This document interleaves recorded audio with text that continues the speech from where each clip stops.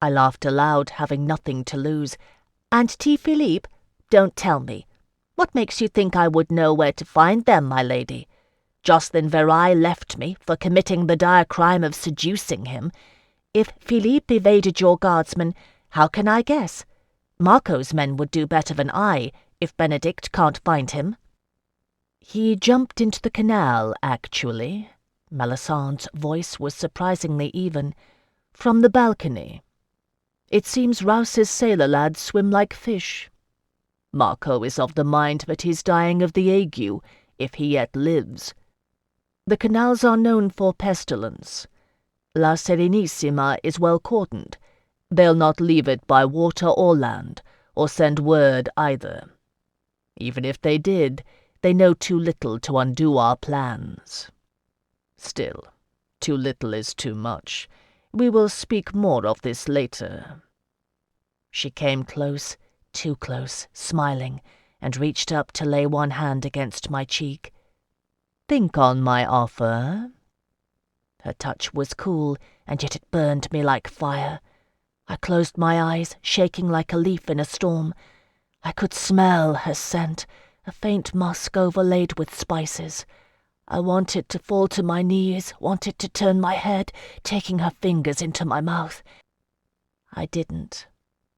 "Think on it," Melisandre repeated, withdrawing her touch. "I'll be back." Chapter 43. An offer. A dangerous offer. After Melisandre had left, I sat huddled on my pallet, arms wrapped around my knees, thinking. It had been different before. There is a certain calmness in despair. Now even that luxury had been torn away from me. I had to think. Jacqueline and T. Philippe alive.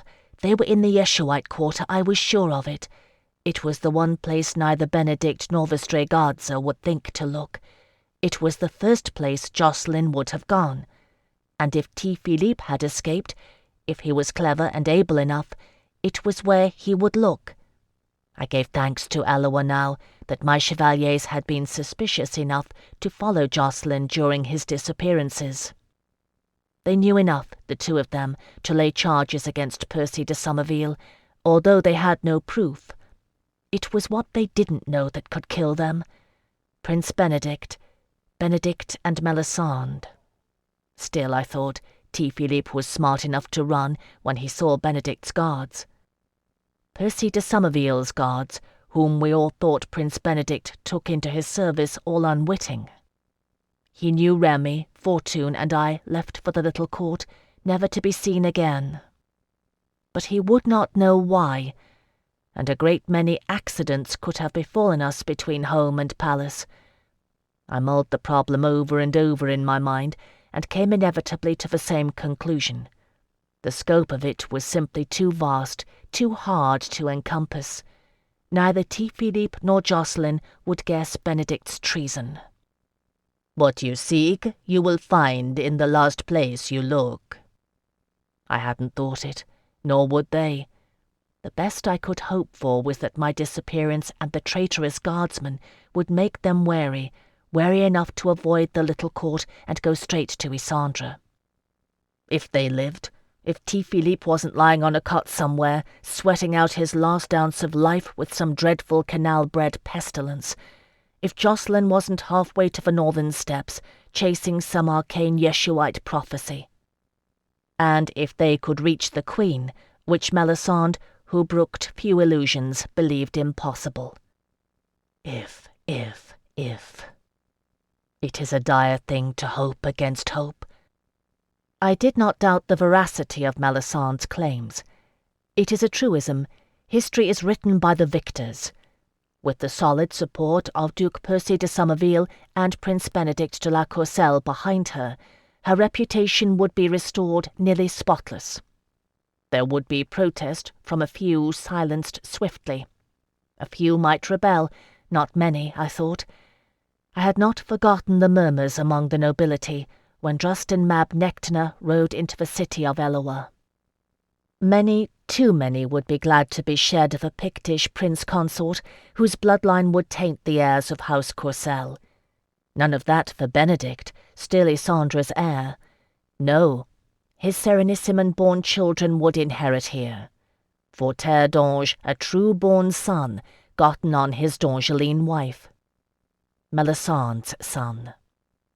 And as for Ysandre de la Courcelle, I thought, she would become a tragic footnote in d'Angeline history, slain, no doubt, during some Serenissiment intrigue gone deadly awry.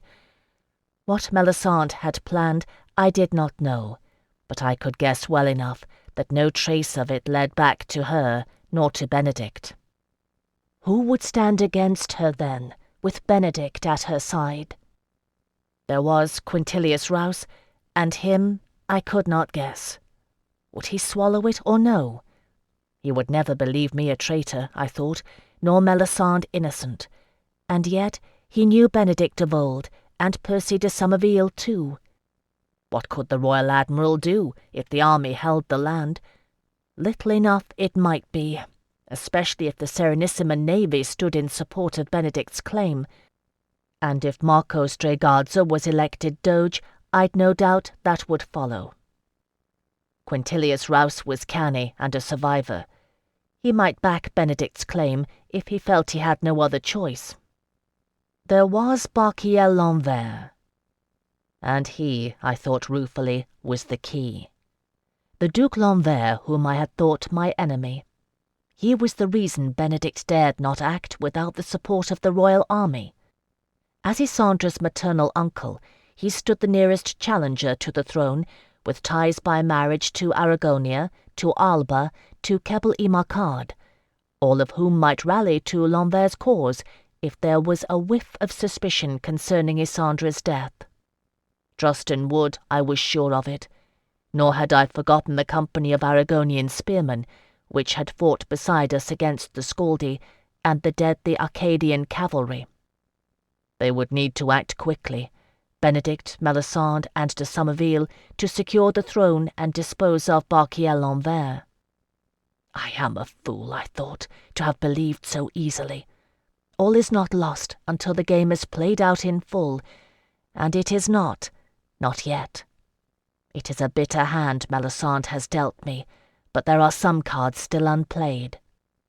So I mused and thought until the light began to fail in my stifling chamber, and one of the guards brought my evening meal. Constantine, he was called, silent and grey. As the prison guards went, I liked him well enough, for he troubled me not. "Constantine," I said to him when I returned my empty tray, "will you carry a message to the warden for me?" He shifted the tray in his arms and looked stolidly at me. "I will carry it. I do not promise he will hear." "I understand," I said gravely. "Pray tell him I seek an audience with him." "I will do that." No more did he say, and with that I had to be content. Falling night leached the last of the light from my cell. I sat on my pallet and watched the afterglow fade through my narrow window, blue twilight turning to grey, and thence to star-pricked black. As vision failed, the endless moan of a Shirat's grief filled my senses. Awake, I listened, picking out the sounds of my prison mates amid the cacophony. I had named them all in the endless nights. The wailer, whose ululating cries rose and fell without ceasing. The scratcher, who made sounds like a small animal trying to tunnel through solid rock. The snarler, who had wits left to curse his fate. The banger, I did not like to think what the banger did, producing dull, muffled thuds that punctuated the howling night. There were others, mayhap 7 or 8. It was hard to tell, even to my trained ear. I was not sure but that the pleader and the screamer were not the same person. I never heard them at the same time, but I was not certain if it were one prisoner alternating between begging despair and wild rage, or merely the orchestrations of madness.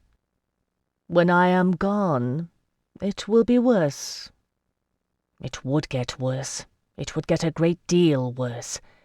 I did not yet cry out in the night, but only woke whimpering from a fitful sleep. when my dreams were full of naught but Malvio's slippery, grinning gaze, Farbron's lewd whisper in my ear, "Oh, Eloa." It would get much, much worse. If Jocelyn and T. Philippe lived, if they stood a chance, it would be worth it. Because I did not think I could withstand Melisande for very long. If... I fell asleep at last, exhausted by the torments of my mind. Morning came and wore on late. At length a guard came with food. It was Tito, his gaze sympathetic in his broad, homely face. I asked him if the warden would see me today, and he shrugged, shaking his head.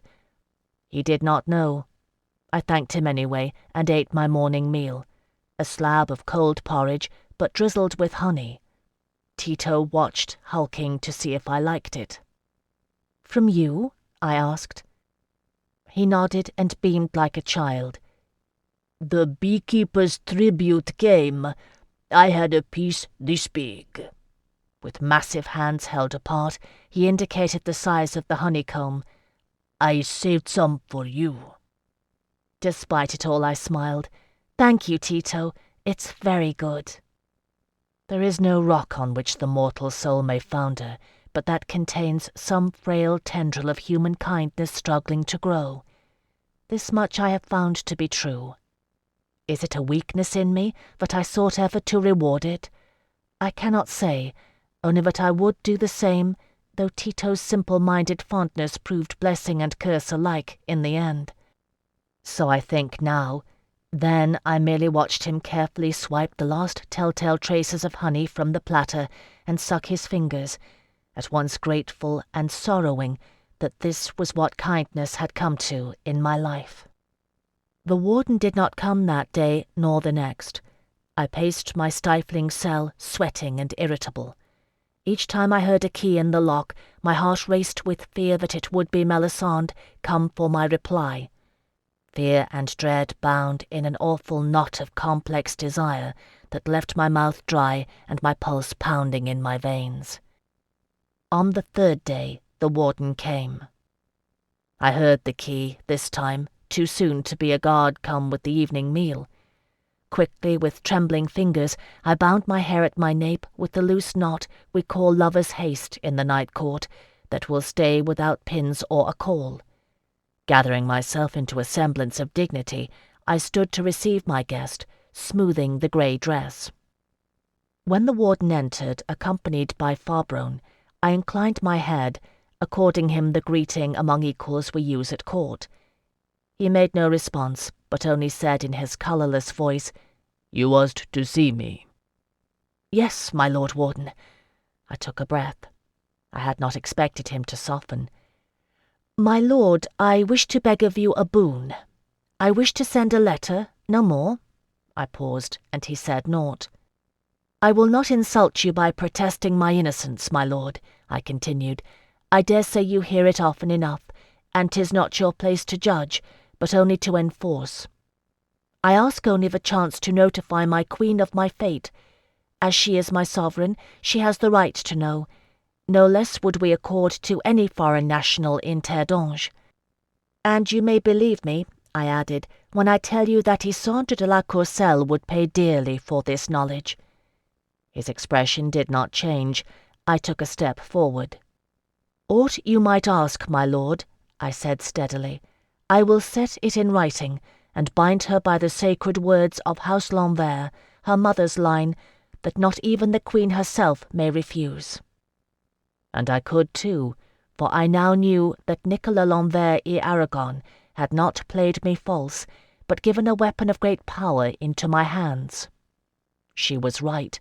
Barquiel Lambert and I had been stupidly blinded by our suspicions, and the throne would be lost because of it. Like squabbling children in a barn, we had ignored the open door through which the wolf might saunter. "It doesn't matter what you believe, just remember it." I did. The warden stirred. Over his left shoulder, Farbron mouthed something obscene at me, miming a wet-lipped kiss.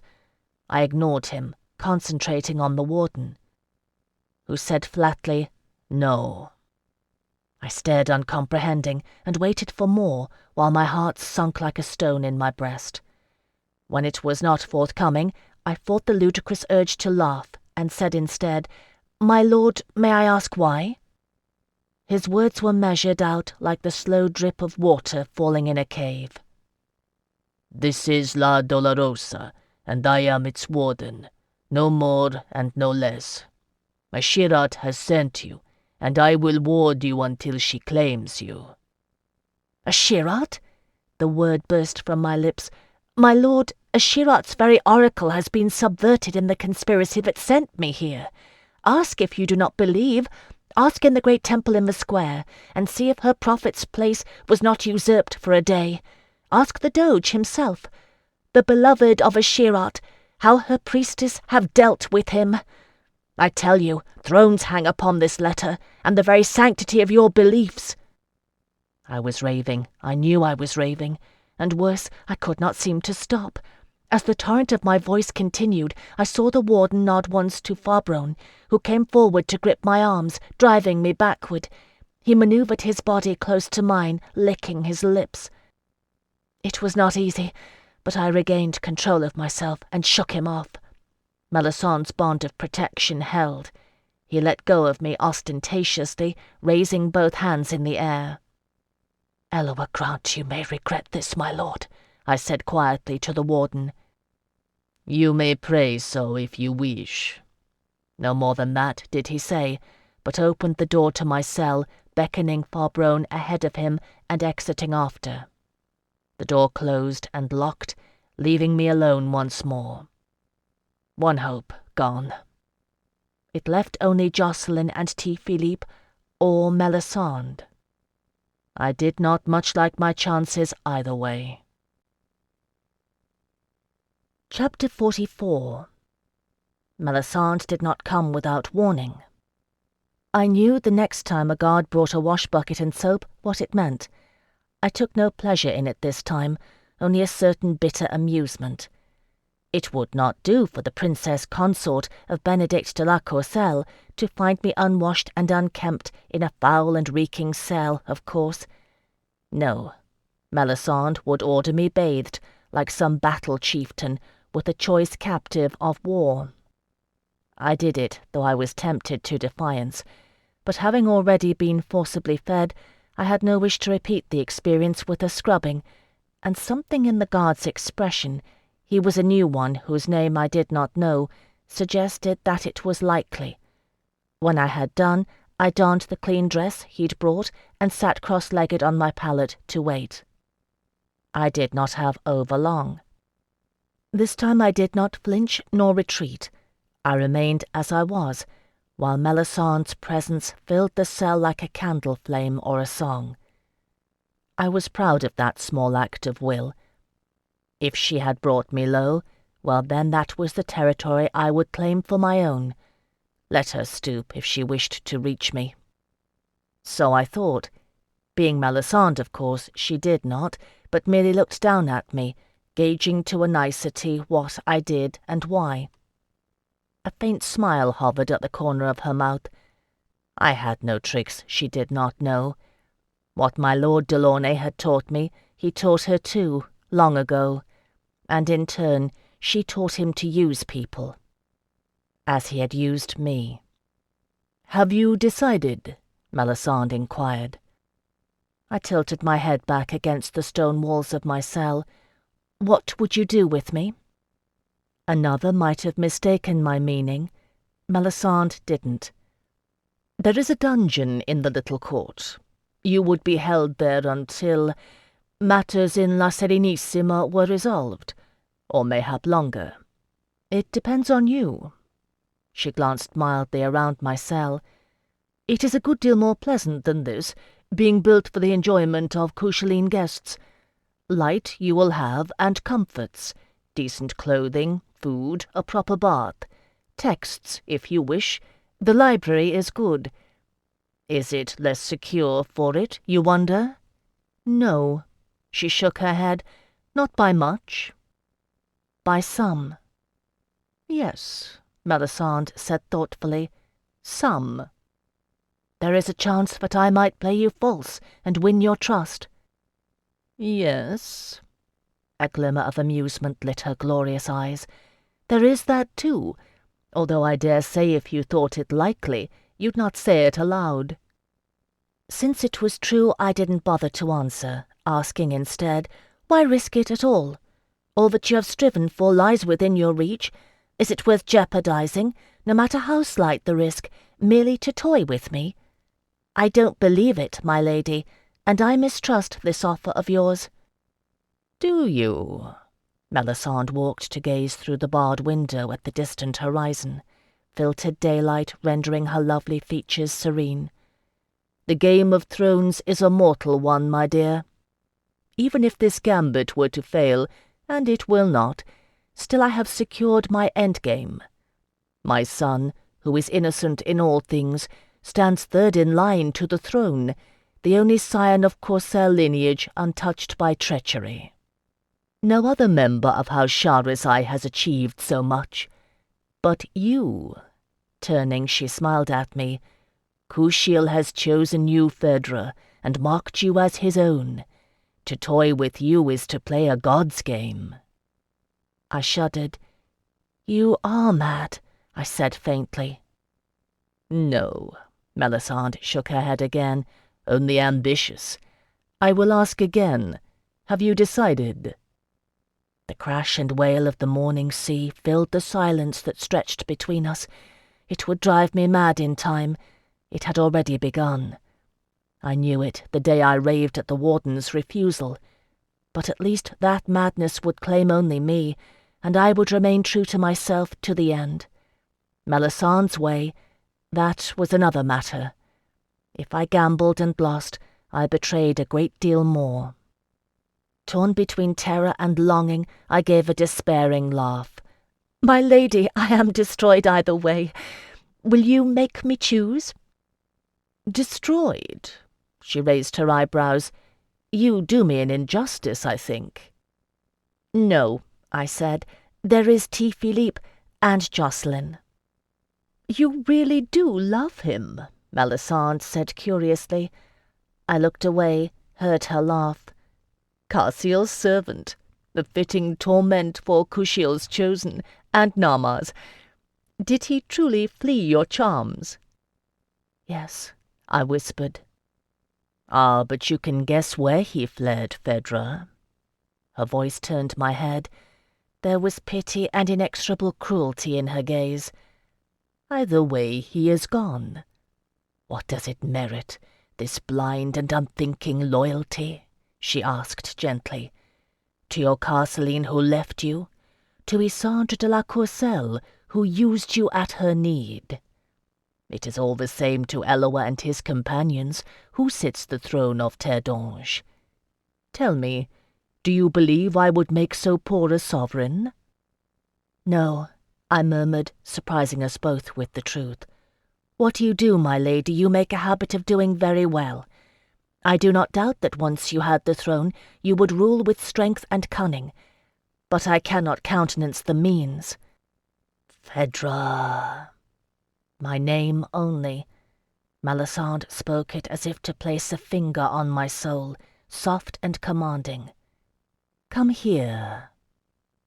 She crossed to stand before me, extending her hand, and I took it unthinking, rising obediently with instincts bred into my very fibre, trained into me since I was 4 years old. With nothing but the force of her will and the deadly allure of her beauty, Melisande held me captive and trembling before her, cupping my face in both hands. "Why do you struggle against your own desire? Blessed Eloa himself bid us love as thou wilt. If there had been somewhere to flee, I would have. If I could have fought her, I would have. There wasn't, and I couldn't. I couldn't even answer. Her scent made my head spin. I stood stock still and obedient, my heart beating too quick, too rapid. So close, so beautiful, so dangerous.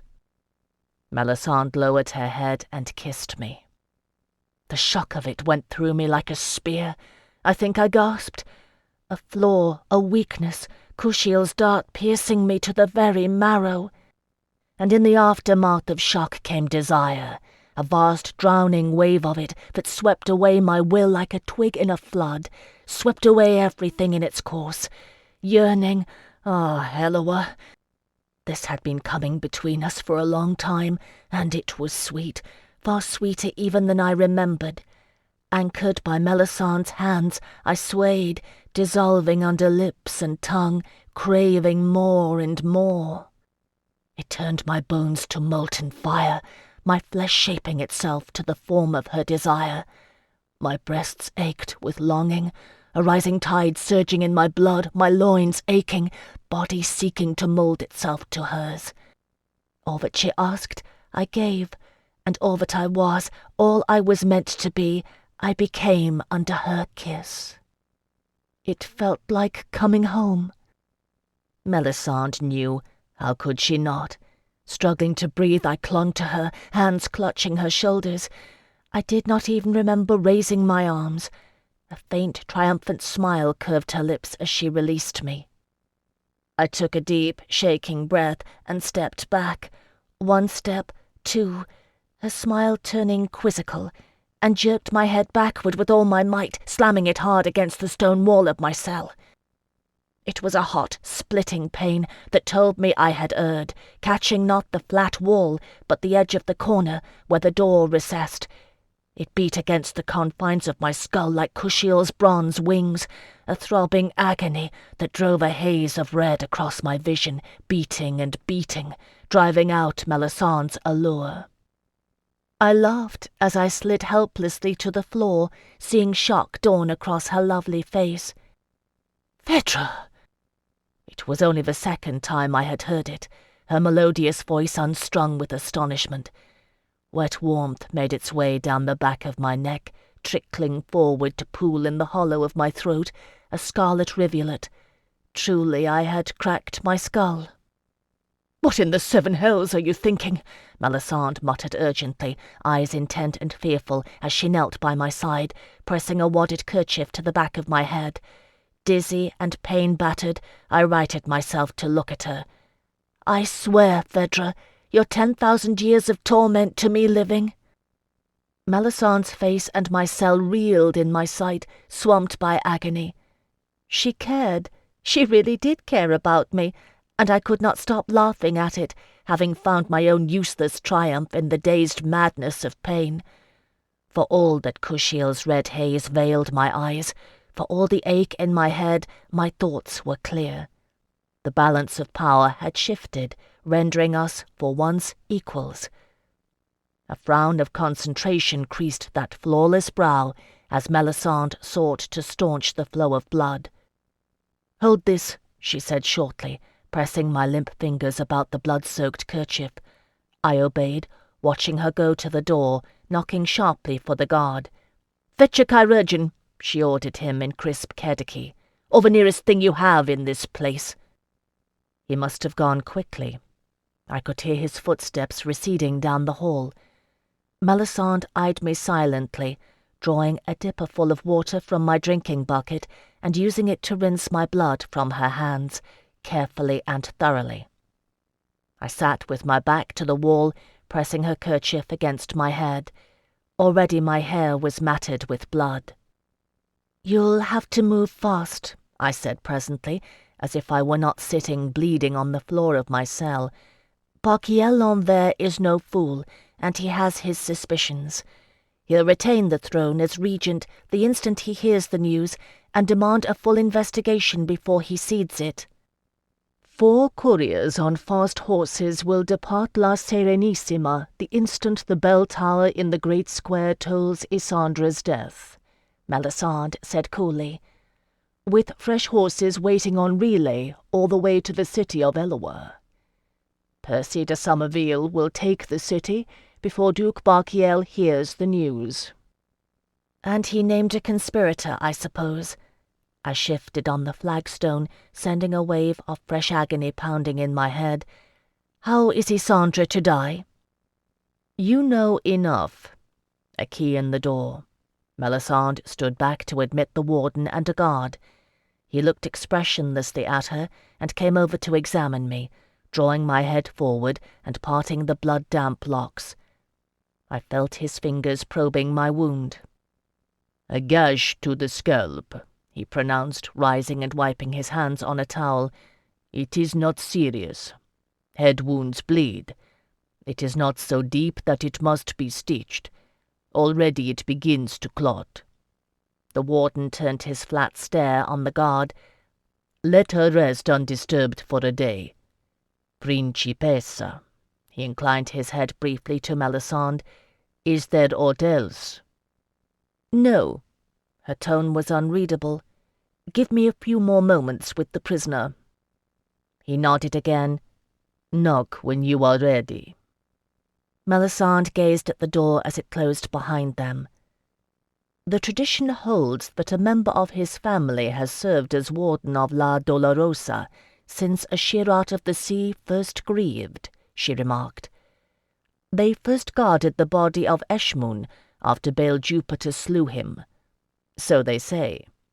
And they say he is incorruptible, having been appointed by the goddess." She looked at me. "But you already learned that." I shrugged. "Would you not expect me to try?" "Hardly." She glanced around the barren cell. "'Tis a dire reward for his ancestors' service. It seems to me a dubious honor to win a god's favor." "Yes, my lady," I said wryly. "I appreciate the irony. But a Shirat of the Sea did not make this place a prison. 'Twas mortal cruelty did that, and mortal forgetfulness that warped the warden's purpose over the long centuries." "Mayhap. They are not like us, who cannot forget." Melisande made a simple, graceful gesture. I met her gaze without speaking. 2 years ago," she nodded toward the wall, "you would not have done that." What did she expect, she who had sold me into slavery among the Scaldi? I had fought hard for my survival and won greater hardships for my pains. It was true, Isandra had used me at need, sending me into danger as great as that I'd left behind. But I had gone consenting, then. I had faced death more than once. I walked into death's open arms on the battlefield of Toilemont, and I went knowing what I did. I had lost comrades and loved ones and grieved. I was not what I had been when Melisande first had me. These things I thought, sitting on the flagstones of my cell and gazing up at her impossibly beautiful face. "I was a child then, my lady," I said softly. "My price is higher now." For once I did not fear her. I was safe in Kushiel's dreadful shadow, and the sick throbbing ache in my head protected me still. Melisande simply nodded, accepting my reply. "I will give you a day," she said. "On the morning after tomorrow, 2 of Benedict's guards will come for your answer. They will speak to you in person. If your answer is yes, you will leave with them. If it is no," she shrugged, "you stay, forever. I will not ask again." "I understand." "Good." Melisande turned to knock at the door, then turned back. "You were unwise to play this hand so quickly, Phèdre. I will be more careful in the future." "I play the hand you dealt me, my lady," I replied. "Do you?" She looked curiously at me. "I wonder sometimes." To that I had no answer. Melisande gazed at me a moment longer, then knocked on the heavy door for exit. Once more the key snicked in the lock, the hinges creaked open. I watched her go, taking every ounce of colour and beauty with her. Only her scent remained. I opened my hand, revealing her wadded, blood-soaked kerchief, folds already beginning to stiffen until I smoothed it open. It was fine cambric, trimmed with lacework, with the swan of House Courcelle embroidered small in one corner. A suitable lover's token, as matters stood between us. One day, and then I had to choose. Chapter 45. I thought a good deal about Hyacinth that day. It was ironic, in a situation laden with bitter ironies. I had chosen this very fate when I had fathomed the riddle of the Master of the Straits, not merely a lifetime, but an eternity, bound to a lonely isle. I would not have faced the madness of a Shirat's grief, of course, but I dare say centuries of tedium would have served much the same. Hyacinth had used the Dromond to read the past and stolen my doom. And now I faced it once more. How had he stood it, I wondered? How did he fare now? The Master of the Straits had warned it would be a long apprenticeship. 10 years, 50, a century? I had sworn to do all I could to free him. Instead, I was imprisoned, and all my efforts had done was guide Jocelyn to the Yeshuites so I might lose him. Now I peered out the narrow window at the maddening sea, and wondered if there was any way Hyacinth might free me. I had wondered idly aboard the ship from Marsilikos how far the domain of the Master of the Straits extended. Would that I'd come to some other conclusion, but his reach had never gone more than a few leagues beyond the straits, and I was far, very far from there. And very, very alone. I bowed my aching head against the lip of the window. Melisande was right. I'd been a fool to reveal the lengths to which I would go to defy her. All that had got me was a sore head, and the fleeting satisfaction of seeing her surprised. It was an idiot's ploy, and not one I'd care to use often.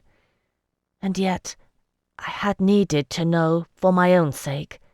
I could defy her if I summoned the will for it. Although it took a split skull to break the spell of one kiss.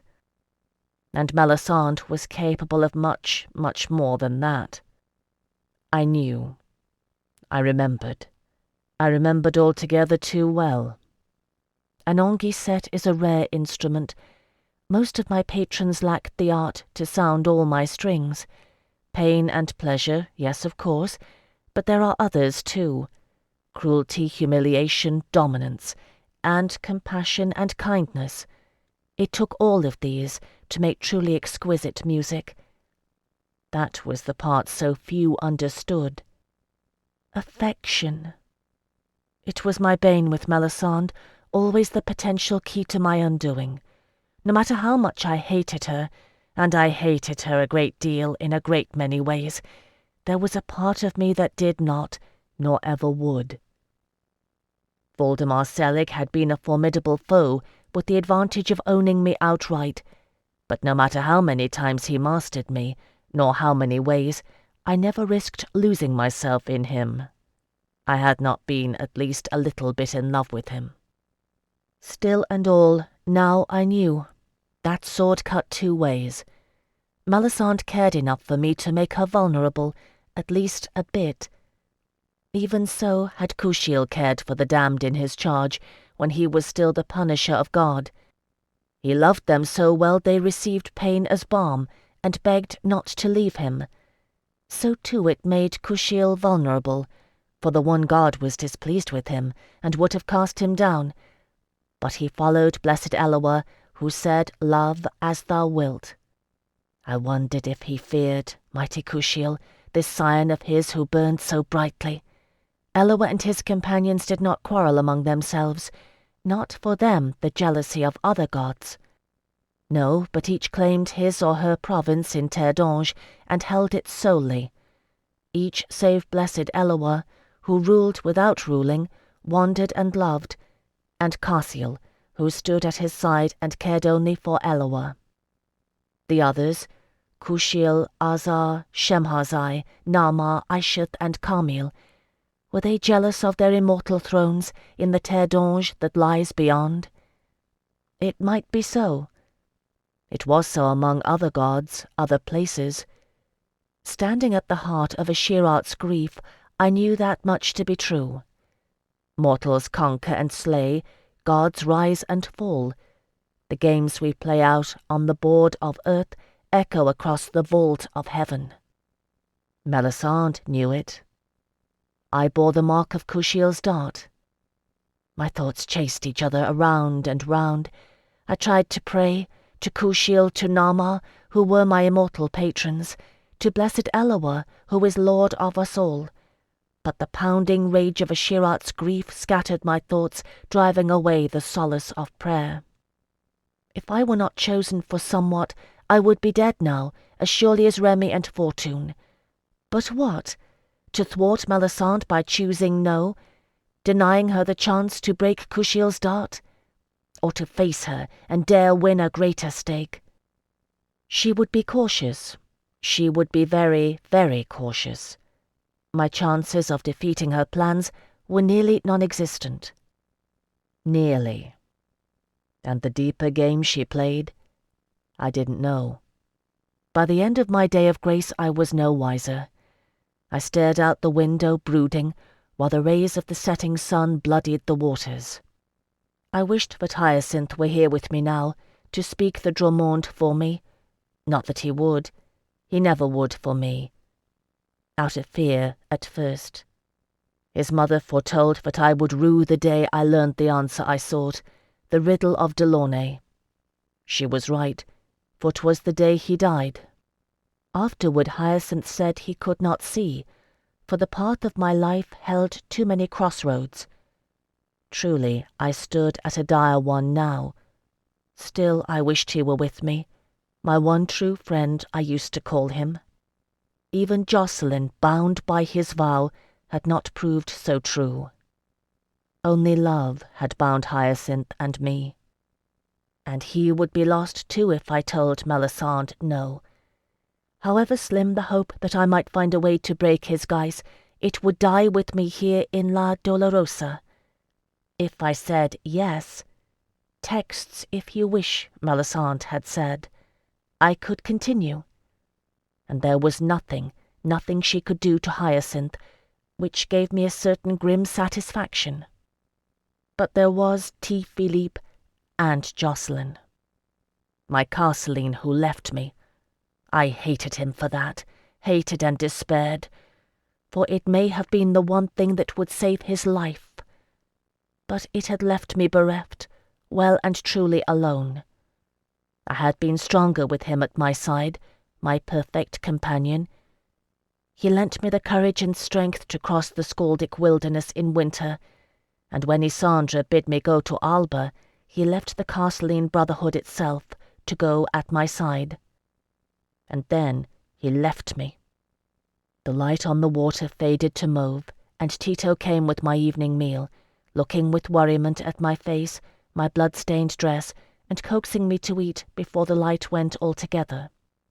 I did, finally, if only to ease his distress. If I chose no, if I stayed, his hulking kindness would be the only spark in my life. I wondered, would it continue? If Melisandre's ban was lifted, and the warden freed his men to use me as their plaything, would Tito be among them? Simple and kind, yes, but a man confined to this rock. I imagined Malvio showing him what to do, grinning all the while, and shuddered. The worst of it, I did not like to think. I thanked Tito as he took my tray, closing the door behind him. It was hard to make out shapes by now. I fumbled my way to my drinking bucket, rationing the water I consumed to save a little for washing my face. The hair at the back of my head was stiff with matted blood, but I didn't have enough water to cleanse it. I dampened my fingers enough to part it, touching the wound gingerly. It had clotted over cleanly, I thought, beginning to heal. More of Kushiel's questionable mercy, keeping me hale to endure fresh torments. With the encroachment of night came a fitful wind and scudding clouds obliterating the stars. Awake, I stood clinging to the bars of my window, facing unrelieved blackness and feeling the warm breeze on my skin. Ashirat's grief moaned in the wind and surging sea. I separated the threads of sound from my various cellmates, finding a new voice among them, or mayhap only a new phase of madness. This was a deep cry on a rising tenor that reached a certain pitch and broke off in a throaty gurgle. The Howler, I named him, I listened for the others, counting, and did not hear the screamer, although the pleader's voice was among them, an endless litany of begging. Well, I thought, mayhap they were different all along, and the screamer has become the howler. It could be that this howler was a new prisoner, but I listened further and decided no, that the sounds were too far gone from human. An old cellmate with a new voice then, a new phase of madness. I made my way back to my pallet by touch, wondering what voice will I have when first I break. A ranter, mayhap. I liked to think I would retain intelligible language, at least for a good while, longer than most, likely. It would take a long time for Kushiel's chosen to forget entirely what it meant to be human. They are not like us, who cannot forget. Mayhap I never would until I died. I do not think I lack for courage, although admittedly it is my own kind. I am no warrior to face naked steel on the battlefield, but it is true what I considered earlier. I have faced dire fates before. If I feared, if I prayed and pleaded, it might be otherwise. Still, I went. Into the scaldic winter, into the teeth of the straits, into the hands of Voldemar Selig. I was not a coward. But this fate I could not face. So be it, I thought, sitting alone in blackness. I cannot do this thing. Blessed Eloah have mercy on me, but I would rather be Melisandre's creature than a broken thing in a cell. At least it gave me a chance, a fragile, deadly chance, but a chance all the same. Here I had none.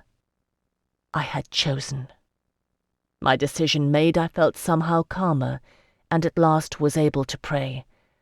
I prayed for a long time, to Eloah and his companions, all of them, to protect and guide me, and above all to give me strength not to betray my own companions. And if there was some chance, any chance, that T. Philippe and Jocelyn lived, that they might yet act against Melisande and Benedict, let my lips remain sealed. She would be cautious, but she would press. It made her uneasy to know they had evaded her. Well and good. Then let me serve as a living distraction, no matter what the cost, no matter what she might do. Let my pain atone for the deaths I had caused. Let me keep silent. Let me be the sacrifice. It was better than this. When I was done, I felt at peace for the first time since I had beheld Melisande, and despite the maddening wail of Ashirat's grief, despite the cries and howls of the other prisoners riding the night winds, I laid my head down on my pallet and slept soundly. It was the sound of shouting that awakened me. I came awake in an instant, heart pounding, gathering myself to crouch on my pallet. No wind or sea this, nor prisoner's madness. No. The sound echoed in my memory, recalling others like it. Men, shouting, reports and urgent orders. I'd heard it last in Southfort, among the unforgiven, when Captain Taran Deltoine sent riders north to seek out the guardsmen of Trois-le-Mont. It was the sound of a garrison, only a garrison roused. A torch flame streaked the darkness outside my narrow window. A voice called out in Kediki. And through the heavy door of my cell I heard quick footsteps in the corridor, the sound of keys jangling, doors opened and slammed. They were checking on the prisoners. La Dolorosa was under attack. I'd scarce had time to think it when my own door was thrown open, and the sudden glare of lamplight made me wince. I shielded my eyes with one hand, making out the silhouetted figure of the guard even as he went to close the door, satisfied that I was safely contained. "Farbron, please!" My voice outstripped my thoughts, pleading. He hesitated, and I rose from my pallet in one graceful motion, using all the art of the night court. "Please, won't you tell me what's happening?" I begged him, turning out both hands. "I heard shouting, and it frightened me." He hesitated, then jeered. "Ya, D'Angeline, too good to look at me until you're scared, huh? You think I'll protect you when I aren't even allowed to touch you?" "Please, I didn't have to feign a tremor in my voice. "If you'll only tell me, I'll let you. I swear it. I won't say a word." Fear and obedience were strongly ingrained in him. Even then, he paused before taking 2 swift steps into my cell, closing the door and setting down the lantern. Lit from below, his face was eerily shadowed.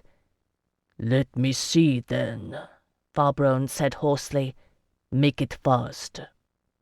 Holding his gaze, I slid the overlarge woolen gown from my left shoulder. The neckline dipped low, laying bare one breast. He made a guttural sound and stepped forward, reaching for me. "It is not in my nature to be violent. I have killed one man in self-defense, and I begged him not to force my hand. Harold the Beardless, he was called, a thane in Gunter's steading. He was kind to me and gave me his cloak, but he rode out after me for the honour of his steading, and would have slain Jacqueline and dragged me back to Selig. One does what one must.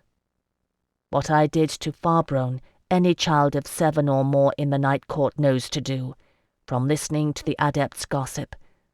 To be sure, it would have carried a severe punishment, but we knew of it all the same. As his fingers brushed my skin, I brought one knee up hard and fast, squarely betwixt his legs. I dare say the years of dance and tumbling helped. It was a solid hit, and hard. It made a dreadful sound. Farbron made a dreadful sound, high-pitched, doubling over and clamping his hands over his groin. I couldn't afford guilt or pity. I whirled, still without thinking, and snatched up the wooden stool, bringing it up in a sharp arc to connect with his bent head.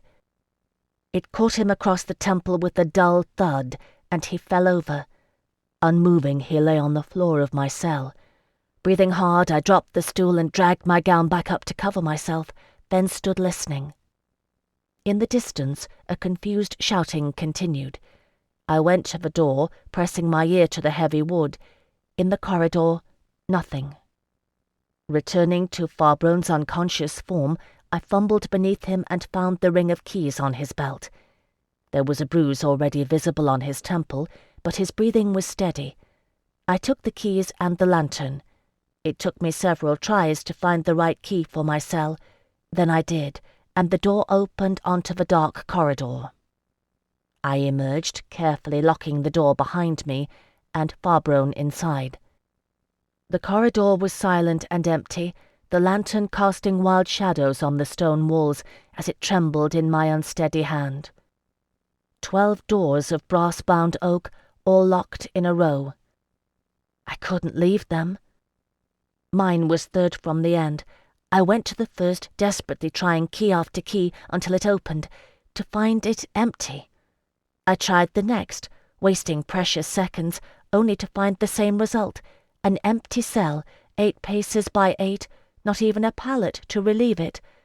I moved past my own door, no sound yet, Farbron still unconscious, and tried the 4th door. Empty. Cursing softly under my breath, I fought with the jangling iron ring, seeking the key for the 5th door. At last I found it. It fit. The door opened. I knew from the stench that this one was inhabited. What I saw in that cell, I do not like to remember. A man's figure, or somewhat like it, crouching at the wall beneath his window, scrabbling at the stones with long, curved nails. He turned toward the light with a whimper, throwing up one forearm to shield his eyes, showing his teeth in a grimace. His hair was greying, snarled and matted with long years' neglect. I took a step back from the doorway, holding the lantern high to illuminate my face and show I was no guard. "You are free," I said softly in Kerdiki, "although I do not know for how long. Someone attacks the fortress.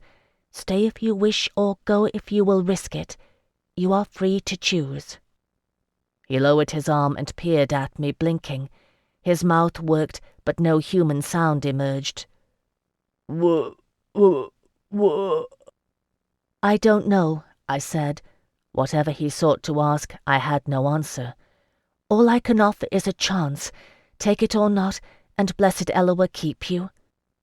Swallowing hard against the horror of it, I hurried to the next cell and the next, fear and bile rising in my throat. I set them all free that night, my prison mates, as Shirart's captive mourners. Nearly every cell was as bad as the first. Some I knew by sight. The banger stood before his window, pounding his bruise-blackened forehead against the bars. That was the sound I'd heard for nights on end. The pleader had been there the shortest time, next to me. He stood upright, blinking wide-eyed at the light. A youngish man, not 30 years old, his hair had grown only to his shoulders. "Please," he asked tentatively, "I swear 'twas not my dagger. I swear it, my lord. Only let me go and I'll prove it. I'll bring you the man who did it. Please, my lord, please." "You are free to choose," I murmured, sick, repeating my litany. 6 times I had said it already, 8 times before I was done. All along the corridor, the brass-bound cell doors stood open and ajar, dark gaping mouths emitting the reek of ordure and foulness, and the rhythmic surge of grieving sea, pierced with distant shouting. Somewhere above I could hear the sound of running steps. But the corridor stood empty, save for me, and quiet. All their voices had fallen silent. I could not force them to go, could not force them to choose, when I knew not what transpired. I had done all I could. Bending at the waist, I set down my lantern at the head of the corridor, leaving it to illume the empty walls. Let them have that much at least, I thought. It was safer for me to move in darkness, even if I knew not where I went. It had been a long time since I'd employed the physical arts of covertcy in which Delaunay had trained me, but I had not forgotten. A body in shadow stands less chance of being seen. Watchers in light are blinded by light. Always, always stay to the shadows. Wrapping Farbron's keys in a fold of my gown to stifle their jangling, I made my way to the foot of the stairs that led away from the dungeon. Chapter 46. For several long moments I crouched and listened at the head of the stairs. There were voices somewhere on the far side of the door, faint with distance. I tried to remember the layout of the fortress from my single glimpse of it. I would have failed miserably had Delaunay been quizzing me on it. Numb with shock and wanting only to die, I'd paid scant attention. Still, I did not remember any guards set on the door itself. I had to take a chance. I tried the handle and found it locked. Well and good. There must be a key on Farbron's ring. I unfolded them from my gown and sorted through them by touch in the dim light cast by the lantern in the corridor behind me. There were 3 that were larger than the others, and 1 smaller. I tried one of the larger, then a second, and that one unlocked the door. Muffling the keys once more, I worked the latch and opened the door a crack, peeping through the gap. There was not much to see, and little light in which to see it. An empty wardroom, it seemed, with a bench under the section of wall visible through the cracked door, and an unused charcoal brazier. I dare say the cells grew cold and dank in the winter. The room must serve as a place for guards to warm their hands between trips below. The voices I heard came from well beyond the wardroom. Nothing else for it, I thought, and slipped cautiously through the doorway, leaving the door an inch ajar behind me. Strange to hear the endless roar of the sea muted at last. Beyond the wardroom lay what would have been the great hall in any other fortress this size. Only a few torches lit it, and those guttered low. I gazed cautiously around the corner of the arched entryway. A fireplace at one end, cold and bleak, and a long table. Only a few chairs. There were hallways at either end. From the entrance at the far right came lamplight and the sound of voices. The other was dark, but it was from thence that I heard running footsteps. I drew back into the shadows as a hurried guard emerged, boot heels echoing across the hall. The faint light gleamed on his steel helmet and corselet, and he carried a short spear in one hand. Lack of knowledge is deadly. I left the wardroom and followed him, keeping to the shadows. Even if I had not known how to move silently, my bare feet made no sound on the cool flagstones. The hallway branched, a broader corridor leading to the left, a narrow one lying ahead. Light spilled out of a room to the right on the narrow way, and that was where the voices came from. Feeling dreadfully exposed, I crept near enough to hear. "No answer from the watchtower, Warden, sir," the guard I'd followed was reporting, an urgent strain in his voice. "We gave the signal 3 times, sir, as ordered." The warden's voice, flat and implacable. "And on the island?" A deep breath. "Nothing visible, sir. It's too dark to make out the ground, even." There was a pause before the warden spoke again. "Continue combing the island. Double the number of torches. There aren't many places an intruder can hide. Gito, leave 4 men to hold the bridge on this end, and take 4 across and secure the watchtower. Signal when you hold it. Balbo, on post in the tower, and alert me the moment they do." Silence, and then his voice rose a notch. "What are you waiting for? Go!" I hadn't waited for his order. By the time he gave it, I was retreating stealthily to the corner. Ducking around into the wider corridor, I hitched up the trailing skirts of my filthy dress and ran, fear lending wings to my bare heels. And I saw ahead of me the torch-cast shadow of a figure emerging from another side corridor. There was a small alcove holding a statue of Eshmoon on a black marble plinth, a smiling youth crowned with a grain wreath. I had no other choice. Whispering a plea of forgiveness to the slain deity, I slipped into the alcove, huddling crouched in the shadow of his plinth. Jogging footsteps sounded in the hall, a rattle of sticks.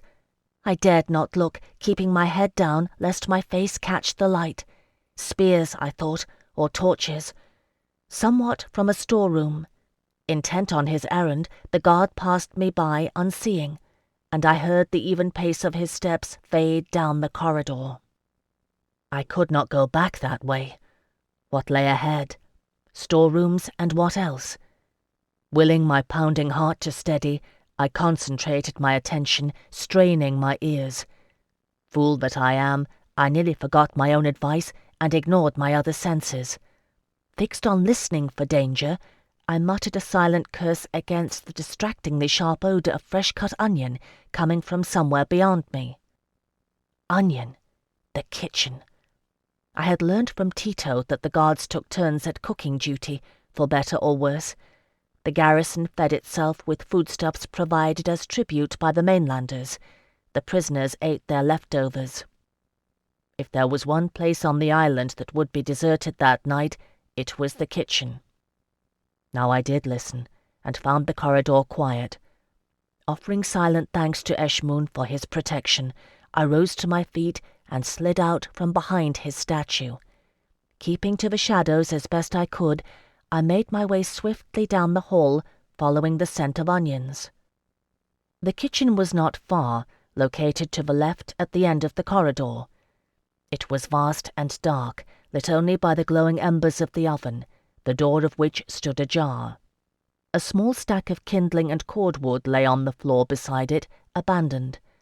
A mound of coarse-chopped onions sat on the counter, and a string of sausages, not enough for garrison and prisoners alike. A meal, I guessed, for the guards coming off the first night shift of serving sentry duty at the bridge. Only someone had crossed the bridge, or they would not be searching the island. I don't think then I even dared to hope. Whatever it was, whoever, however, I had walked the bridge to La Dolorosa, swaying above the killing sea, while the sentries waited at the end, hand-axes poised above the hempen ropes. I could not imagine anyone crossing it in stealth. Part way, mayhap, even half or better, but there was no way to cross the whole of it unseen. So I did not dare hope or even plan, only sought, like a trapped creature, an avenue of escape. By the dull glow of the embers I explored the kitchen. It reeked of fresh onion and the stale odours of 1,000 bygone meals. There were kettles and pots, a set of knives, and a stack of the trays used to bring food to the prisoners. Nothing more. Beyond a low archway lay the pantry. Here no light penetrated, and I was forced to explore blindly. Rashers of salt-cured bacon hung from the ceiling, easy to detect by smell. There were stacks of grain stacked along the walls, lentils and coarse ground flour. I found baskets of aubergines, smooth-skinned and firm to the touch, and another of ripe gourds. They did not eat so poorly, the garrison of La Dolorosa, although from the leftover fare I'd been served, I could not give much credit to their culinary skill. Well and good, I was surrounded by food. What of it? I was safe and as trapped as before. Since there was nothing else to do but backtrack and face the guards, I knotted Farbron's keys in a fold of my dress and began to make my way around the perimeter of the pantry, avoiding piles of provender, feeling along the cool stone walls with both hands.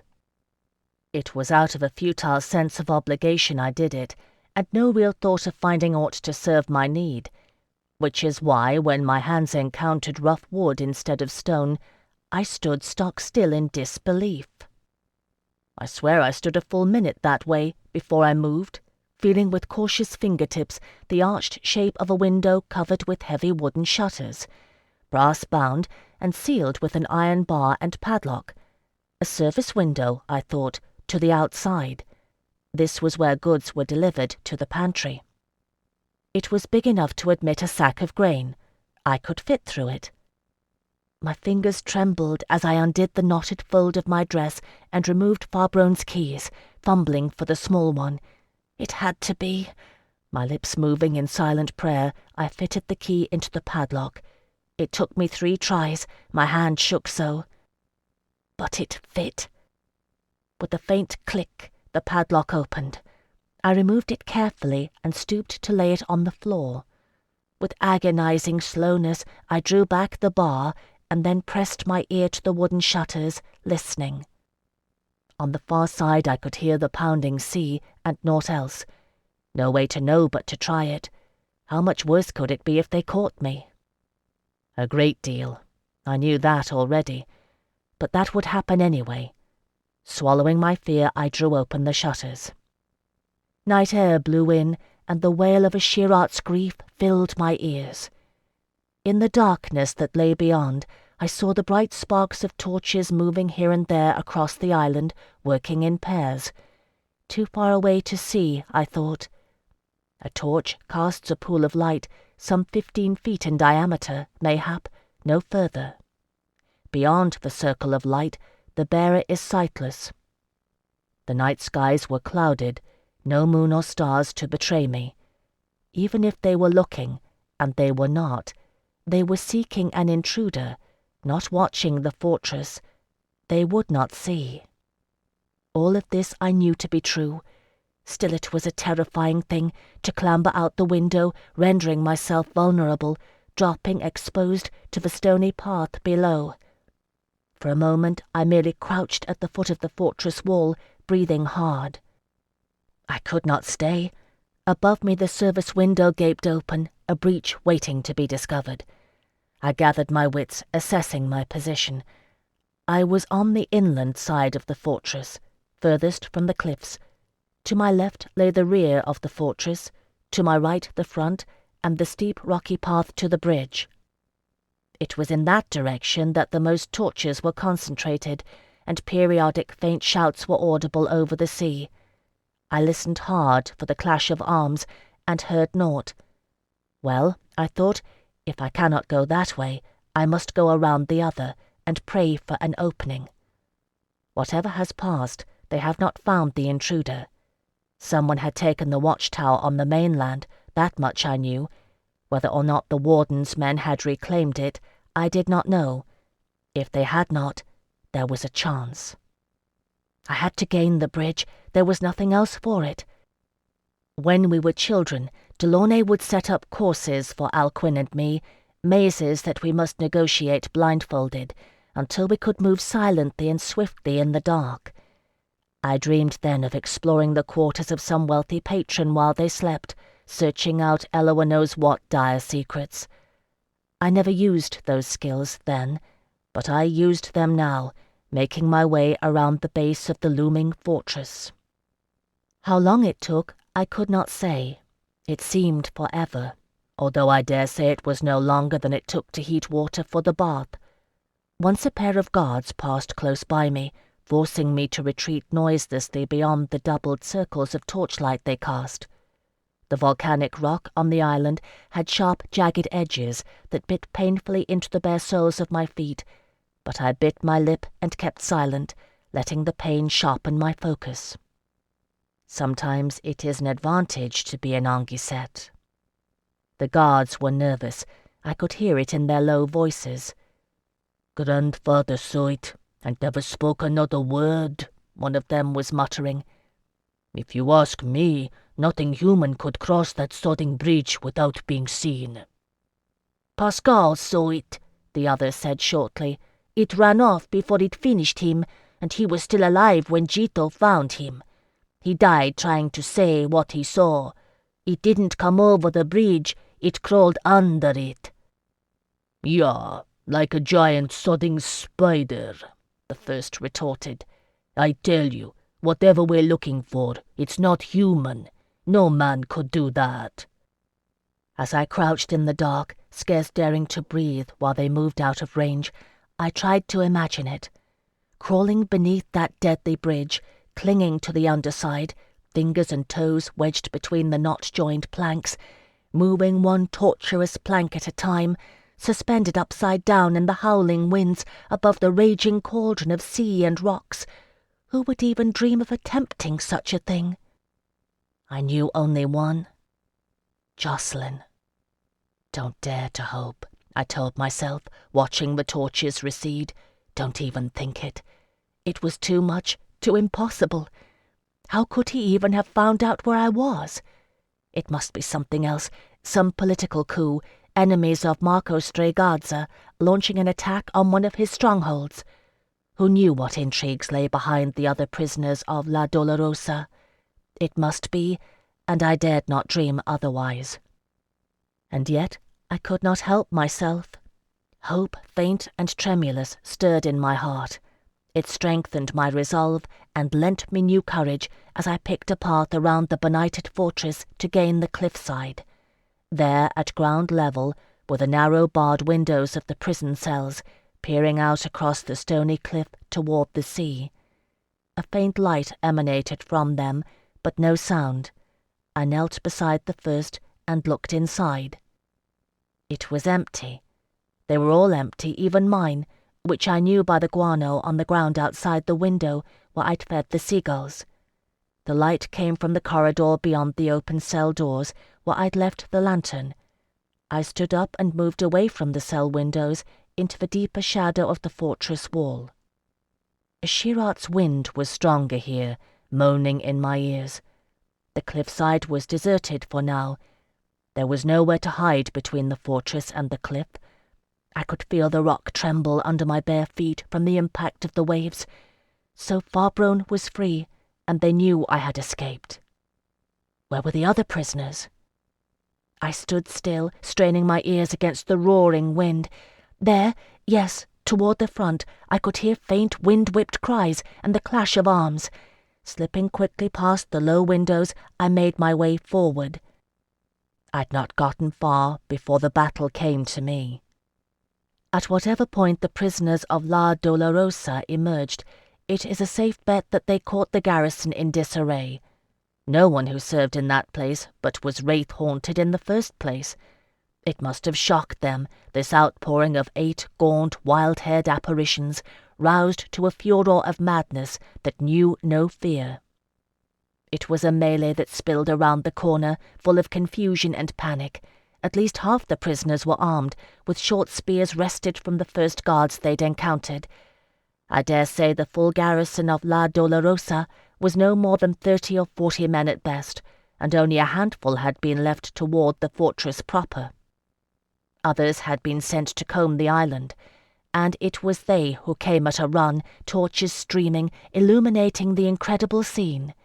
Knots of violence surrounded the prisoners, who fought with bared teeth and stolen weapons when they had them, bare hands and demented fury when they did not, giving ground slowly. For all their superior numbers and armour, 'twas no easy task for the guards, encumbered with torches as they were, and darkness favoured the prisoners with their night-accustomed eyes. Still, it could not last. As more and more guards came, the prisoners retreated further. Tito's massive figure appeared, crashing into the melee. Eschewing his spear, he carried a torch the size of a beam, swinging it in mighty arcs, trailing flames and roaring so loudly I could hear it above the wind. I should run, I knew, retrace my steps across the fortress, dare the other side, and see if the bridge was perchance unguarded. Indeed, one of the prisoners wielded a hand-axe, mayhap wrested from the sentries. It was the pleader, whom I knew by his shoulder-length hair. He was not pleading now, but grimacing, chopping wildly at the pair of guards who forced him back, step by step, toward the edge of the cliff. I couldn't run. I had freed them. I had led them to this end. As with Remy and Fortune, I could not look away.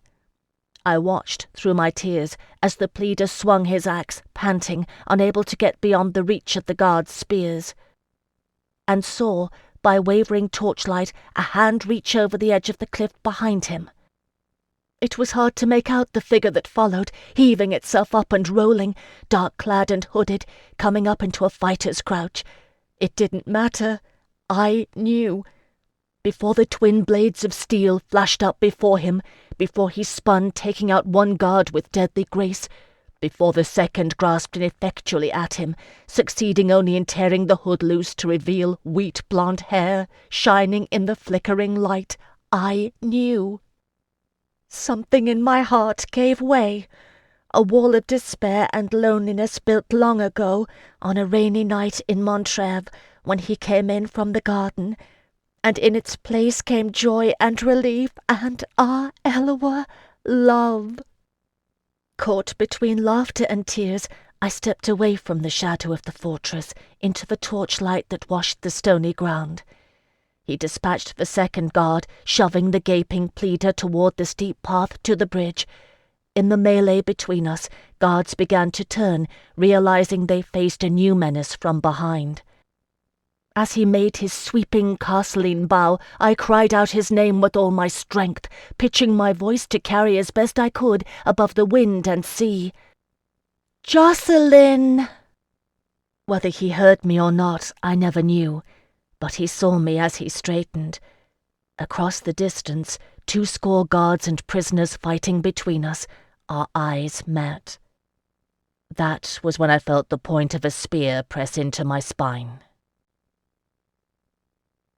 Chapter 47. "Don't move, lady," a voice whispered in Kerdiki at my ear. It was no voice I knew. I stood rooted and felt my arm taken, spinning me roughly. Malvio, who never spoke. He grinned at me, and his slippery gaze looked quite mad. With a shortened grip on his spear he circled around me, placing himself between me and rescue.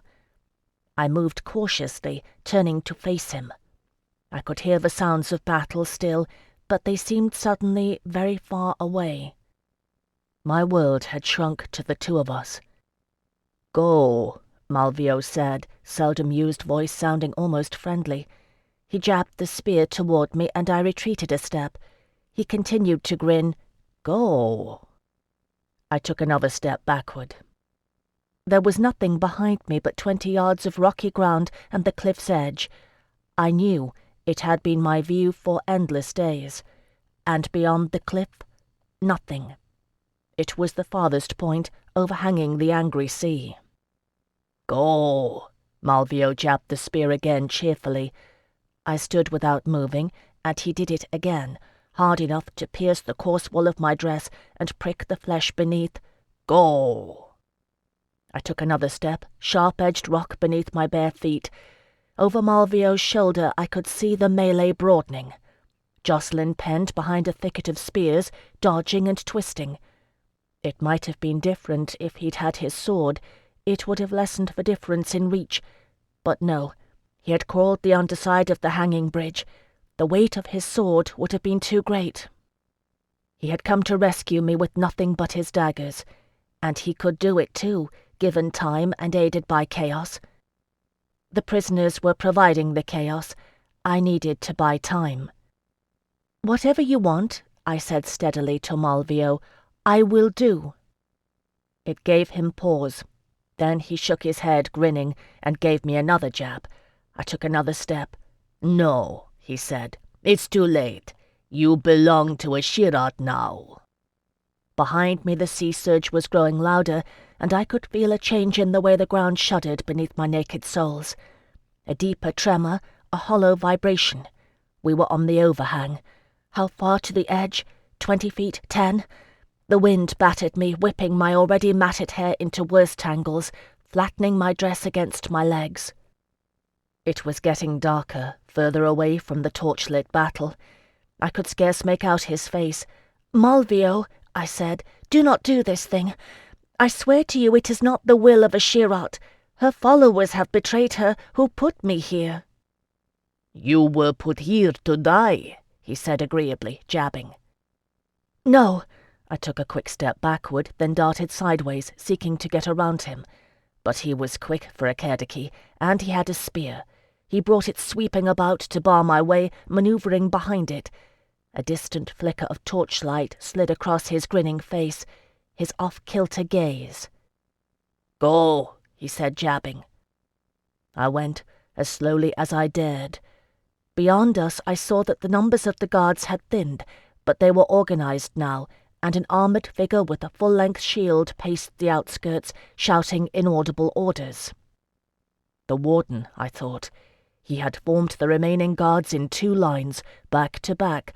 One held the prisoners at bay, and the other Jacqueline. 2 men stood back from the fighting, holding torches aloft. One was hulking Tito. I saw the warden flash his shield at the tower, and movement in a darkened window. An archer armed with a crossbow. La Dolorosa would have been easier to defend with proper ramparts and arrow slits, meurtrières such as Tralemont had sported, but they would all have been mad as Malvio if they'd manned it thusly, listening to the winds hour upon hour. It was bad enough for the sentries at the bridge. I took another step backward, watching the bowman.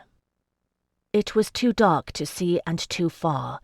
I couldn't see when he began shooting, slow pauses between reloading. One of the prisoners staggered, grey hair swirling, and then 2 broke away, and the line of guards holding them at bay began to crumble as the prisoners retreated out of bowshot. "Go," Malvio repeated for what seemed like the 100th time. I took a step and stopped. The wind tugged at me and the sea boomed and wailed, almost beneath my very feet from the sound of it. I was almost on the edge, and this was the overhang, a deep curve bitten out beneath it. I knew. I'd seen it aboard the Dariel on that fateful trip, while the sailors whistled past the Black Isle. I would find no ledge here, such as Jacqueline had done, to crouch concealed beyond the lip of the cliff. No rocks below, only sea. It was small consolation. I was not ready to die. Malvio jabbed the spear at me. In the darkness I stood unmoving.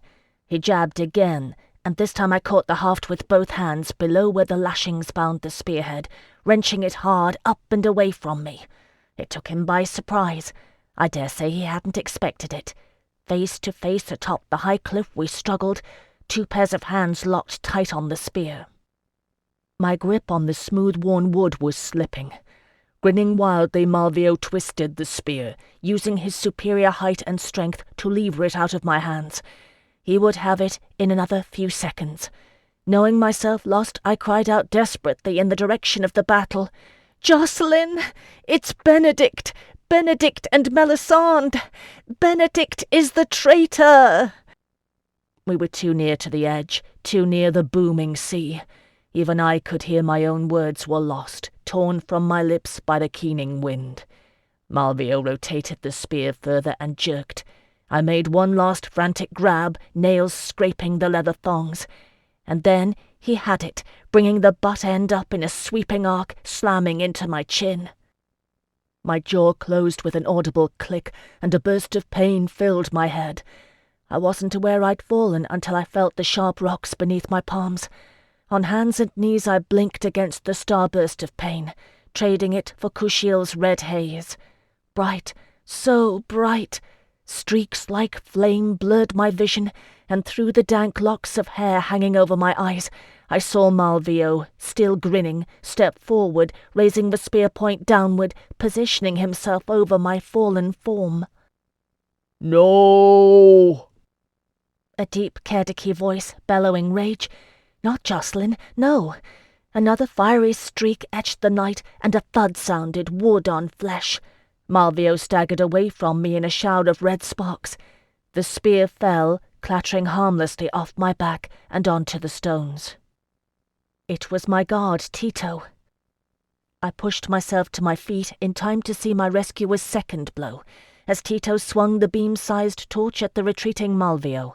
It struck him on the side of the head, with another flurry of sparks and a crunching sound there was no mistaking. Malvio dropped like a stone and did not move. Unlike Farbron, he would not rise again. Tito turned back toward me, a profound look of sorrow on his simple, homely face. "Tito," I whispered as he took one step toward me, staring past him with horror at the descending pursuit. No." It was the prisoners, wild and maddened, who surged after him, who brought the battle to the cliff. I have never known to this day why they did it, whether they pursued him as a hated god, or whether they did it out of some demented gratitude, thinking he threatened me who had freed them. With spears and axe they brought him to bay, and he stood his ground like a colossus, roaring, carving a half-circle of space before him with great swings of his blazing torch. "Stop it!" I shouted frantically, trapped behind him. "Let him be!" To no avail. And then the now disorganized mob of the guard fell upon them from behind, the warden running beside them, wading into the mix and shoving with his shield, cursing and giving orders no one heeded, and to the rear of it all, Jacqueline, half forgotten, who had acquired a spear which he wielded like a quarterstaff with eye-blurring speed, forging an alley up the middle. Close, so close. I saw one prisoner fall, stabbed from behind. I saw another whirl away screaming, ragged garments aflame, rolling on the ground and beating at himself. I saw Jacqueline, grim-faced, stun one guard with a blow to the helmet, reversing the spear and slicing the man's unprotected throat, never stopping, but moving, still plunging onward. It was all very much like a dream. And then I saw the warden, calm and implacable, draw one of the guards out of the melee, moving to the right of my giant defender and pointing. At me. I saw the guard, faceless in the shadow of his helmet, draw back his short spear and cock his arm to throw, the point aimed straight and sure for my heart, and I knew I was trapped, with nowhere to go. Behind me, naught but the crumbling edge of the cliff, around me naught but the sorrowing wind. Jacqueline's face, turning, seeing too late, a cry of despair shaping his lips. Between us Tito, massive in the torch-cast shadows, turning slow and ponderous as a mountain. The guard, his arm cocked, the warden speaking one word. A spear aimed at my heart. He threw. 'Tis passing strange how such moments are etched indelibly in memory. Even now, if I close my eyes and listen to the ocean pound the shore, I can see it unfold in agonizing slowness. Jacqueline moving too slow, too late, though guards fell away from him like wind-blown chaff. The concentration of the spear-thrower, weight shifting onto his forward foot as he threw, the graceful arc of his casting arm, and his open hand as he made his release, fingers outspread. The hard, flat line of the thrown spear headed for my heart. And Tito, lunging to place himself in its path, swinging his torch like a club. I cried out, strove to grasp him by one massive arm, dragging him out of the way. Too late. Seeking to bat the spear from its flight, he missed. The spear struck him full force, piercing the gap in his armor below the armhole. A vast gap on so large a man. It was the impact that staggered him, sent him crashing into me, bearing us both backward to the verge of the cliff, the burning torch still clutched in his loosening hand. It was his dying weight that bore me over the edge. I fell. Through wind and howling darkness, I fell unendingly toward the cauldron of the sea, and above me in the night I saw the torch plunging after me like a shooting star, until I hit and saw no more. Chapter 48. It came as a shock that I was still alive. The blow of landing had driven all the air from my lungs. I could feel naught of my limbs, and knew neither up nor down. All was blackness, and only the sensation of air on my face told me I had surfaced. Alive. My chest heaved futilely as I struggled to draw breath, and waves churned all about me. One broke over my head, driving me downward. I felt water fill my mouth, and knew I should cease my efforts to breathe. Yet I could not. A great pressure, and somewhere distantly a sharp pain. Were my eyes open or closed? I could not tell. There had been air. I willed my legs to move, uncertain whether or not they obeyed, uncertain whether I drove myself upward or deeper down. All was turmoil, and the sea roared in my ears. I thought myself drowned, and then I felt it again. Air upon my face, laced with salt-stinging spray, and the stricture upon my chest gave way, and I drew in a raw, gasping breath. As much as it burned, it was sweet. I flailed my arms, feeling the water's resistance, thinking for a second I would survive. And then the sea mocked my folly, surging over my head, the indrawn susurrus of breakers at the foot of La Dolorosa, drawing me down, down. Every which way waves broke and withdrew against the jagged rocks of the Black Isle, forming a maelstrom. 'Twas better to have thought myself dead. Alive, and knowing it, I fought desperately against the churning waters. The immersed folds of my wooden prison dress twined my limbs like a shroud, heavy with water, dragging at me like a sea anchor. So do they bury the dead in the deeps. A breath, one breath. My lungs ached to expel it, to suck in another. I clenched my teeth against the urge, feeling the pressure of the sea. Under water, a simple desire to breathe. One does it 1,000 times an hour, never thinking. There is life, not death, in breathing. But it is death under water. My chest began to jerk involuntarily with the effort of holding in air. I splayed out my hands, reaching, finding nothing, beating futilely, legs kicking. The roiling water pulled mercilessly at me, tugging me this way and that, ever deeper.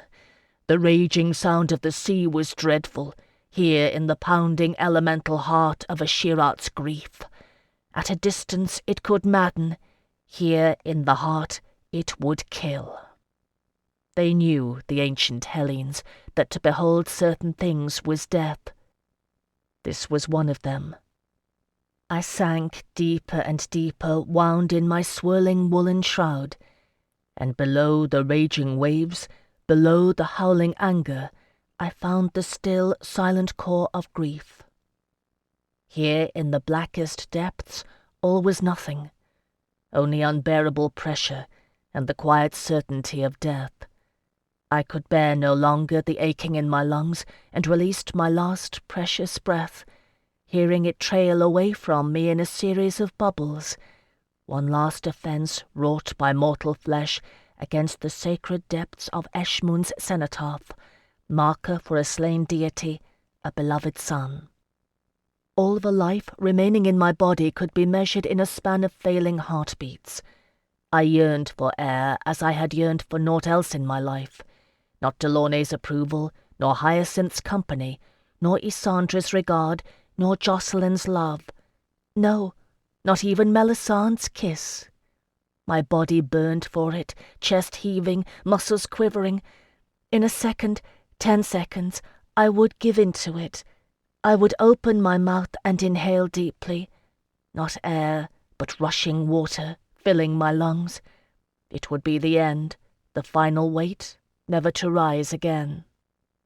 Eloa, I prayed in the final seconds remaining to me, blessed Eloa, forgive me, for I have failed you and all those you love. Nama, take pity on me, for I have served you well and true. And Kushiel, hardest of masters, have mercy on your chosen. All you have asked me I have done. Forgive me that it was not enough. My prayers fell unanswered. Not even the cruel beating of Kushiel's bronze-winged presence sounded in my ears, but only the thready pulse of my failing heart, blood beating in my ears, bidding a faint farewell. I was far away, too far from the land of my birth for the gods of Terre to hear, too far. I knew true terror then, open eyes bleeding salt tears into an ocean of grief. To die, alone and forsaken, it is the worst fate a D'Angeline can face.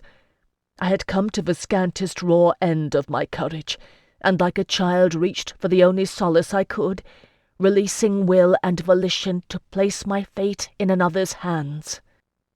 A Shirat, I prayed silently, mouth shaping the words against the pressing waters.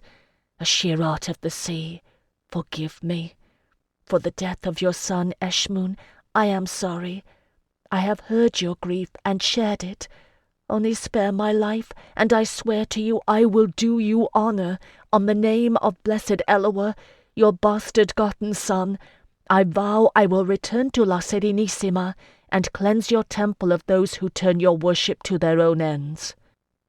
I, Phèdre no Delaunay, swear it. I swear it. Was there an answer? I cannot say in certainty, not being bred to the worship of a Shirat of the sea. I was faint and delirious, stunned by the fall and bereft of air. But this much I know to be true. As the last vestiges of control gave way in my beleaguered body, my mouth opening and closing helplessly against an influx of seawater, seeping past my choking throat into my lungs, I heard something, a sound, a movement. A deep, steady thrumming filled the waters, the sound of a strong current bent around the rocks of La Dolorosa. A current, a strong current. The currents around La Dolorosa are strong and uncertain. So the captain of the Dariel had said. So it was. Deep, deep beneath the surface of the waves, a powerful current flowed, and it clasped me like a pair of arms, drawing me away from the isle. Away and up. My head broke the surface of the water, and I drew in one ragged, whooping gasp of air, expelled it choking, flailing my arms, not realizing in my frantic efforts that the sea in which I had surfaced was calm and still, save for the smooth, steady pull of the current. 'Twas all I could do to breathe, coughing up sea-water and feeling it trickle, bitter and warm, down my chin. My lungs burned, my stomach burned, and somewhere in the vicinity of my ribs a sharp pain re-established itself. I churned my legs, struggling to keep myself afloat, and realized I truly was alive and breathing. A solid object bumped at my arm, making me start and thrash at the water, and by reaching fingers encountered wood, sea-sodden and slimy to the touch, but solid and floating, a great beam-sized length of it, one end sticky with pitch. Tito's torch, caught in the same current. "Thank you," I whispered hoarsely, my throat raw with pain. I clung to the torch, wrapping both arms around it, desperate as any shipwrecked sailor clinging to a broken spar. It dipped, but floated still, bearing my weight enough to keep my head above water. "Thank you." Only then did I think to look about me, gazing over the waters to see where I was. When I saw, I gasped. A Shirat's current was no jest. Without rocks or shore to provide resistance, it flowed like a silent river, swift and sure, charting an invisible course across the sea. La Dolorosa lay well behind me, a black jagged form marked by tiny pinpricks of flame. One was moving lower than the others, scrambling down the crags toward the base. Jacqueline, I thought in agony, as the current bore me away, sweeping me further out to sea. Oh, Jacqueline! Though it was in vain, I cried out, shouting over the bobbing waves until my ragged voice failed, and the pain in my ribs rendered it hard to draw breath. No one could have heard at that distance, over the pounding surge at the base of La Dolorosa. It didn't matter. When I could do no more, I laid my cheek on my arms, still wrapped about the torch, and wept with exhaustion, drifting on the relentless current. I lived through that night, and blessed Eloa grant I never pass another like it. I dare say in any other season I would have died of exposure, but it was late summer yet, and the sea was mild. In the final hour before dawn, the temperature of the air dropped, and I shivered violently. My head ached, my jaw ached, and sharp pains shot through my midsection. I cannot even begin to describe the pain in my arms, locked about the floating log of Tito's torch. With a truly heroic effort, I managed to drag my sodden skirts to my waist and wind a length of woolen fabric about the torch, securing me to it. There were things moving in the deep. I heard them and sensed them, twice. Something large brushed against my bare legs, making me shudder with fear and revulsion. A Shirat of the sea, I prayed, you have spared me. Let your creatures treat me gently. Whether it was a Shirat's mercy or some other protection, no harm came to me from the denizens of the sea, and although I thought that night would never end, in time it did. I had not known until the sky began to turn grey in the east which way the current bore me. In the utter blackness of clouded night, I'd harboured some faint hope that it had bent to carry me along shore, mayhap in sight of land. But the scrap of pale orange rising on the far horizon told me otherwise. It had borne me out to sea. I remembered the captain's tale of the merchant who had drowned off La Dolorosa and washed ashore on the Illyrian coast, and knew fresh fear. Cloud-hidden and ghostly, the sun crept slowly above the horizon. Mist hovered over the sea, while the air was still cooler than the water. But the sun would rise, I thought, and warm the air, enough to burn off the mist, whether the clouds cleared or not. And it would grow hot. Clinging to my makeshift float, I licked my dry, salty lips. Beset with the terrors of drowning or being devoured by some monster of the deep, racked with the pain of my injuries, I'd not given thought to thirst. But once I had thought of it. My tongue felt swollen, my throat and lungs raw with the sea-water I'd breathed. I'd feared the blind horrors of night, but it was day that was more likely to kill me. One can go a long while without food, I knew. I'd done it. Not water, and I had none. I didn't pray then when the full deadly irony of it struck me. I had been deceived, betrayed, and imprisoned. I had escaped death too many times and left too many dead behind me. To think over and over again, so this is how it ends. It was too much. I laughed, I think, or made some sound that was meant to be laughter. A harsh sound, like the calling of crows. I didn't know I was making it until I strained to catch another sound, faint and distant, that carried over the water, and found myself wishing irritably for the ratcheting noise to cease. It did, when I realized it was me. And in the silence that followed, I heard another sound, faint but drawing nearer, a steady rush of water moving along a wooden hull, the rustle and snap of sails catching the breeze. From my vantage point, a scant foot above the waves, the nearest ship emerged from the mists like a great bird, skimming low over the sea, 1, 2, 3. There were 6 of them in all, canted sails, bellied full of wind, like white wings, oars locked and untouched. Heaving myself as far as I could above the surface of the water, struggling against the knotted fabric that tied me to the log, I pried one rigid arm loose and waved it in the air, shouting, "Here! Here! Name of Eloah, help me!" My voice scarce sounded human, and the effort of raising it threatened to tear my swollen throat. 2 of the ships passed, disappearing swiftly in the lingering mists, and I bobbed futilely in the water. For a moment I was sure they had not heard, had not seen, thought me as much an apparition as they seemed. Tears stung my eyes, and I thought stupidly, there is more of my body's moistures gone. Well and good, I will die that much the faster if I weep. And then a voice shouted an order in no language I knew, and one of the ships heeled, spinning quicker than I would have thought possible. The triangular sail luffed loose against the mast, spilling wind.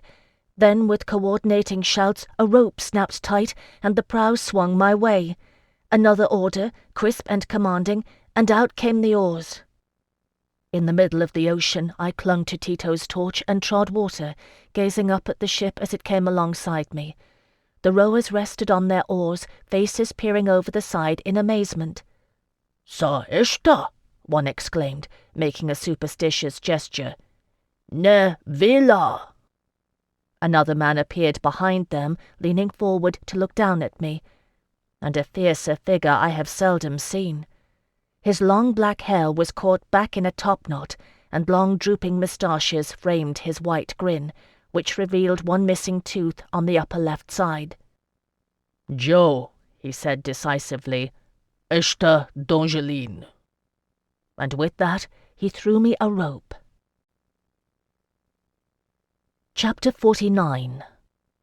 In the space of a few heartbeats, my unexpected rescuers had me aboard the ship, hauling in the rope I grasped and unceremoniously heaving me on deck. Unsteady and nerveless, I could do no more than kneel in a shuddering heap, dripping salt water onto the planking. The crew muttered in their unfamiliar tongue, while their top-knotted captain, so I guessed him to be, ignored me, shouting out another series of commands. They obeyed with alacrity, springing into action. Once more the sail flapped loose from the long yard, and the vessel lurched, spinning. My stomach clenched at the suddenness of it. The oarsmen set to with a good dozen strokes, then the ropes were tightened and the sails swelled taut. They put up their oars and locked them.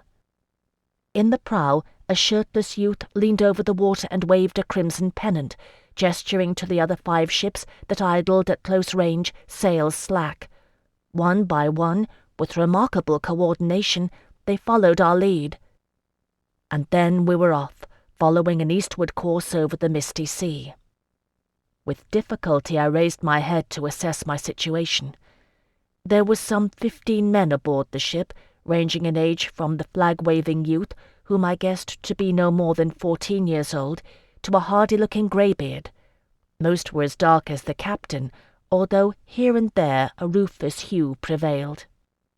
Each one, even the lad, wore a short sword at his hip, and there were round bucklers pegged neatly under the oarlocks, though it was far too small for a warship. In the open hold I could see crates and chests neatly stowed, lashed down with canvas. It could be a small, well-guarded cargo ship, I thought. Still kneeling, I gazed at the top of the mainmast, bobbing gently against the brightening sky. Where a cargo vessel's colours would have flown, it was barren of aught but sail and line. All of which meant my rescuers were very likely pirates. His company safely under way, the captain picked his way across the deck back to me, squatting down before me, while a half-dozen of his men crowded behind. Shivering, I drew myself up to the formal abeyant kneeling position of the night court. "Court event?" he asked, frowning and thumbing the narrow strip of beard that adorned his chin. "Sa terre atje?" "I am sorry," I said humbly. "I don't understand. You said Dongeline, my lord. Yes, I am Dongeline. You do not speak it?" Jacqueline. He turned his head and spit contemptuously over the side of the ship. Two sailors nearby muttered, crossing their fingers and knocking their brows, another curious gesture. Jacqueline Joe, he added carelessly. Kedick. It took me a moment to realize his meaning, so rattled were my thoughts. Even then I had to fumble for words not in my mother tongue. Kediki, I said, echoing him, hoping I'd understood aright. You speak Kediki? Yes, of course I speak it, I. He stood up, folded his arms, and shot me an imperious look. You think I am an unlettered peasant, eh? I am noble born in Epidoro, I. I sat back on my heels, putting the pieces together. You're Illyrian? Illyrian, yes. He grinned unexpectedly and bowed. From Epidauro. Of the nations of Europa, I knew little of Illyria, save that it had ever occupied a precarious position, torn between the conquests of Hellas and Tiberium, La Serenissima and Ephesium, and vulnerable to invasion from the great northeastern mainland. Like Terre before the coming of Eloa, it bent in the winds, surviving as best it could, all but the stronghold city of Epidoro that held out a measure of independence. So much I knew, and no more. It seems odd now. Well met, my lord, and my thanks to you, I said courteously, if thickly, inclining my head. Believe me, your rescue this day will earn great gratitude from Queen Isandre de la Courcelle.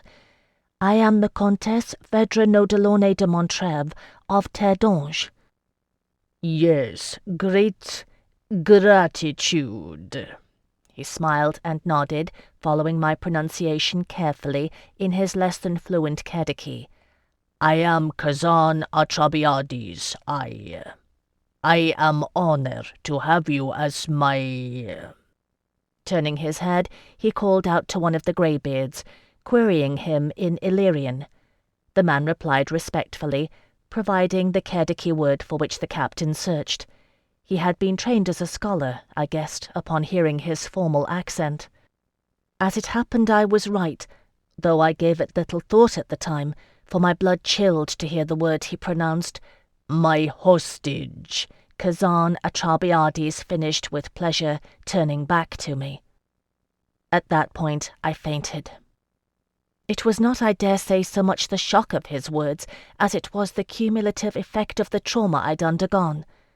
Nonetheless, whatever the cause, 'twas a full faint, such as I have seldom known, and then only with a few choice patrons. The sky reeled in my sight, taut lines and white sails spinning, and then I saw the wooden planking of the deck rushing up to meet me. When I opened my eyes, I was beneath a canvas awning, shielded from the still-rising sun. A neatly stitched bag containing scraps for repairing sails rested beneath my head, forming a bolster against the wall of the forecastle, where I'd been placed out of the way. You are awake. Good. Here. The voice spoke Kediki, the greybeard's voice, which had answered Atrabiades. A brawny hand, wrinkled and weather-tanned, thrust a water-skin under my nose. I took it gratefully, feeling water slosh under both hands as I raised the spout to my mouth and squeezed. Water, warm and stale, gushed into my mouth. It tasted better than the deepest well, the coldest spring. For a moment I merely held it in my mouth, swishing it around, feeling moisture return to my salt-ravaged tissues. Then I swallowed cautiously, in small increments. A little more, he said, not too much. I made myself obey, reluctantly. Although it felt as though I could down gallons without being quenched, I knew full well it would sicken me. When I had done, he helped me lower the water-skin. Thank you, I said, struggling to sit and turning my head to get a better look at his face. You have saved my life, I think. May I have your name, my lord? Glaucus, I am called. Laugh lines crinkled the brown skin about his grey eyes. And no one has called me lord in all my days. Slave, aye, and brigand. Lord, never. Only Kazan Atrabiades commands here, and he holds no title, nor ever will. But you, I think, are noble born, my lady. Is it not so?" "I am Comtesse de Montrève," I said, temporizing slightly. Toward the stern, Atrabiades conferred with the sailor manning the rudder bar, studiously avoiding gazing in my direction. "The title is an inherited one, and the right to bear it bequeathed me by Her Majesty Isandre de la Courcelle, Queen of Terre d'Ange. Glaucus, it is very urgent that I speak with Her Majesty. How does Lord Atrabiades treat with hostages?" "Ah, now, don't fret." He settled himself comfortably on the deck. "He's never fished one out of the sea, nor had one half so beautiful, but he'll honor the conventions, Kazan will. You have someone who'll stand you ransom?" "Yes, of course." It was on the tip of my tongue to say that Isandre would throw open the royal treasury for the news I bore, but mercifully the habit of discretion made me pause. "I will write him a letter of surety myself, for my factor in La Serenissima." Glaucus chuckled. "Where they're like to have his head if he sets foot on land? Nay, my lady, don't think it. Kazan Atrabiades will not go to La Serenissima. Give him silver in hand, and he'll set you free as a bird." "It's very urgent," I repeated politely. "No doubt." Amiable, he passed the water-skin back to me. "Have another swallow. You've a voice on you like a split reed. No wonder the men thought you were one of the villi." I drank a little more, feeling life return to my limbs with each gulp. "What are the villi?" "Spirits," Glaucus said affably. "Spirits of the dead, that appear in the form of beautiful maidens. If a man do look at a villa, his heart sickens with love, and he will neither eat nor drink until he dies. I nearly believed it myself, my lady Phèdre, and I have seen Dongelines before. That spot of red in your eye, is it an injury? It's passing haunting." "No." I lowered the water-skin, wincing at the pain that tugged at my midsection. "Not exactly. Where do you come from, Glaucus? Not Illyria, I think." "Ah, now that's a long story." He took up the skin and squirted water into his mouth. "I was slave-born in Tiberium. My mother was Hellene, a slave herself and mistress to a powerful man. I was gently reared, I was, and bought by a wealthy member of the comitia to stand tutor to his children. Tell me, does it hurt when you breathe?" "Yes," I said absently, thinking, how long had I been in La Dolorosa? Weeks, I knew. Was it months? I'd not kept account throughout those first long days. 'Twas summer yet, but growing later. If Isandre had not departed already to begin the progressus, she would have done so by the time a messenger could reach the city of Eloa. No, I thought, Marsilicos is a better wager. Surely Roxane de Morelio would pay whatever ransom Atrabiades might ask, and Quintilius Rous would be there too.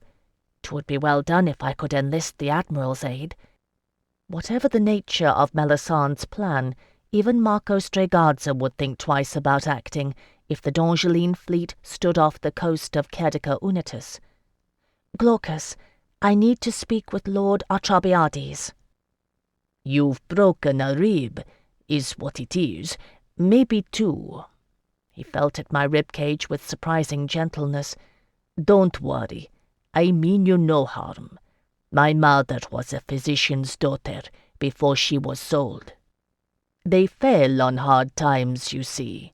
A bad settlement in a lawsuit. Never go against a Tiberian magistrate, I tell you, but never mind that. No doubt Kazan will hear you out once we're safe at harbor." There is a little matter of pursuit, you see. You take care of the girl until we make landfall, Glaucus, he said to me. You speak her tongue. You know how to patch folks up. So, never fear. I'll keep my word. Ouch! I flinched away from his prodding fingers. Glaucus, thank you, but my ribs can wait. My ransom cannot. Will you call Lord Artabiades for me? He sat back and regarded me calmly. Well now, he'll not thank you for calling him lord, nor will he turn course for a Dongeline noblewoman fished out of the sea, no matter how fair her face. And if you ask, he'll only have to refuse, and storm and shout a bit, show you the back of his hand, to let his men know you're no villa, to sicken his heart and make him weak. So, no, I'll not summon him for you.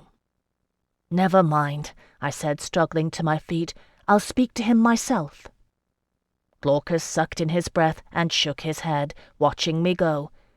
I made my way toward the stern on unsteady feet, clutching at the rigging as the ship pitched. Sailors moved out of my way, looking askance. Catching sight of me, Kazan Artabiades stood with one foot braced on the raised edge of the hold, arm propped casually on his knee, watching my progress with narrowed eyes. Later, I realized what a sight I must have been, with the wind whipping my sea-tangled hair and the ragged grey dress about me, bearing vivid red and black glimpses of the intricate mark rising betwixt my shoulder blades to my nape. At the time, I gave little enough thought to my appearance. Small wonder the superstitious among them questioned my mortality, but Kazan, I could see, knew better. "What is it you want, you?" he asked as I approached him, raising his brows. "I ordered Glaucus to tend you. It is enough, yes?" "My lord," I made him a wobbly curtsy, "you wish to ransom me, I understand. Do you but set sail post-haste for Marsilicos, and the Duchesse Roxane de Morelliot, who is Lady of Marsilicos, will pay in gold, a prince's ransom, I swear it." "No," he said lazily, looking away. "Go back to Glaucus." "My lord Artabiades," I implored, placing a hand on his arm, "please. It is very important that I carry word to my queen, and I have no time to lose. I promise you, in blessed Eloa's name, she will grant you clemency for claiming me hostage." "You listen, Dongeline." His hand clamped onto my wrist with startling speed, and his black eyes gleamed with anger. "I do not know, why you were in the middle of the sea, but I have saved your life, yes. Your country, you stand back and watch when Serenissima takes Illyria for her vassal.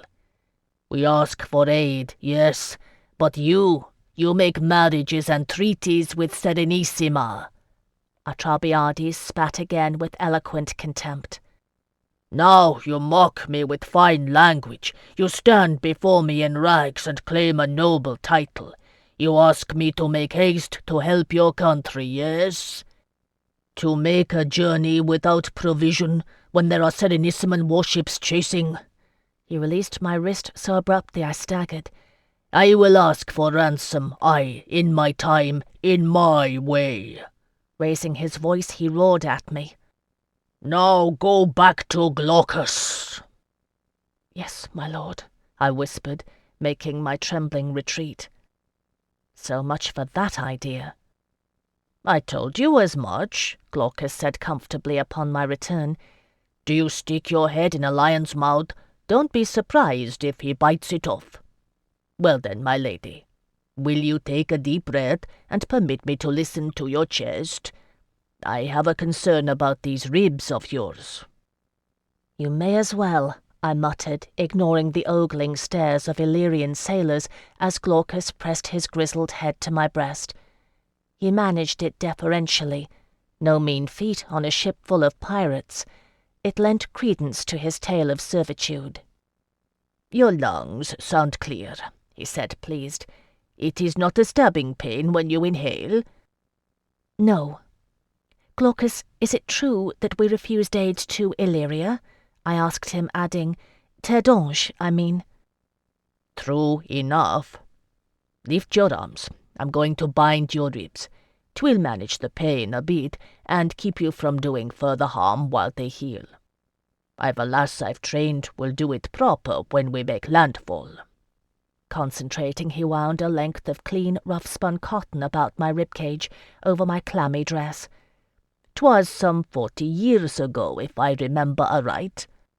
The ban of Illyria begged King Ganelon of Terre d'Ange for an alliance, but the king gauged La Serenissima, the greater power, and forged alliance with them, marrying off his brother to the family of the Doge. How's that? I took an experimental breath. Better, thank you. I never heard anything of it. My lord Kazan seems bitter. Ah, well now, I doubt most Dongelines even knew, save the king and his counsellors. Illyrians, though, 'tis another matter. One never forgets those who refuse aid in one's time of need. Dongelines may not be enemies, but you're no friends, mind. And Kazan, well, 'tis a long story, that.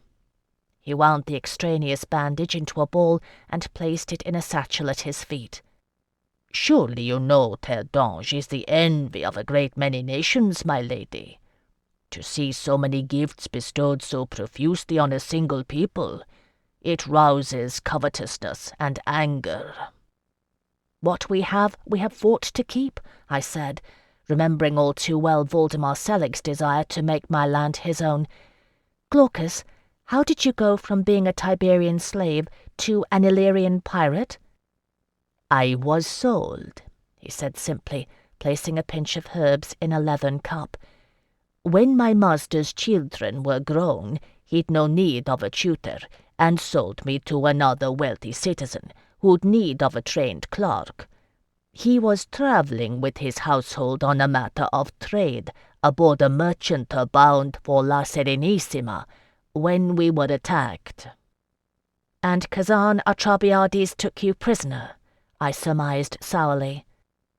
Glaucus laughed, pouring water into the cup and swirling it. Not hardly, my lady.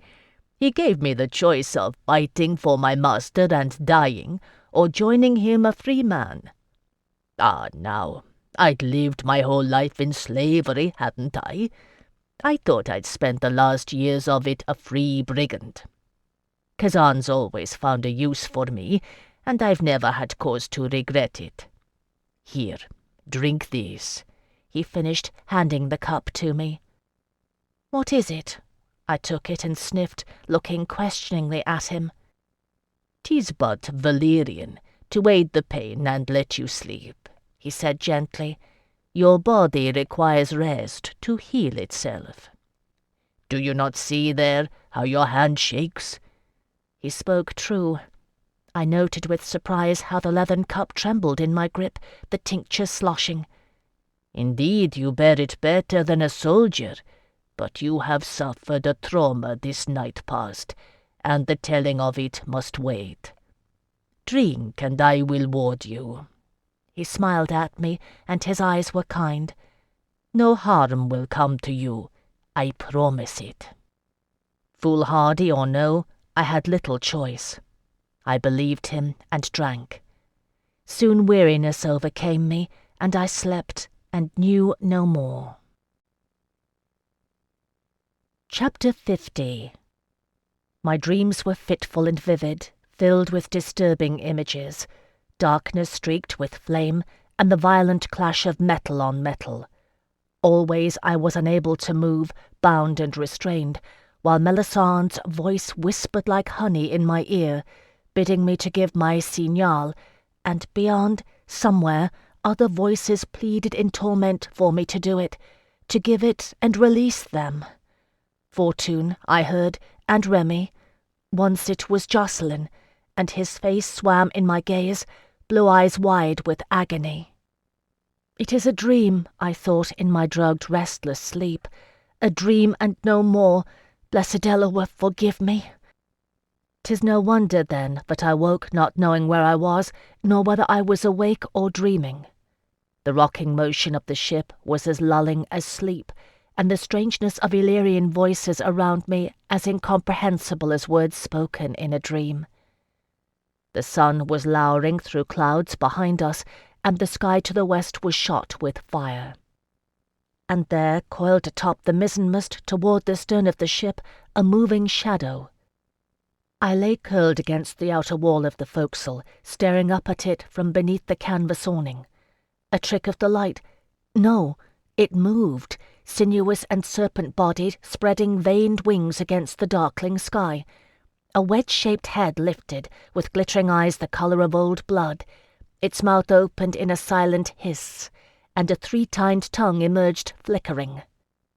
I am not ashamed to admit that I let loose a shout of pure terror. It sent the entire ship into an uproar, sailors running hither and thither, fearing that the Serenissime navy was upon them. Glaucus hurried to my side, pale with fright. "My lady! My lady!" he cried in breathless Cerdickie. "What is it?" Only Kazan Atrabiades had not moved, bestriding the deck with feet planted wide, his dark eyes watching me across the length of the ship. I looked again at the mizzenmast and saw only the bobbing tip of the mast, the fluttering sail washed in the red light of the setting sun, a loose rope dangling from the yard. "Forgive me," I murmured to Glaucus, passing my hands over my face. "I awoke from a dream and thought I saw something." He turned to the nearest sailor and said something soothing in Illyrian. The sailor relaxed, laughed, and passed it on to a comrade. I heard Glaucus's words passed from mouth to mouth, and presently one of the other ships drew in shouting distance alongside us, and the tale of the D'Angeline hostages' hysteria was bantered back and forth across the waves. I noted that Kazan Antrabiades smiled grimly and did not laugh. "I made the dose too strong," Glaucus said apologetically. "My apologies, my lady. I'm used to dosing full-grown men, you see." "Ah, well, you're awake now, and no harm done. We'll be coming soon to harbour after moonrise. Will you eat? 'Twill do you good, and we've food to spare. Lamb and rice wrapped in grape leaves, if it's not gone off." "Yes," I said, watching Atrabiades. "Thank you, that's very kind. And water, if I may." Glaucus brought the food, and I ate while he fussed over me like a nursemaid.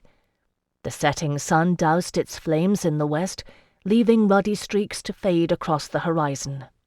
As darkness fell, our pace slackened not a whit. These Illyrians navigated by stars where visible, by touch and feel, mayhap even smell where not.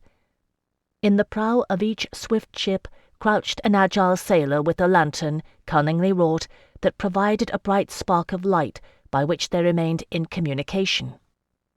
Later, I would learn there was no pirate more feared along the Serenissime coast than Kazan Atrabiades, the Illyrian, for his seamanship and the speed and manoeuvrability of his vessels were legendary. He fought with ferocity and ruthlessness, and his men were trained to a precision a Carmeline drill team would have envied. He struck swiftly and fled swifter, and no one had ever caught him. In part because he sailed like a demon, and in part due to the island-riddled coastline of Illyria, that boasted a dozen or more secret harbours. In 8 years of pirating, he had lost only 3 ships. All of that and more I would discover to be true. Then I merely wondered distantly at the skill of the Illyrians, and huddled drowsily against the forecastle, a worn blanket from Glaucus's stores over my shoulders to ward off any chill. My ordeal and the remnants of the drug had left me weary and drained, my mind as empty as a sounding drum, containing only the hollow echoes of the fearful visions I'd seen. Tomorrow, I told myself. Tomorrow, in the light of day, I will think anew, and find some way out of this predicament. I was dozing when the footsteps woke me, a deliberate tread, unlike Glaucus's soft-footed approach, and I opened my eyes as Kazan Atrabiades hunkered down on his booted heels beside me, back braced against the forecastle. The moon had risen, and I could make him out by its faint light. It gentled his fierce features, picking out a tear-shaped pearl eardrop that dangled from his left lobe, casting a silver sheen on his top-knotted black hair that was as coarse and thick as a mountain pony's. All about us, the ship was quiet. 4 or 5 men manned the lines and rudder bar, speaking in murmurs, while the rest caught naps where they might. The breeze was light, and our progress slow but steady, wavelets lapping along the hull. I sat silently, waiting for Atrabiades to speak. Presently he did. "You cried out, you," he said, without looking at me, low voice blending in with the sounds of the night-bound ship. "When you were awakened at sunset time, what did you see?" I hesitated, then told the truth. A creature, my lord, or so I thought, like unto a serpent, but winged, coiled in the mizzen. It raised its head and hissed at me. "Yes," Atrabiades exhaled sharply, "with a tongue like—" He scowled, searching for the word in Kerdiki, failed to find it, and thrust out 3 fingers, forked like a trident. "Like so?" "Yes," I sat upright, wide-eyed and wide awake. "That's it exactly." He nodded, mouth twisting wryly in the frame of his moustaches. "You do not fear it, Dongeline. This is what I come to tell you. The Creav Borg, it waits only for me. I am blood-cursed, I, Kazan Atrabiades. It will not harm you." I rubbed my hands over my eyes as if to erase the sight. "But, my lord, I saw it." "Yes." Atrabiades turned to look at me then, eyes glinting by moonlight. He wore a pearl eardrop in his right lobe too, this one black, with a faint iridescent glimmer. "You bear markings." He touched my blanket-shrouded shoulders, where my mark lay hidden. "I saw today. I know what it means, I." I regarded him mutely. He responded with a fierce grin. "You think I am a barbarian, who knows nothing of your fine ways? I was a warrior always, I, but my brother, he was a scholar. He studied in Tiberium. Daroslav, he knew Dongelines there. They told him, He drew in his breath and clicked his tongue. Men and women sworn to your goddess of whores, marked for pleasure. He swore to have one for his own one day. I know what you are, I. The Creav Borg, it shows itself to make warning to your goddess no more." "Nama," I said automatically. "I am a servant of Nama, my lord, and believe me, she takes no interest in your blood curse." "Maybe," he shrugged, "maybe not. I find you floating in the sea like so. What am I to think, I? Do not tamper with the fate of Kazan Atrabiades. The Creav Borg warns. Your Nama of the bedroom pleasures, she will be sorrowful." I gave a hollow laugh, passing my hands through my salt-tangled hair. "My lord Atrabiades, I am Nama's servant and Kushiel's chosen, which I think is betimes a curse, to put your own to shame. I owe fealty to a Shirat of the sea who saved my life, and I am bound to cleanse her worship in La Serenissima by my own oath. I bear an ill-luck name, and of those who have aided me, more lie dead or ruined than live. I would caution you and your Creav Borg, whatsoever it may be, to steer as clear of my fate as you warn me of yours, and you might do that, my lord, by sailing to Marsilikos at all haste and claiming your ransom." "Do not name me lord." He ignored the rest. "I am Kazan Atrabiades, I, and I do not sail at your bidding." As I opened my mouth to retort, the sailor in the prow gave a soft cry, pointing over the horizon to where a light glimmered. In the clear night, I could make out a low landmass. Atrabiades rose with leisurely haste, giving commands as the ship stirred to life. I stayed where I was. He paused before he left, staring down at me. "I will claim your ransom, Dongeline, do not fear. But know this, if he lived, I would give you to my brother Daroslav, my little brother the scholar, who never got to keep his vow." Whether or not 'twas meant as a warning, I took it as such, gazing up at his shadowed face. "What happened to him?" "I killed him, Kazan Atrabiades replied curtly. And with that he strode toward the stern of the ship, leaving me to ponder his words. If I had thought that our journey was done when we made landfall, I was mistaken. By moon and starlight, aided by the lamp house at the outermost point, our 6 ghostly ships sailed into the harbour of a small town, whose name I never knew, on the Isle of Gavrilos, which is famed for its olive oil. There we dropped anchor, and a delegation of townsmen came out to meet the pirates on the wharf, bleary-eyed by torchlight, but full of good spirits and jest. Some manner of trade, it seemed, was taking place.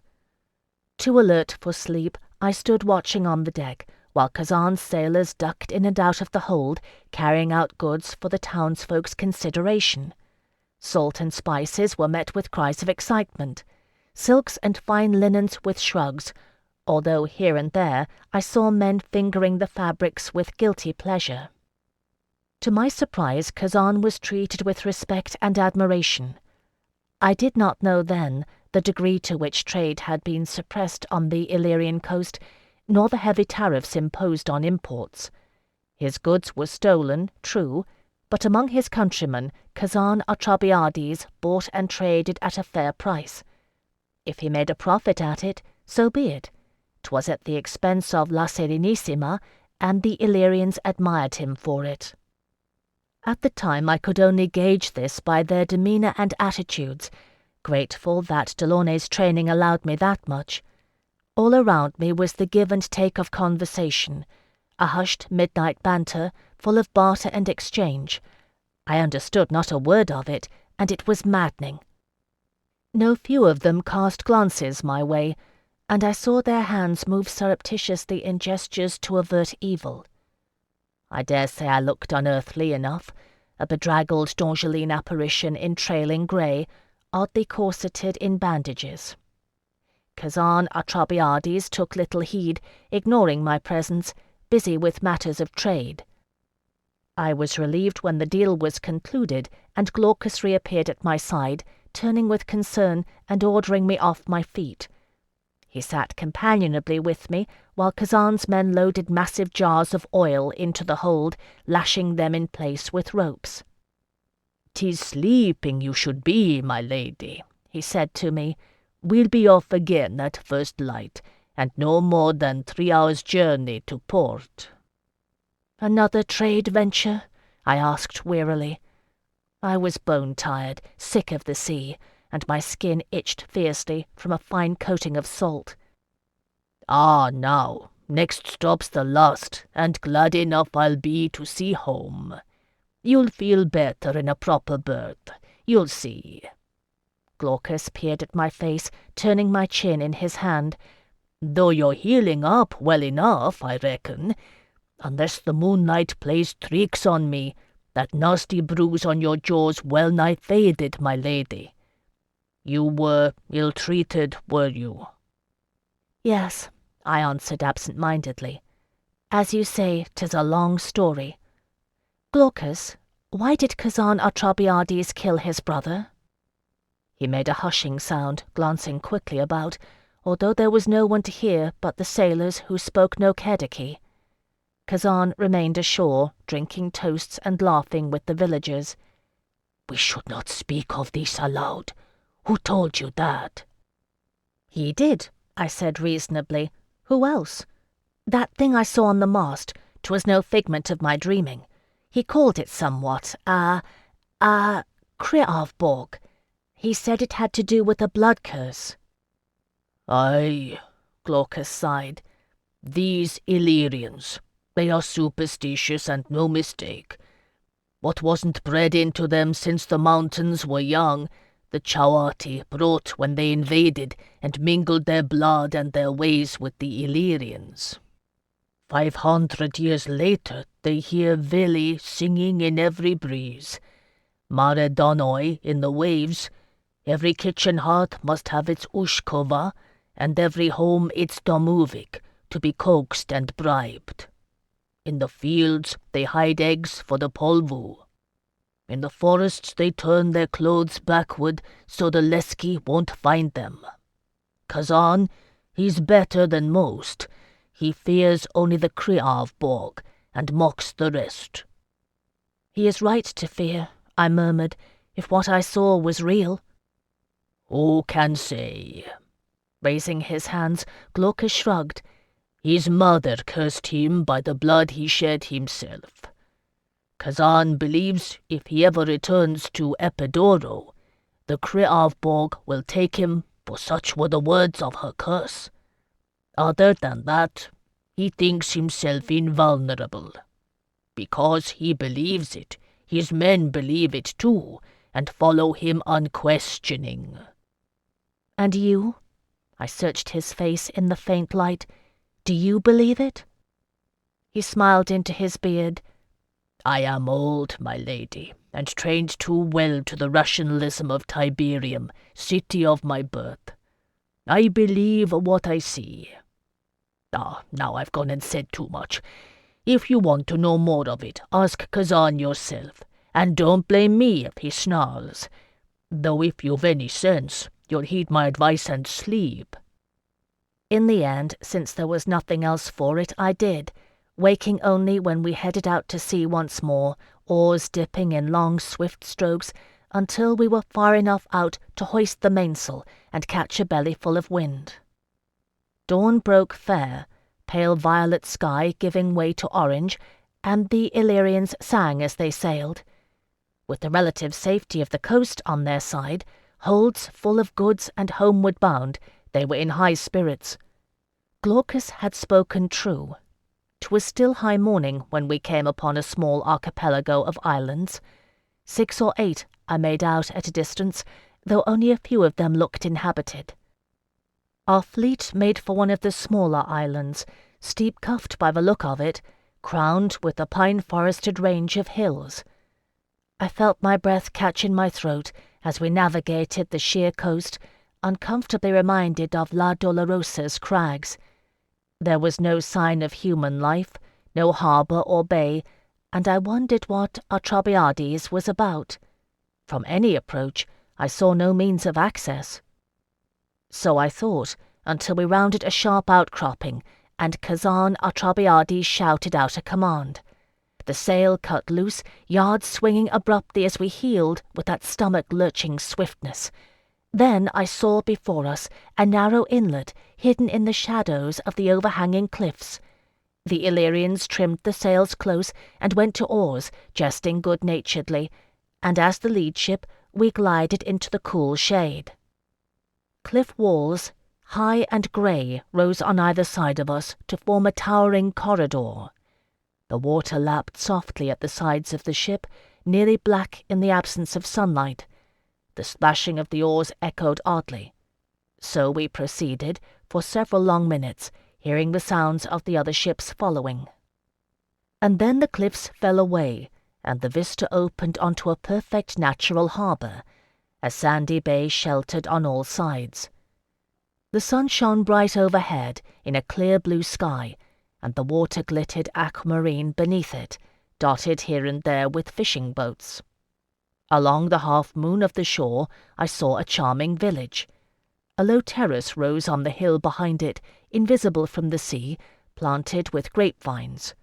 Further to the right, below the pine forests, I could make out white specks that were surely grazing sheep on the hillside. "The Isle of Dobrek," Glaucus said, standing beside me. "Home." "It's so—" I could hear the bewilderment in my voice. "Pretty." He chuckled. "Ah, no, Did I not tell you I had no regrets? Chapter 51.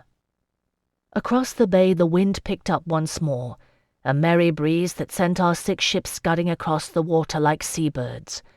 We were spotted ashore, and it seemed the entire village turned out to meet us. At some 20 yards out, the sailors launched into a flurry of action, taking down the sails and lashing them to the yard with swift coordinated gestures. Others took to oars, checking our incoming speed and maneuvering the vessels skillfully alongside the waiting docks. The heavily laden craft wallowed a bit, but flat-bottomed as they were, they had a shallow draw and managed the docking without scraping the sandy bay.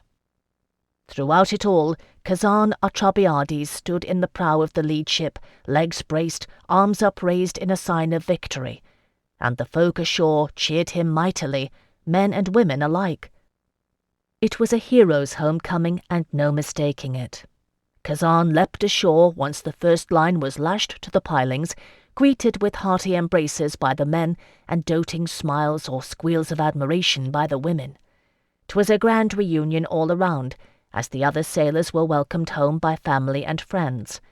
Even Glaucus moved spryly to disembark, greeting a sturdy young woman less than half his age with resounding kisses on both cheeks, making her blush prettily and clasp his hands. Amidst it all, I stood on the ship forgotten. It did not last long.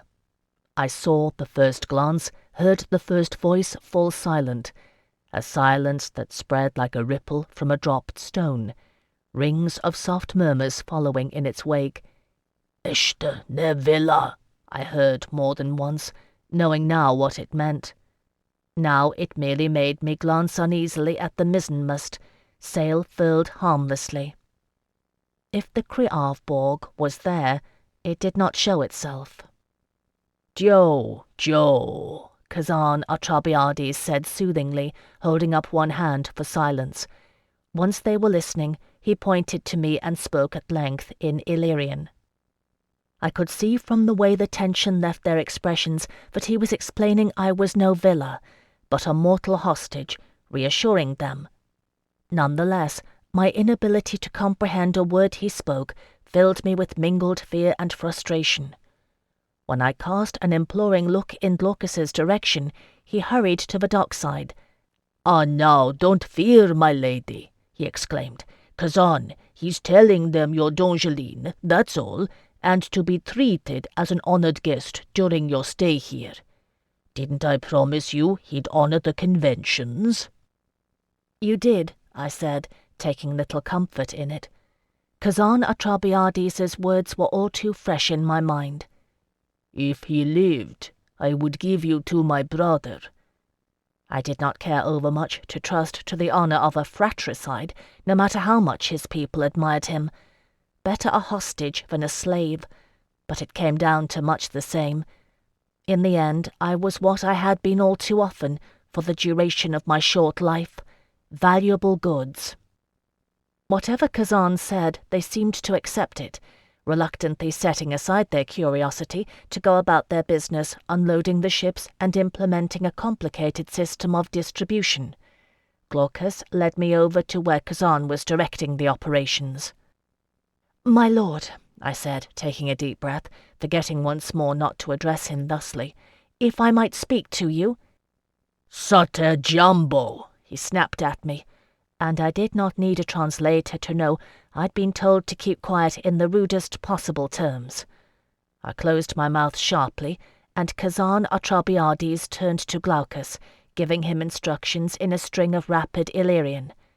Glaucus replied in the same tongue, explaining somewhat and pointing to my bandaged midsection. The exchange continued for some time, growing heated. In the end, Kazan shrugged and turned away, dismissing us. "You're to come with me for now, my lady," Glaucus informed me. His weathered face was flushed. "Come, my little Zelia will see to those wrappings and draw you a bath." His young wife, for I learned later she was such, came forward with a half-curtsy, colouring to the roots of her red blonde hair. "Thank you," I said with as much warmth as I could muster. "Glaucus, how do I say thank you in Illyrian?" I repeated it when he told me, smiling at her. "Folomir dit, Zilia." And with that Glaucus lent me his arm, and with young wife fluttering anxiously at his side, aided me in my slow, painful process across the hot sands toward his lodgings. All told, I was 3 days in the house of Glaucus, recuperating. Young and resilient though I was, my ordeal had taken a greater toll than I cared to reckon. Each day I rose, insistent, by mid-morning. By mid-afternoon I was limp with exhaustion, and my ribs ached dully. Zilia scolded me in Illyrian, regarding me with a certain proprietary awe, as if I were a wilful and exotic pet her husband had brought back from his seafaring, while her younger sister Christa, who dwelt with them, stared at me wide-eyed. There was a great deal of traffic by the women of Dorbrek to the physician's house in those 3 days. I dare say the village had never seen so many toothaches at once. Glaucus, for his part, ignored it. I smiled and nodded, trapped by my own weakness. Zilja dispensed cloves to chew for the pain, and gossiped eagerly with the visitors. It nearly drove me mad being unable to understand. I have always been good with languages, and thanks to Delaunay's insistence, I mastered the trick of learning them early. I may have been a slave in Skaldia, but at least I always knew what was being said in my presence. Here it was different. I speak Dongeline, Kerdiki, Skaldic, and Cruinia with a considerable degree of fluency. I do passing well at Habiru and Hellene, and can make myself understood among Tsingani. Illyrian, it seemed, was unrelated to any of these. Since I had naught else to do save heal, I set myself with grim determination to mastering what I might of the Illyrian language. My task was complicated by the fact that Glaucus was often absent or unavailable, and Zilia and I shared no tongue in common. Still I garnered some small stock of phrases, and was able by the end of my stay to say please and thank you, along with a few simple courtesies. From these I was able to extract a glimmering of the syntax of Illyrian. It was a beginning. As to Glaucus's whereabouts, I learned that he served as bookkeeper to Kazan Atrabiades as well as physician, and had been busy cataloguing the inventory and distribution of their latest plunder, entrusting Zilia to see to the day-to-day needs of the villagers. There was genuine affection between the ex-slave and his young wife. I confess it had been my first thought that she had been given him as reward for good service, but in this I was mistaken. He regarded her fondly, and she him. And so she should, for he had a kinder heart than many who served Kazan. Her sister Christa treated him as an indulgent uncle, which seemed to suit all three. On the second day, a fine gift of fabric arrived from Kazan, a silk damask of deepest rose, woven with a trefoil pattern. I ran a fold of it through my fingers, bewildered, and gazed questioningly at Glaucus. "Ah, now, my lady, you should be attired according to your station, shouldn't you?" he said, avoiding my eyes. "I told you he'd do right by you after all. Old Noni is coming this afternoon. 6 fine needles he promised her, if she'd stitch up something suitable." I tried to give the fabric to Zilia and her sister, to no avail. What Kazan Atrabiades willed would be done. Old Noni came in turn, a hunchbacked crone with a grim look to her, who muttered and prodded and measured me with a string, returning a scant day later with a garment that startled me in its elegant simplicity, gathered below the breasts and hanging straight to the floor. The design came from an ancient Illyrian poem about a tragic heroine. I wished I'd had a translation to give Favriel no eglantine. It would have interested her. At least it left considerable remnants of fabric, which I gave to Zilia and Christa, much to their delight. What they made of it I never learned, for by the end of my 3rd day of convalescence I was hale enough to have regained my impatience, and for all of his reluctance, Glaucus could not deny that I'd made a remarkable recovery. He acceded to my demands and sent word to Kazan Atrabiades. So it was that the pirate captain ordered me sent to him, attired in stolen finery after the style of a long-dead epic heroine. Unlike the weathered pine buildings in the village, Kazan's house was built of stone, blocks of creamy marble quarried on a nearby isle and brought by water to Dobrek. It lay a short walk from the village proper on a rocky escarpment on the bay, gazing out at the sea. A stand of cypresses provided a charming screen, and there were colourful late-blooming vines I could not name, sending tendrils up the marble walls. The house itself was low and meandering, and large enough to be a nobleman's estate. At any given time it housed not only Kazan, but a small staff of 3 or 4 of his men, who had quarters of their own. There was a stable, too, with 2 horses in it, the only ones on the isle. For everything else they used donkeys. Kazan was waiting for us on the terrace overlooking the sea when we arrived, flanked by 2 of his men.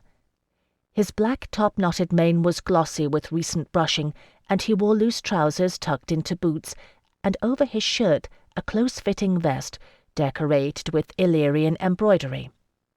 The strip of beard on his chin was fresh-shaven, and even the points of his moustache had been waxed to sharp perfection. "Lady Phèdre," he announced, bowing, mangling my name only a little, "I welcome you to my house, You are my honoured guest on Dobrek, eh?" His men followed suit, staring at me and elbowing each other. Since there was nothing else for it, I curtsied. "Miradaya, Kazan Atrabiades, Folomir dit. I thank you for your hospitality." He started at my greeting him in Illyrian, gazing at me open-mouthed. It showed the gap of his missing molar, and rather ruined the overall effect of his appearance. He must have realized it, for he closed his mouth and said hastily, "You did not say you spoke Illyrian, you." "I don't, my lord, Kazan." The habit was not easily broken. "Only these few words which I have learned in your tongue, that my pleas may fall more gently on your ears." He frowned. "You are like a dog with a bone, worrying at it always.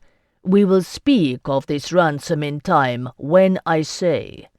Now you are my guest, and Glaucus he say you must rest still. So you will go and do this." Turning away from me, Kazan raised his voice.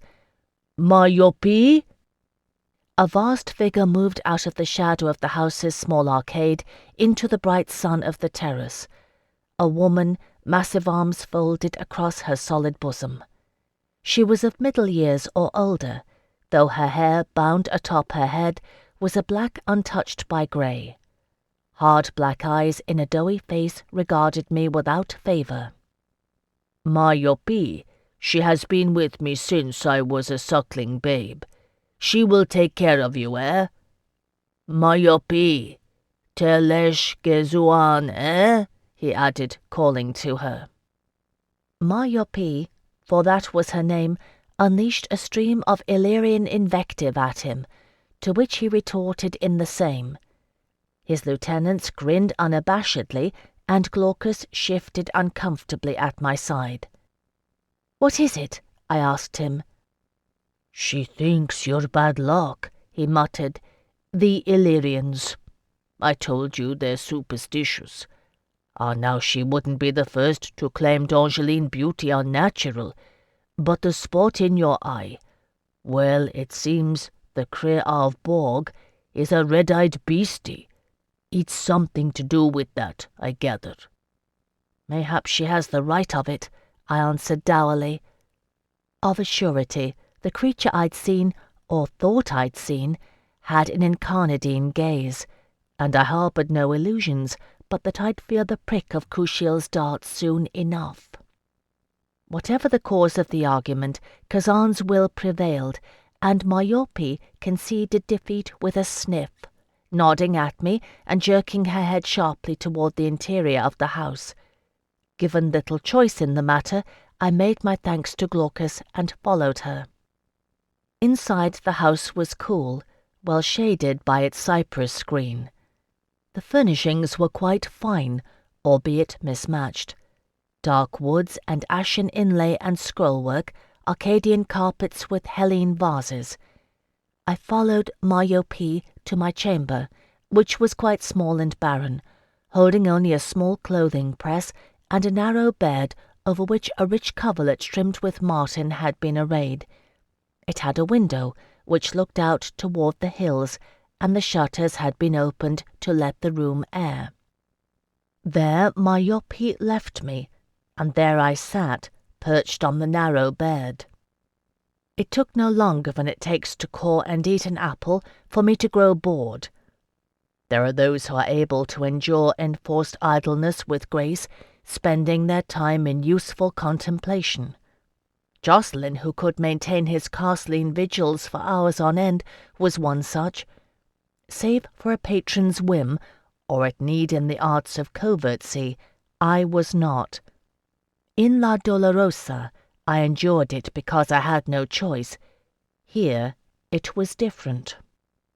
I gazed out the window, where the honey-coloured sunlight warmed the distant pines, releasing their resinous fragrance into the air. I gazed at my feet, clad in unlovely sandals Glaucus had gotten from Dobrecht's cobbler. I got up and opened the clothing press, which was empty except for a cloak of fine-combed dark blue wool, bordered with a white pattern. Well, and so, I thought, if Kazan Atrabiades did not want me to leave, then he would have left a guard on me or ordered the door unlocked. Since it stood open, it must be that I was free to wander. After all, if I had it in mind to escape, where would I go? Dobrecht was an island, secluded and secure.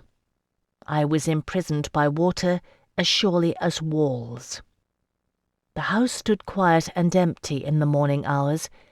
In these parts people laboured until the unbearable heat of midday drove them to rest, resuming in the early evening hours. There was, alas, no library, though I hadn't really expected to find one. Kazan Atrabiades was no Voldemar Selig, to grasp with both hands generations of recorded thought as a tool to shape his destiny. No, it was Kazan's slain brother who had been the scholar. Clearly my pirate lord wanted no reminders of that pursuit. I did find one room that surprised me into pausing outside the door when I heard a sound within. Inside was an old-fashioned vertical loom, at which sat Myopie, her back to the door, weaving. She was humming as she wove, plying the shuttle with a speed and dexterity that belied her bulk. As I had no wish to catch her attention or disturb her pleasant mood, I slipped quietly past the door to continue my exploration. Kazan's room I recognized without difficulty. It held an enormous bed with a carved gilt-trimmed headboard depicting a frieze of hunting dogs. Items of clothing were strewn carelessly across the bed, and a pair of well-worn boots leaned against each other on the floor beside it. By contrast, his arms were hung neatly on a stand in the corner. The short sword, in its tooled leather scabbard, I knew by sight. I did not recognize the corselet and helm with its crisp scarlet plume, the full-length shield painted with a bird of prey clutching a leafy branch in its talons, black on red. These were not the arms of a common soldier, and by the care he took with them, I guessed they were his own, and not stolen plunder, like so much else in the house. Well, I thought, he said he was noble-born. Mayhap it was true. I glanced around the rest of the room, seeking to learn what I might about my erstwhile rescuer and captor. On a table by the bedside sat a pomander of silver filigree, unmistakably d'Angeline in workmanship. It was wrought to resemble a twining ball of grapevines, rounded bunches of grapes showing in rounded relief. It opened with a cunning twist, holding a lump of camphor, aromatic as the sun-warmed pines. So, I thought, Kazan Atrabiades has a liking for beautiful and pleasant things. Well, that was good for me, and bad, though no worse than I expected. If he takes a care with them, so much the better. The only other item of note in the room was a rather battered cabinet of dark cypress wood, inlaid with ivory in a pattern of moons and crescents. The ivory was yellow with age, cracked in places, and the wood bore old scratches long since worn dark with handling. I dare say it had been a fine piece once, but it seemed an odd item for plunder. I opened the doors onto the lower shelves, which held only clothing. At the top were 2 small drawers. One held some parchments written in Illyrian and a gold signet ring. Tilting it toward the window and peering at the seal, I made out a device of 3 bees and a faint inscription. I replaced it carefully and opened the other drawer. What I had expected to find I cannot say, but surely not a child's toy. Still, so it was. A wooden soldier and horse, neither much larger than my hand. The soldier's limbs were jointed, so he could sit astride or pace forward and back, and raise his sword and shield. Worn traces of red and black paint were visible on the wood. I was still holding it and frowning when I heard Kazan's footsteps. There was nowhere to go, and I could do naught but put the best face on it I could as he came through the door. Careless to let myself be caught thusly, I was thinking Delaunay would have lectured me. Kazan Atrabiades took one look at me and grew still with anger. "Put that down." Chapter 52. There are things we all hold dear, privacies that brook no transgression. I did not need to be told that. For Kazan, this was one such. 'Twas in his face and in his voice, a cold rage more terrible than his shouting. I replaced the toy quietly, closing the drawer. "I am sorry," I said simply, meeting his eyes. "I meant no harm." He drew a deep breath and released it in harsh words. "You should not be here, you. I told Myope to take care of you.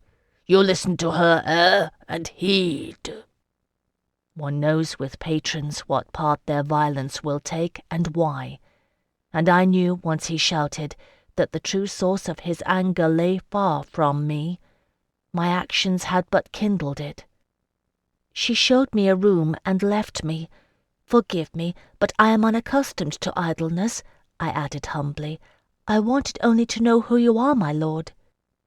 "I will tell you, what you need to know, and you will enter this room at my command, You are too much."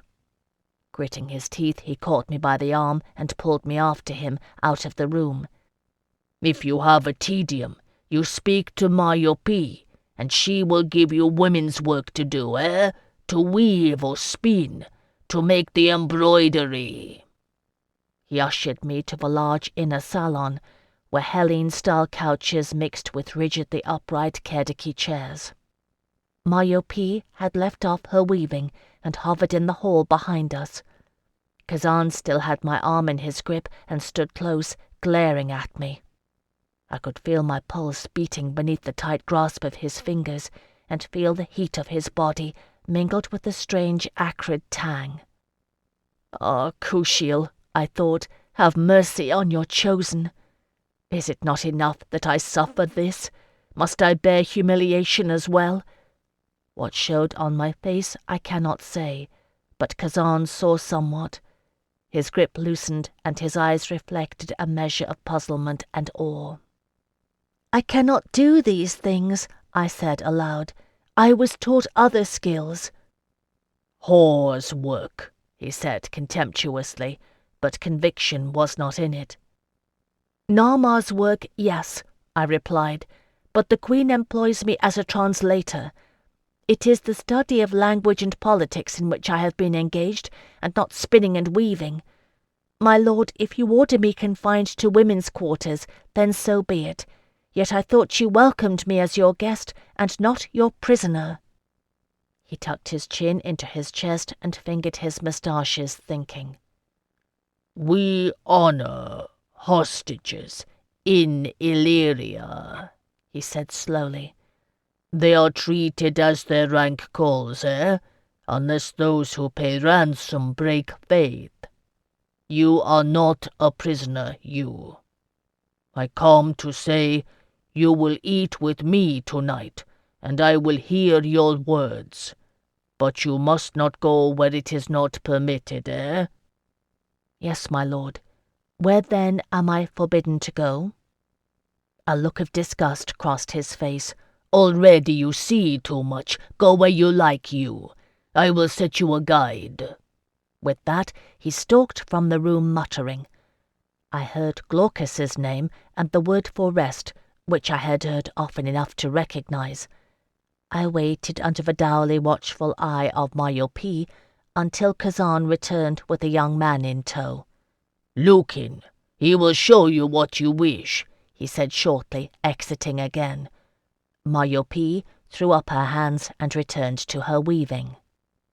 Thus did I acquire an escort on Dorbrek, a good-natured youth of no more than 16. He had black hair which he wore in a top-knot in emulation of Kazan Atrabiades, and a grin that stretched ear to ear at his assignment. Here was one who had decided I was no villa bent on stealing his heart, or at least he reckoned it worth the risk. Although we shared no common tongue, we had youth in common, and Lucan was open and cheerful, eager to communicate, where Zelia and her sister had turned shy or reticent. For everything we saw, everything I touched, I made him tell me the word in Illyrian. To this day there are plants I can name only in that tongue, and fish and birds too. It was Lucan who showed me the stable, pointing with pride to Kazan's 2 horses. I watched his eyes shine with delight as a battle-scarred old gelding nibbled from his palm, and was reminded with a pang of Hyacinth. Not as I had left him, brave and lonely, but as he had been at Lucan's age, merry and daring, with a knack for horses. Beyond the stables a group of men were gathered around a stone furnace, bare-chested and sweating in the late morning sun. I pointed inquiringly, and Lucan led me over to see. There was a great bustle, and Kazan was supervising the operation, ordering the fire fed and the bellows worked, while 2 men in leather aprons tended the crucible. The acrid odour I'd smelled earlier was molten metal. "What are they doing?" I asked Lucan. He bent over to fish a silver coin out of a coffer, showing it to me, and pointing to a mould where silver ingots were cooling on the ground. I stared in perplexity as he turned the coin, showing me both sides and offering a helpless explanation in Illyrian.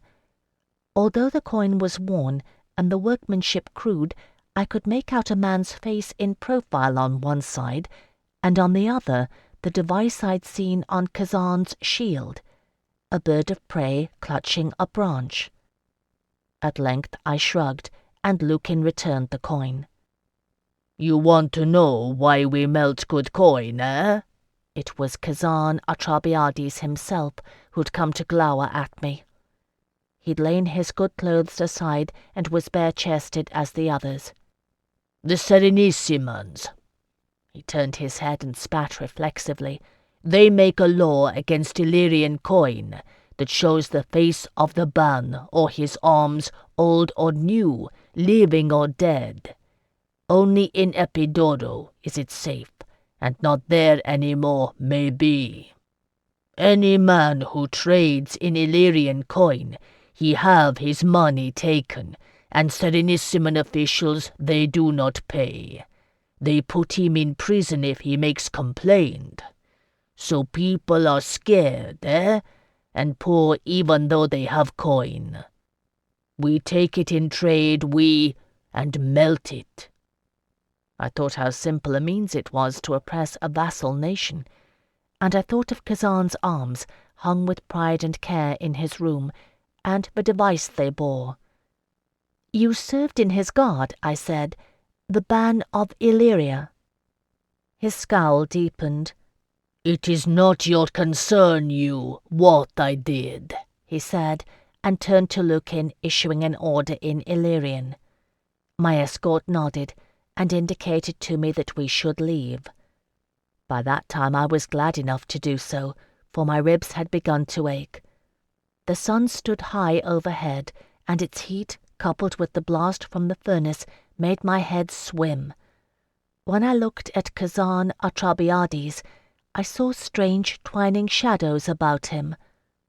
Only sunstroke, I told myself. But I remembered the Kriarv bog and was uneasy. In the house, Marjorie took one look at me and shook her head in disgust, giving Lucan a bucket and a sharp command.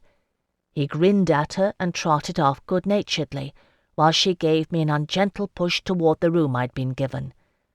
I lay down on the bed, and a few moments later Marjorie came in with a basin of cool water and a linen towel. She dipped the towel and wrung it, laying it on my brow, shook her head once more, and left me.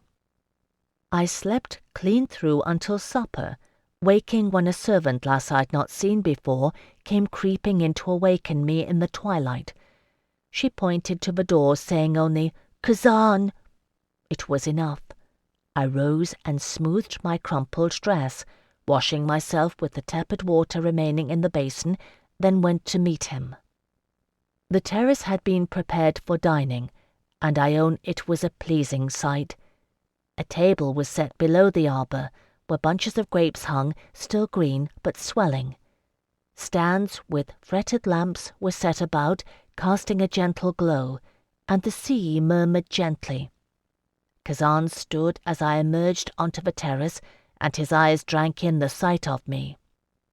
"Phèdre," he said, forgetting his earlier anger. "Sit." I took a seat opposite him, and he sat too, smiling and pouring me wine from a clay pitcher. "What do you think, eh?" he asked, waving his hand around the terrace. "Does your land have such beauty?" "Not like this." I drew a deep breath. "My lord Kazan, you said you meant to hear me out. May I speak?" "No." His quick scowl darkened his features. "First we will eat, you and I. Such talk is for after, yes? This is how we do it in civilized countries." I paused. "Yes, of course. Forgive my rudeness." We dined on fish fresh caught and poached in a wine sauce, a dish of greens and fennel, and bread dipped in oil, and I confess my appetite was sharper than I had reckoned. When we had done, Kazan gestured for the servant lass to clear the plates. He poured more wine, a pale wine with a faint taste of resin from the pine casks in which they store it, and regarded me. "Now," he said, "you may speak of these matters, you." I nodded. "Thank you, Kazan. What I said to you before on the ship is true. It is a matter of great urgency to my country that I am restored to it swiftly. This is my desire, and of no import to you. This I recognize. But it is also true that my friends and kinsmen will pay handsomely for my swift return, and you stand to earn the gratitude of the Queen of Terre. I had no kin to speak of, but he need not know it. Kazan toyed with his wine-cup and looked shrewdly at me. "Why? I find you in rags in the middle of the sea, eh? And you ask me to believe this? Glaucus says it is true that you are who you say. I know he is right, aye, because he is not wrong about such things. Who, yes, but why is another question, yes?" I had thought about it. I knew he would ask. I would have if I were him. "The Queen has enemies," I said simply. "I know who they are and where. If I do not warn her of their plans, she will be in danger."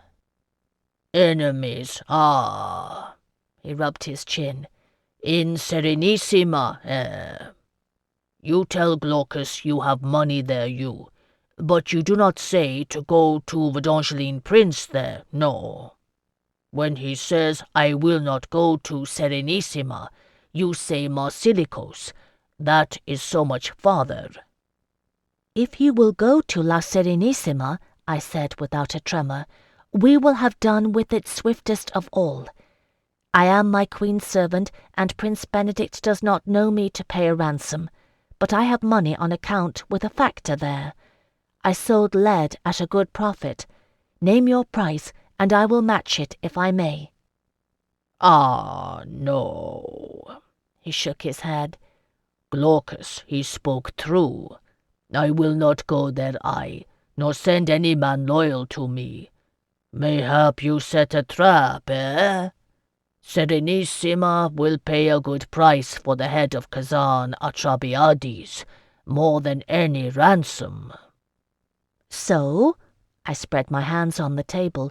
Then Marsilicos is closest, where her Grace Roxane de Merelio is my hearth-friend, and will honour my letter. I will swear to you by any oath you wish that no harm will come to you or your men, and there is only profit in it for you. Kazan regarded me, black eyes glinting in the lamplight. This we say in Illyria. May the Creavborg swallow my soul if I lie. You have seen it, you. Do you swear this? I thought of the thing I had seen, coiled and hissing in the mast.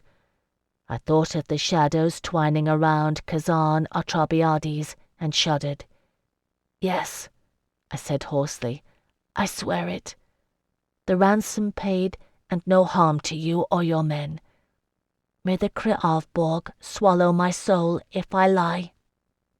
Good. He drained his wine cup and refilled it. Why did you fall off a cliff, you? I'd thought we were done. I closed my eyes wearily. It was an accident, my lord. Kazan. It happened in a riot, when some prisoners escaped.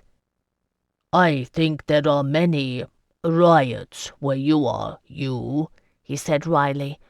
You say you are translator for the queen, eh? But I think maybe there is another word, and that is spy. I opened my eyes and returned his regard. Will you send to Marsilicos or no? I will send, He scratched his chin thoughtfully. What are you worth, eh? Only to make the journey for the men I will send, the time and the crossing, it is costing me 100 silver denarii. More than that, eh? Fury kindled in me, a slow-burning anger at Kazan, at the injuries and indignities I'd endured, at the horrible toll my fate had exacted. Severio Strega, grandson of the Doge of La Serenissima, once paid 20,000 gold ducats for a single night with me, I said in bitter precision. Yes, my lord pirate, I am worth more than 100 denarii. Glaucus is right. It must be true who you say, Kazan retorted, grinning and showing the gap in his teeth. Or you would not be so angry, eh? So, good. I will ask for 30,000 gold, You are rich to have so much. I am not so greedy, and more is to tempt the gods, yes? If they pay, then I believe everything you say. They will pay, I murmured. You may believe it. We will see, he said offhandedly. You want me to send swiftly, yes? To me it is no matter, now or in the spring. It is you who asks for speed.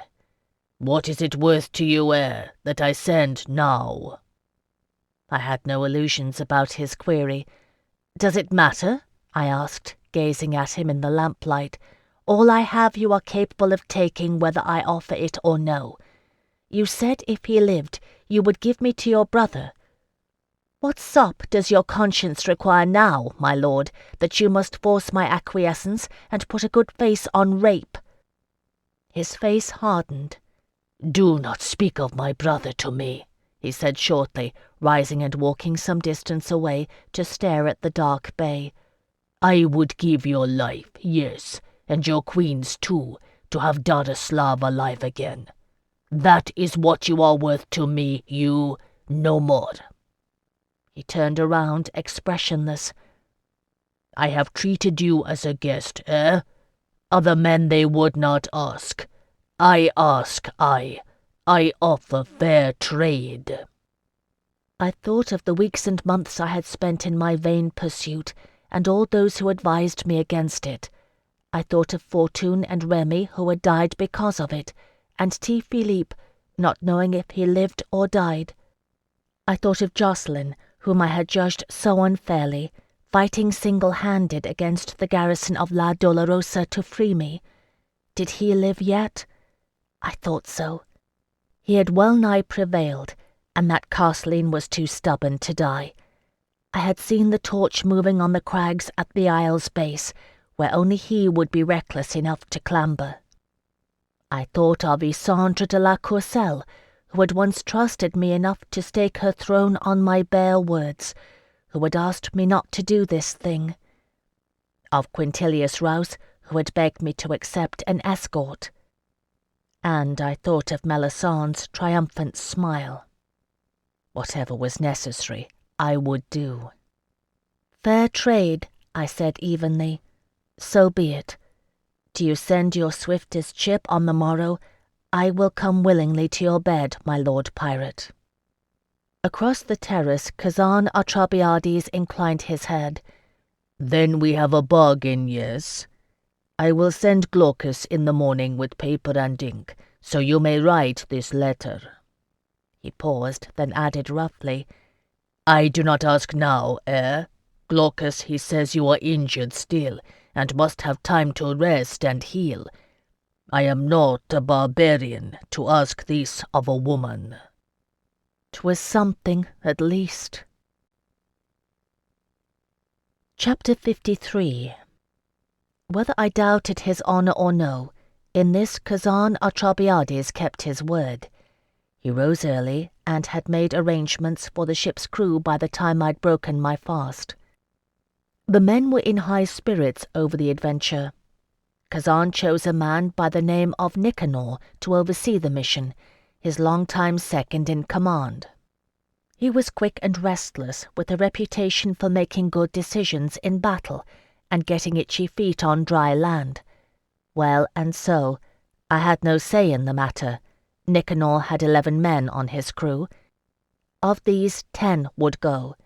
For the last, Kazan ordered a substitution, an elderly fellow named Gorion. He mended nets now, but in his youth he had travelled and learned to speak Hellene in those lands. In a pinch he would do as translator. Marsilikos was a major port. There was always someone to be found who spoke Hellene. I'd no doubt that the lady of Marsilikos did. I was glad Glaucus was not to go, though 'twas naught to do with me. Kazan had too much use for him here. He came to the house as promised, bearing several sheets of crudely pressed paper, a fresh quill, and a bottle of ink. Since there was no suitable desk, I knelt at a table, thinking over my words and writing swiftly, in Kerdici and not d'Angeline, that Glaucus and Kazan might scan my words for any hint of subterfuge. "To Roxane, Duchesse de Merelio and Lady of Marsilikos," I wrote, "greetings from Phèdre no Delaunay, Comtesse de Montrève. Blessed Eloa grant that this letter finds you in the best of health.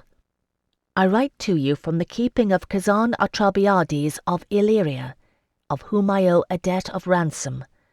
I am well and hale, and commend him in all ways for tendering the courtesies due my station. This letter he bears at my request, and in exchange for its swift delivery I have promised clemency for him and all his men. I pray you treat him gently, for if you do not, I shall be forsworn, and my immortal soul forfeit. Your Grace, by the friendship you bear for me, and our mutual service undertaken on behalf of Her Majesty Queen Isandre de la Courcelle, I beg of you, the boon of rendering payment of a ransom of 30,000 gold ducats to Kazan Atrabiades, half to be paid unto the bearer of this letter, one Captain Nicanor, and half to be paid to Kazan Atrabiades, after he has guaranteed my safe conduct to a place of exchange to be divulged by Captain Nicanor. For surety of this loan, I pray you seek out my uncle Quintilius, whom you know, and remind him of the aid he pledged to send me in La Serenissima ere I journeyed.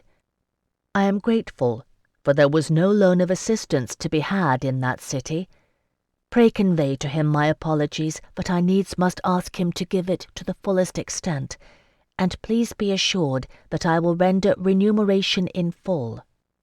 My undying thanks to you, my lady, and Eloa's blessing upon you and your house. Once done, I signed my name and sprinkled sand to dry the ink. Kazan held the letter at arm's length and pondered it, frowning, until Glaucus took it and read it aloud. Kazan could read Kerdiki, but he was long-sighted, and my D'Angeline script was hard for him to make out. "This uncle of yours, he is rich, he asked when Glaucus was finished. He has ships, I said, enough to stand surety for the loan, and he will verify the authenticity of the letter, for only he and I know of his offer to send aid. Good. He nodded his head briskly. It is well thought, eh? He said something to Nicanor in Illyrian, then grinned and clapped my shoulder. 3 weeks, no less. You will see you how a true sailor flies. The men laughed and made comments I could not understand. For once, I could not have cared less. No one had recognized my uncle as the Royal Admiral of Terre d'Ange. I dare say any D'Angeline would have done so, for Quintilius is a Kerdiki name, and unusual among us. But it is common in Kerdica Unitus, and raised no brows among the Illyrians. He will know, I thought, sealing the letter with wax and blowing on it. He will remember. He must. He had promised me. If you've need of aid, Phèdre no Delaunay, know this. Do you but send word to the Lady of Marsilicos or myself, I will come. I will come with ships, and I will come in force. I only hoped he would understand from my words that 'twas La Serenissima I meant him to assail, and not the Illyrians. Well, and so. I had written as plainly as I dared under the circumstances. The wax having cooled, I slid the letter into an oilskin pouch and gave it to Nicanor, who accepted it with great ceremony, tying it to his belt. It was not yet noon when the ship set sail. I went because I could not bear not to see it, and because it was a grand occasion in the village of Dobrek. An old priest hobbled down to the harbour offering prayers in Illyrian, libations of wine, and, to my squeamish dismay, a rooster. Bindus they prayed to, who is lord of the seas, and Yarovit, who is their sacred warrior. I had not known until then that the Illyrians had aught but nature spirits and ghosts and curse creatures in their pantheon, but they do. Kazan Atrabiades gave the call to hoist anchor from the shore, and Nicanor echoed it aboard the ship, drawing his sword and raising it to flash in the bright sunlight. The sailors set to at the oars, and the ship moved slowly away from the harbour. Once in the middle of the bay, they scrambled to raise sail. It luffed and flapped and bellied full, and then they had caught it, angling steadily toward the hidden egress. And there, I thought, standing on the sun-warmed sands and watching the vessel dwindle in the distance, goes the hope of an entire nation, in the hands of a pack of unlettered Illyrian pirates intent only on booty. Still and all, 'twas done, and I could do no more. For the first time in days, weeks, mayhap months, the triple burden of urgency was lifted, leaving me weak with relief. Now, when no one threatened me, I found myself shaking. Tears blurred my vision, and I fought to keep from blinking, staring out at Nicanor's receding sails. "Ah, now, don't fear, my lady," Glaucus said kindly, seeing my distress. "They're good men to a lad. They'll be back before you know it, and 'twill all be resolved, you'll see." He patted my hand awkwardly, and I shook my head, wordless tears streaming down my face. "Ah, now, don't cry, child. Do you want me to take you back to Kazan's house, eh?" "Yes, please," I whispered. I dared trust my voice no further. Eloa be thanked, he did just that. For once started, my tears flowed unceasing. All that time in La Dolorosa, I had not wept. From the moment Benedict had ordered the deaths of Remy and Fortune, despair had turned my heart to stone. Not until I saw Jacqueline had the stone cracked, and I begun to feel. But hope had been snatched away too soon, and despair returned as my familiar companion. And now hope, frail hope, undid me again, and hard on its heels came the great rushing wave of grief I'd walled out for so long. Glaucus got me somehow to Kazan's house. I could scarce see by then, putting one foot before the other. I heard his voice murmuring to Mariopi as I lay on my bed, curled in a ball and racked with silent, shuddering sobs. It is enough, I think, to say that I lived it all over again that day, the terrible, endless moment in Benedict's hall, where I watched my chevaliers cut down out of hand, overwhelmed and brutally slain before my eyes. Remy cursing, holding them all at bay for a few seconds, then going down like a hunted stag. And Fortune, coming so close, his reaching hand leaving a bloody trail on the door. All this and more, every minute of every day I spent in the confines of La Dolorosa. The poor, awful madman, and Eloa, dumb kind Tito, who brought me honey, and died protecting me, so nearly taking me with him. And the look, the dreadful look on Joceline's face. Truly I have an ill-luck name. Grief heals, they say in Aishith. Unshed tears fester like a canker in the soul. Whether or not it is true, I do not know. I wept until I could weep no more, and then I slept as long and as hard as I had that first night in Glaucus's house. Thus began the long, slow days of waiting, wherein I learned sympathy for sailors' wives, who spend their days scanning the horizon for sight of a sail, betokening the safe return of their loved ones. Glaucus came each day to the house, and we sat in the cypress shade, eating salted melon, while he taught me to speak Illyrian. It had taken him nearly 3 years to learn it, but he'd had no formal structure of teaching, only such skills as he could glean in conversation with Kazan. I made him teach me as I had learned to study language, establishing basic rules of grammar and working outward.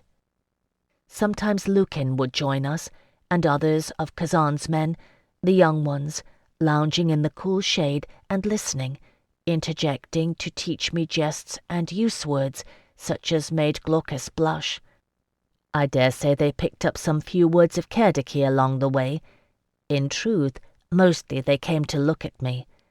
I came to know them that way. Epiphras the romantic, who sighed and cast puppy eyes. Shy Altuk, who swam like a fish and brought me offerings of shells strung on leather thongs. Staryeor and Tormos, who were brothers and endlessly competitive. Volos, whom everyone said could talk to birds. And Ushak, whose ears stuck out like jug handles. None of them would have dared lay a hand on me, for whatever the status of hostages on Dorbrek, of a surety I was marked as Kazan's, and that they respected. For his part, Kazan Atrabiades tolerated it better than I would have reckoned, keeping a wry eye on his lads, and setting one of the older, more sober men to chivvy them back to work as needed, performing the myriad tasks it seemed a life of piracy entailed. There were sails to be mended and rigging restored. Pitch was rendered into tar, and each ship sealed anew. There were trade excursions, too, to outlying islands in the archipelago. Kazan went on one such a few days after Nicanor's ship had sailed and was gone overnight, returning in good spirits after unloading his booty at a profit. He had left me well enough alone before his journey, heeding his promise to put off his claim while I continued to heal. But I saw upon his return that it had been much on his mind, and his gaze followed me hungrily. In the morning he oversaw the distribution of the grain he had bought in trade. All of it was done in barter on the island, the villagers trading for wine and wool and the like. Afterward I had my daily lesson with Glaucus, and then, when the worst heat of the day had passed, Kazan approached me.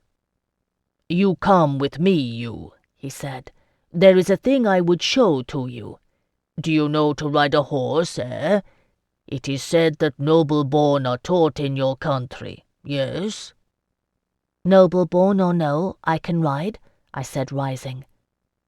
They'd gotten the horses ready, and young Epiphras cast adoring looks at me, holding the head of the quiet mare as I mounted. Kazan swung astride his old gelding with careless ease, and I could see by the way it responded to his touch that he'd ridden it long and well. Probably, I guessed, in battle. I'd noted before that it was scarred like a cavalry mount, glancing blows on the chest and flanks. "Come," was all he said. We rode to the foothills, where the pine forest began, and a rutted logging trail cut into the deep green shade, pocked by donkeys' hooves and the deep traces of the logs they dragged to the village. The air was cooler and fragrant, and I breathed deeply of it as we made the ascent. The farther we went, the larger the trees. This was old forest, where the Illyrians say the Leschi abide. They are the green-eyed protectors of the forest, covered in black fur with cloven hooves. Anyone who takes a tree without asking permission of the Leschi first may be doomed to wander the forest until he dies, and his flesh nourishes the earth. I could nearly believe it myself, once the logging trail ended and we turned onto a narrower route, a worn footpath marked by blazes on the trees. It was steep going, and we rode single file. I found myself looking around at the crowded trunks, half expecting to find a pair of green eyes peering back. Kazan was impervious. Glaucus had spoken truly. He feared naught but his own especial demon. It took an hour's time, but we reached the summit of the island without seeing Alaska.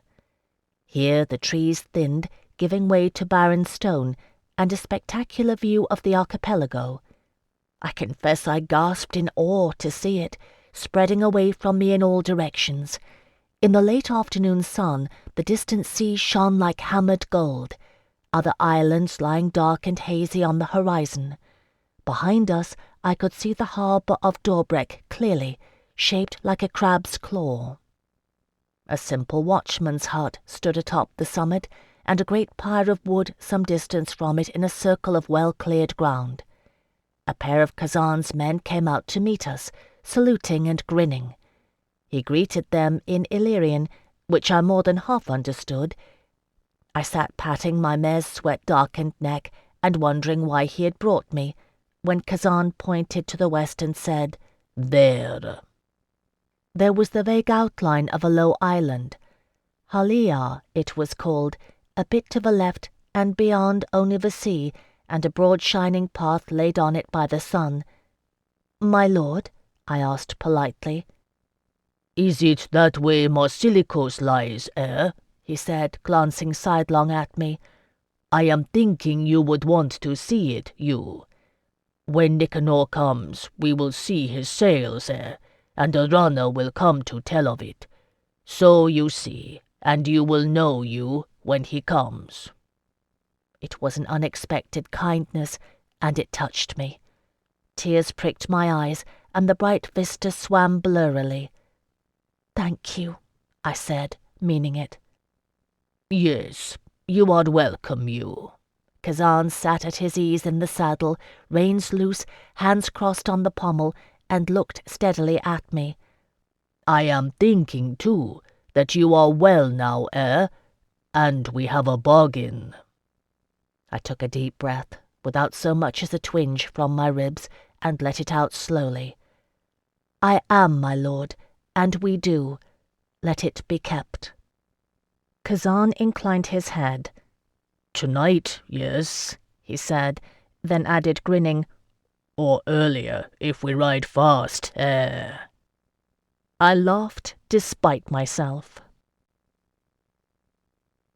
Chapter 54. For all his jesting, Kazan did not hasten our return, but held his eagerness in check and rode at a measured pace. Dusk was falling by the time we reached the house and turned the horses over to the care of Lukin and Altuk, and I saw that the terrace had been made ready for dining. Well, and so, I thought, he wants this to be properly done. As it please you, I said to him, plucking at my skirts, I would bathe and change into somewhat smelling less of horse, my lord. So it would be done in Terre d'Ange. I guessed that, he said, amused. D'Angelines, you are always bathing, Go. I went and found that in my room the rose damask gown had been laid out fresh, pressed with hot irons. In the bathing room were clean linen towels and a small flask of scented oil. It amused me that Kazan had prepared so well for this, and made me like him a little better. 'Twas none the less true that he had forced me into this bargain, and that I did not forgive.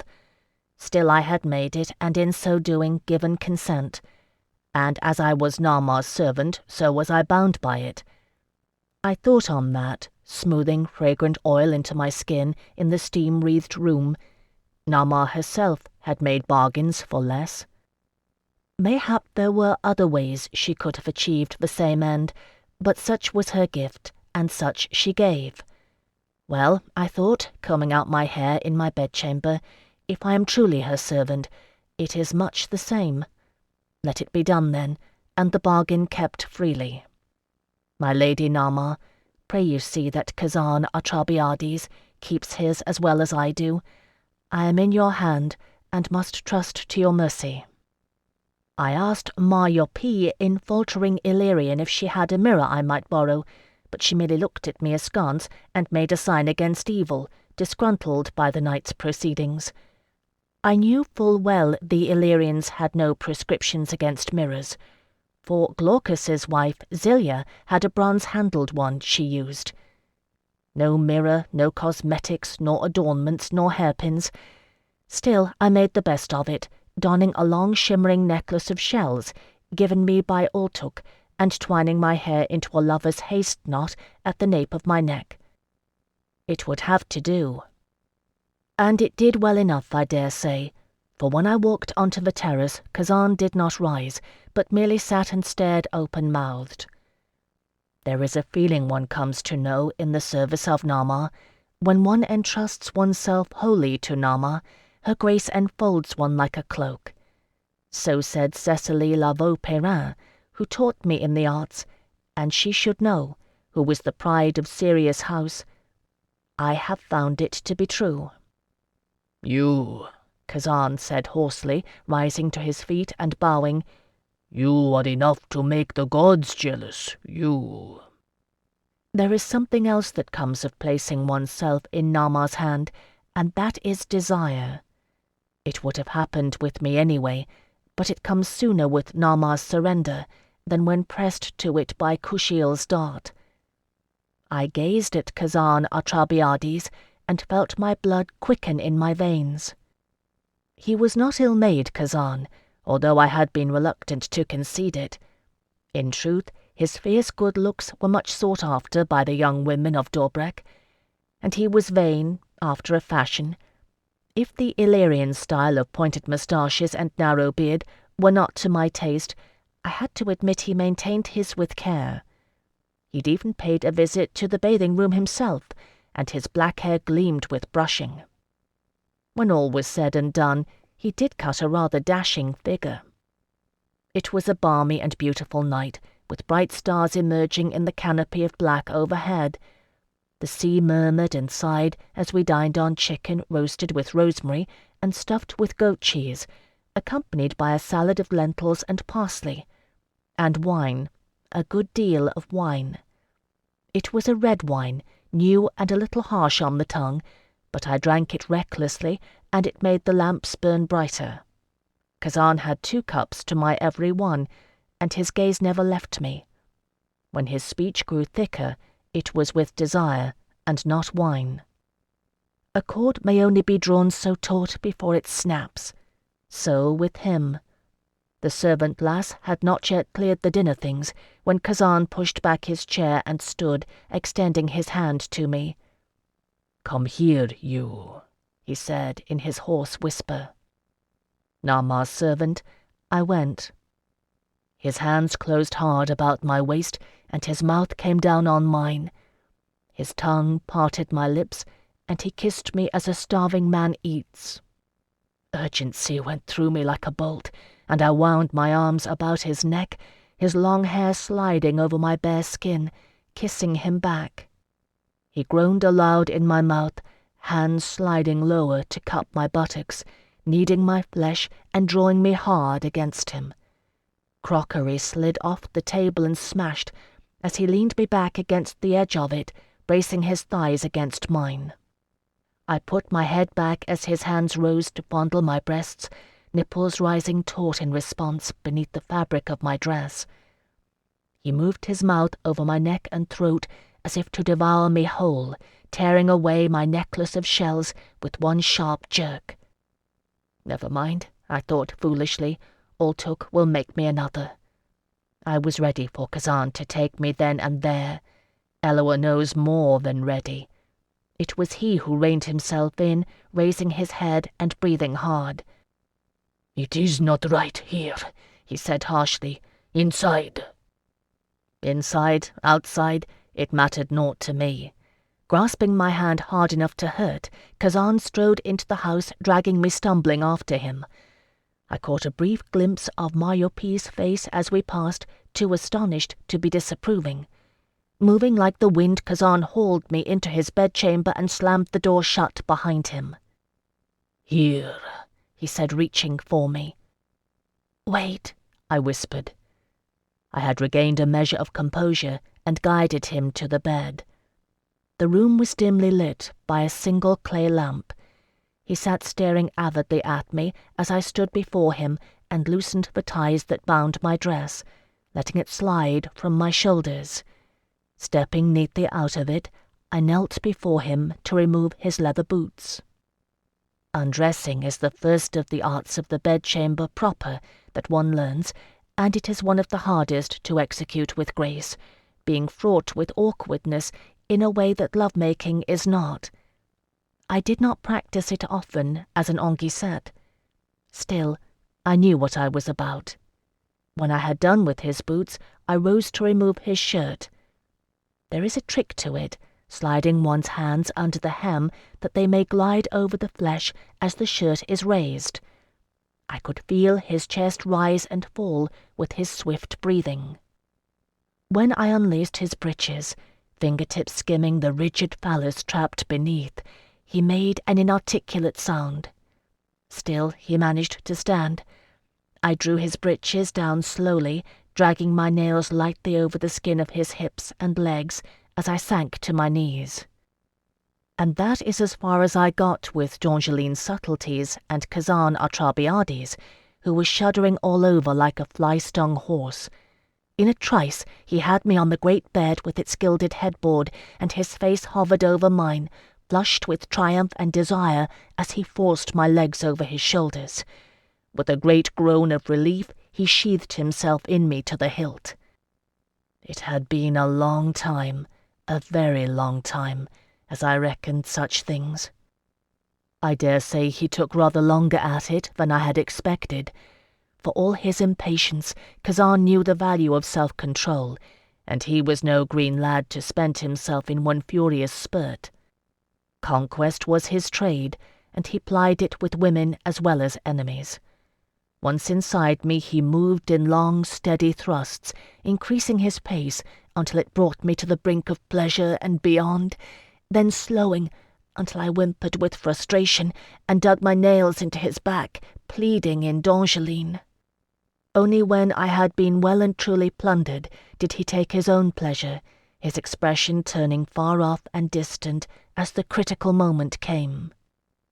Afterward he slept, as deep and sound as a man who has achieved his goal after long, hard labour. Since he had not told me to go, I stayed beside him, and lay awake, thinking long after the lamp had sputtered into darkness, remembering the Kriavborg, and wondering. In time my eyes grew heavy, and I too slept. When I awoke, the sun was well above the horizon, and Kazan was gone. Mayopi gave me a breakfast of dates and honey, with fresh bread to sop in it, giving me the evil eye and muttering in Illyrian. I ate in the bright sunlit kitchen, with several house cats twining around the legs of the table, and listened to her until I could endure it no more. "I understand a little," I said in Illyrian. "I do not mean harm to Kazan. When Nicanor comes, I will go." She gave me the same look she had when I'd asked for a mirror, as if I were one of her cats that had suddenly opened its mouth and talked. "Oh, you are not bad in yourself, I know this," she said grudgingly. "But better you go now than later, before you steal his heart." She pointed to my left eye, marked by Kushiel's dart. "It is bad luck, this says, and when blood curse crosses blood curse, someone will die." Or somewhat similar. I was guessing a little bit, but I understood the sense of it. "He will not let me until the money comes. Mayopi, why is Kazan—" I stumbled over the word. "Blood-cursed? Because he killed his brother? Why?" But she would not answer, and only turned away muttering again, too low to make out. Thus was the pattern of my days and nights of waiting established. I have no words to describe my relationship with Kazan Atrabiades during that time, for in many ways 'twas stranger than any I have known. By day it pleased him to think himself my host and not my captor. Sometimes he played the role so well I dare say he forgot it himself, although I never did. By night it was different, and sometimes I did forget that I was in his bed because I was a hostage and not a servant of Nama.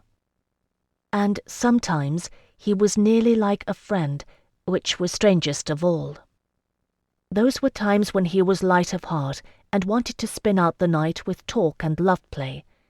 It came to be a running jest among his men to number the reasons why Kazan Atrabiades was short of sleep.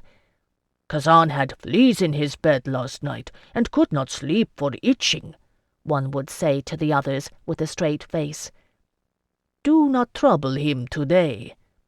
And the next day another, "An owl kept Kazan awake all night. Beware his temper." And Glaucus would colour, knowing I understood. Other times he was moody and withdrawn, and those were the times when the crawling shadows in the corners of his room made me uneasy. It was not until I awoke one night to find him standing in a square of moonlight, holding the wooden soldier, that he spoke of it. "Kazan," I said gently, sitting up in bed, "what is it?" For a moment he said nothing, then answered roughly, "No matter, I dreamed, It is nothing. Go to sleep, you." I watched him put the child's toy safely back in the drawer and close it. I had not gone near it since the first time. "There is truth in dreams sometimes. It was a dream that sent me to La Serenissima. Do you speak of it, my lord? Mayhap I can help." "I dream of my brother when he was a boy," Kazan interrupted me, his voice grim. "He comes to me covered in blood, and asks why I killed him." I caught my breath and waited. He glared at me across the moonlit room. For the space of 3 heartbeats I waited, and finally asked it quietly, "Why did you?" For a short eternity he only stared, and then the anger went out of him with a shuddering sigh, and he sat on the edge of the bed, burying his face in his hands. I could barely make out the muffled words. "It was an accident." Nama's arts are not only for love, although ignorant people think so. I drew the story out of him that night like a thorn, piecing it together. The Archabiades line was an old one, and noble in Illyria. His father had been a captain in the band's guard, with estates in Epidoro. A gently bred wife he had, and 2 sons. Kazan the warrior, his father's pride, and Daroslav the scholar, his mother's favourite. When he died in a skirmish, Kazan resigned his commission in the Epidaurian navy to follow in his father's footsteps and join the guard. All of this was some 10 years ago, and he but 22 or 3 years of age, a fierce, bright young warrior, rising quickly in rank until he had a unit of his own to command. It was the time of Cesare Stregazza's last great effort as the Doge of La Serenissima to subdue Illyria entirely and place a regent in Epidoro to rule it. And it was a time when Kazan's brother Daroslav was home on leave from his studies at the University of Tiberium, much against his mother's wishes. "He begged and begged me," Kazan told me, staring open-eyed at his memories. "He had been studying the great battles, the great generals. Always he wanted to be like me, you know. To carry a sword and be a soldier. To fight for Illyria like our father. Since he was a boy, he has this wish, to be something from the tales he studies. And our mother is so proud, she, to have a scholar son, a great statesman heir. This is what she sees for Daroslav, not to die on the end of a spear, like his father, like his brother will, she thinks." I poured him water from the pitcher on the bedstand. He drank it at a gulp and told me the rest. How the band's guard had ridden down a Serenissiman contingent in the foothills and learned of an assault to be launched on the armory in Epidoro in 2 days' time. How they had planned to conceal themselves within, ambushing their attackers, and how Kazan had relented and told Daroslav of their plan, that he might observe it from a safe distance. It had not been enough for Daroslav Archabiades, who had drawn on the cunning of the great generals he had studied, to conceive a brilliant rearguard attack. Armed with his elder brother's second-best sword, he rallied a handful of young men disgruntled at having no post in the band's guard. When the trap was sprung, they fell on the Serenissiman rear. By all accounts, Daroslav fought very well indeed, wresting a Serenissiman helmet and a full body shield with the Stregazza arms from the first man he killed. Thus armoured, he broke through the Serenissiman line and burst into the arsenal in a flush of first triumph, raising to take his place fighting at his vaunted brother's side. "He opened his arms, Kazan said. "He opened his guard and said my name, And I saw only the helmet and the shield, the arms of Serenissima. I stabbed him in the heart." I had thought... I don't know what I had thought. Something else. A quarrel, a woman, something. Kazan was hot-tempered. 'Twas easy to cast him as the villain, not this awful, tragic dupe of fate. "I am sorry," I said at length. "Truly, my lord, I am." He stirred. I nearly think he'd forgotten me telling it. "No matter," he said, his voice hardening. "It is done, and I am blood-cursed, with my mother's bitter words to make it stick, So she spoke them when we carried him home, and I followed the bier, with Daroslav's blood on my hands. No more to have a home, no more to go to Epidoro, or the Kreav Borg will swallow my soul. Always it waits and watches, yes, but it will not have me yet. and he stared fiercely into the darkness in the corners of the room as if daring it to defy him. Well, and so, that was the story of Kazan Atrabiades, who slew the brother he loved. I got him to sleep in time, and the ghost of Darislav troubled him no more that night, nor in the nights that followed. Chapter 55.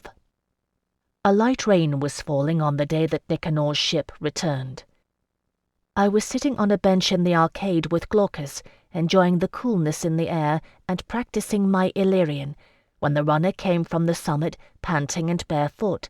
Someone ran to fetch him a dipper full of water, and someone else ran to get Kazan. By the time the ship had entered the harbour, we had all assembled on the beach to greet it. Though I kept my features composed, my heart was beating like a drum. There wasn't much of a breeze, and it seemed to take forever for the ship to cross the quiet bay. I dashed the rain from my eyes repeatedly, and struggled to conceal my impatience. At 20 yards out, I realized something was amiss. Nicanor's crew was undermanned. 12 had gone forth, but I counted no more than 6 on deck. Kazan saw it too. I noted his thoughtful frown before he drew his sword and hailed the ship. The gathered crowd murmured. They could count, and they had sons and brothers and husbands aboard that vessel. Nicanor returned Kazan's hail with a shout, drawing his own sword in salute as the oarsmen put up and the ship glided alongside the dock. Some few of Kazan's men ran out to meet it, leaping agilely aboard to aid in furling the sails while the rowers rested on their oars. "Wait here," Kazan told me, striding toward the dock. I waited in agony as he conferred with Nicanor, trying to read their conversation in their expressions and gestures. Kazan was frowning, but he was not in a rage, Nicanor explaining. While they talked, men disappeared into the hold, re-emerging with heavily laden coffers, which they bore onto the beach under Kazan's scowl. Everyone crowded round, straining to see or hear, and I felt jostled and anxious. Presently Kazan and Nicanor disembarked, and Kazan addressed the villagers, sparing a brief glance in my direction. "The Dongelines will meet our terms," he announced in Illyrian. I understood it passing well by now, though I spoke it poorly. "But they have claimed 6 men as surety for our bargain, until it be finished. As surety for their good faith, they send these." And he ordered the lock struck on the coffers. Gold coins gleamed in the dismal light, fresh-minted Dongeline ducats, stamped with Lysandra's elegant profile on one side, and on the other, the lily and 7 stars of blessed Eloa and his companions. A full half my ransom, 15,000 in gold, all at once. A soft sigh arose from the villagers. I dare say none of them had seen so much gold in one place before. Kazan grinned wolfishly. He'd won them over with it, and he knew it. "And our lads home safe, and as much again in gold when the Lady Phèdre is restored to her people," he shouted, rousing a cheer. Some of those crowded nearest even pressed my hand in thanks, as if I'd willingly chosen to provide them a fortune in ransom. After this, Kazan gave swift orders for the conveyance of the ransom into safe storage, and the arrival party began to disperse. I caught at Nicanor's arm as he made to pass me. "Please, my lord captain," I said to him in halting Illyrian, "does my lady of Marsilikos send word for me?" Nicanor's eyes flickered, and he drew himself up wearily. "She says, yes, she sends word. No token for fear we would be captured. She says to tell you your uncle received your message, and she sends the aid of which you spoke. Also that she will keep your vow, do we play her fair, and Kazan's men will be restored to us." He made me a brief bow, and I saw that lines of exhaustion and bitterness were etched into his features. "It is enough, I hope." "Yes," I said, releasing his arm. "Thank you, my lord captain. It is enough." It was. It had to be. It was all I had hoped, and yet it was less. They conferred that night in private, Kazan and Nicanor and his men, and their talk ran late into the small hours. A keg of wine was breached, and I lay awake in my narrow guest bed for the first time since Kazan had taken me to the summit of the isle, listening to their voices carried on the night breezes, as toward the end they got roaring drunk and sang Illyrian war songs. I knew something of Kazan Atrabiades now, and knew that he meant to have his men back, hale and whole, come what might. I could not blame her, but 'twas a risky thing, this choice of Roxane de Morelio's, to keep his men hostage against my return. I'd sooner she had taken his bargain on faith. Still, without them she had no surety.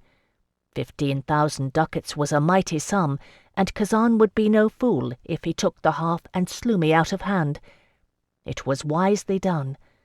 So I told myself and prayed it was true, falling asleep to the distant sound of war songs. On the morrow Kazan was brusque and distant, keeping me out of the way while he closeted himself with his captains and discussed strategy. I found Lucan inspecting javelins in the armory and pestered him for information, grateful that my studies in Illyrian had progressed to a point where I might do so. "He's right angry, my lady," Lucan said, shrugging apologetically. "Though likely he would have done the same thing himself. Still, it put them at risk to sail such a distance in a half-manned ship.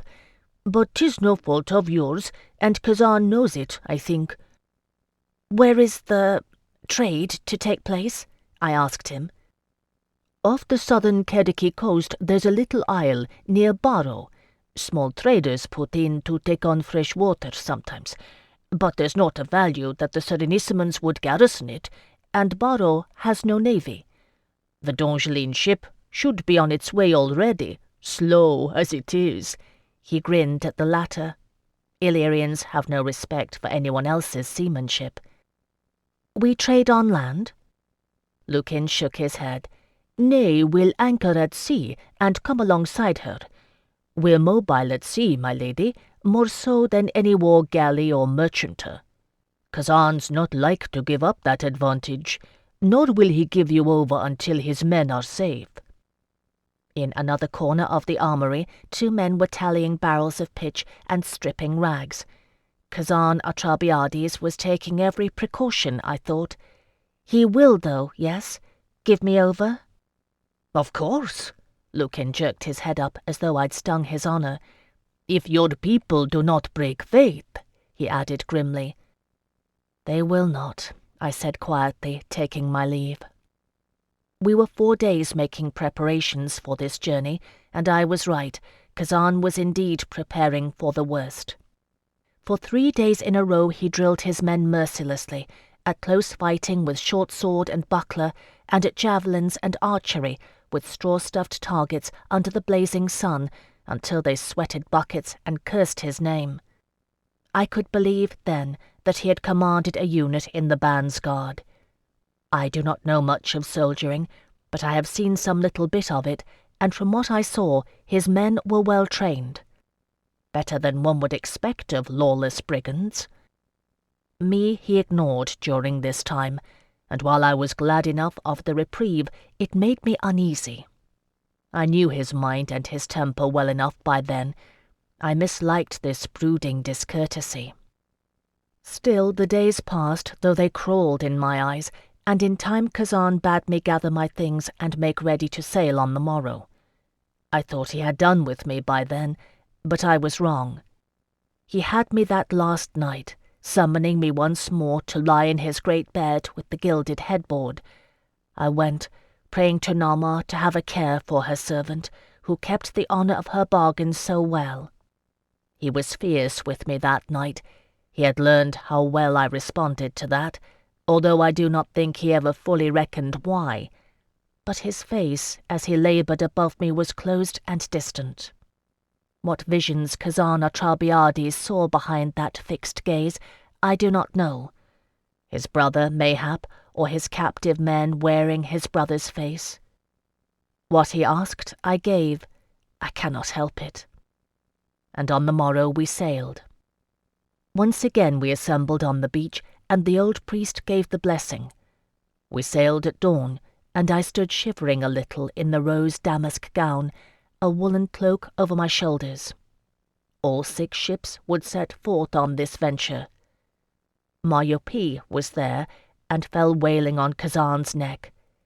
He bore it better than I would have reckoned, until she began to berate the priest on his behalf. To me she nodded a stoic farewell, and I dare say she was glad enough to see the last of me. Glaucus would sail on our ship, and he was there, cheerful and smiling. His young wife had come too, and her sister. They bade me shy farewells, thanking me once more for the meagre gift of fabric I had given, awe-stricken by the language I had acquired. I met their parents, who were a shepherd and wife, tongue-tied and staring, murmuring about Vili, and thinking I did not understand. At last it was done, and Volos, the boy who could talk to birds, handed me aboard Kazan's ship. I breathed deep of the scent of sun-warmed pine boards. Kazan gave the command to hoist anchor, and it was done. The oars dipped and splashed in the morning light, and our prow turned, nosing outward. Green water sluiced along the sides of the vessel, and a brisk breeze plucked at our furled sails. Kazan gave the command, and his men leapt to obey, scrambling along the yard to unlash the sails. 1, 3, 6 ships a sail, we were off, darting across the sunlit bay toward the narrow passage and the charming village of Dorbrek, falling away behind us. It was a different thing, this journey, from my first sojourn as Kazan Atrabiades' hostage. I had expected similar treatment, reckoning to stake out a place on deck and keep myself out of the way, but he accorded me instead the small cabin within the forecastle for my quarters. There he left me well enough alone, and I reckoned his anger at Dongelines in general, and the Lady of Marsilicos in particular, had spilled over onto me. I understood much more of the Illyrian tongue by this time, and Kazan's men did small kindnesses for me when his eye was not on them.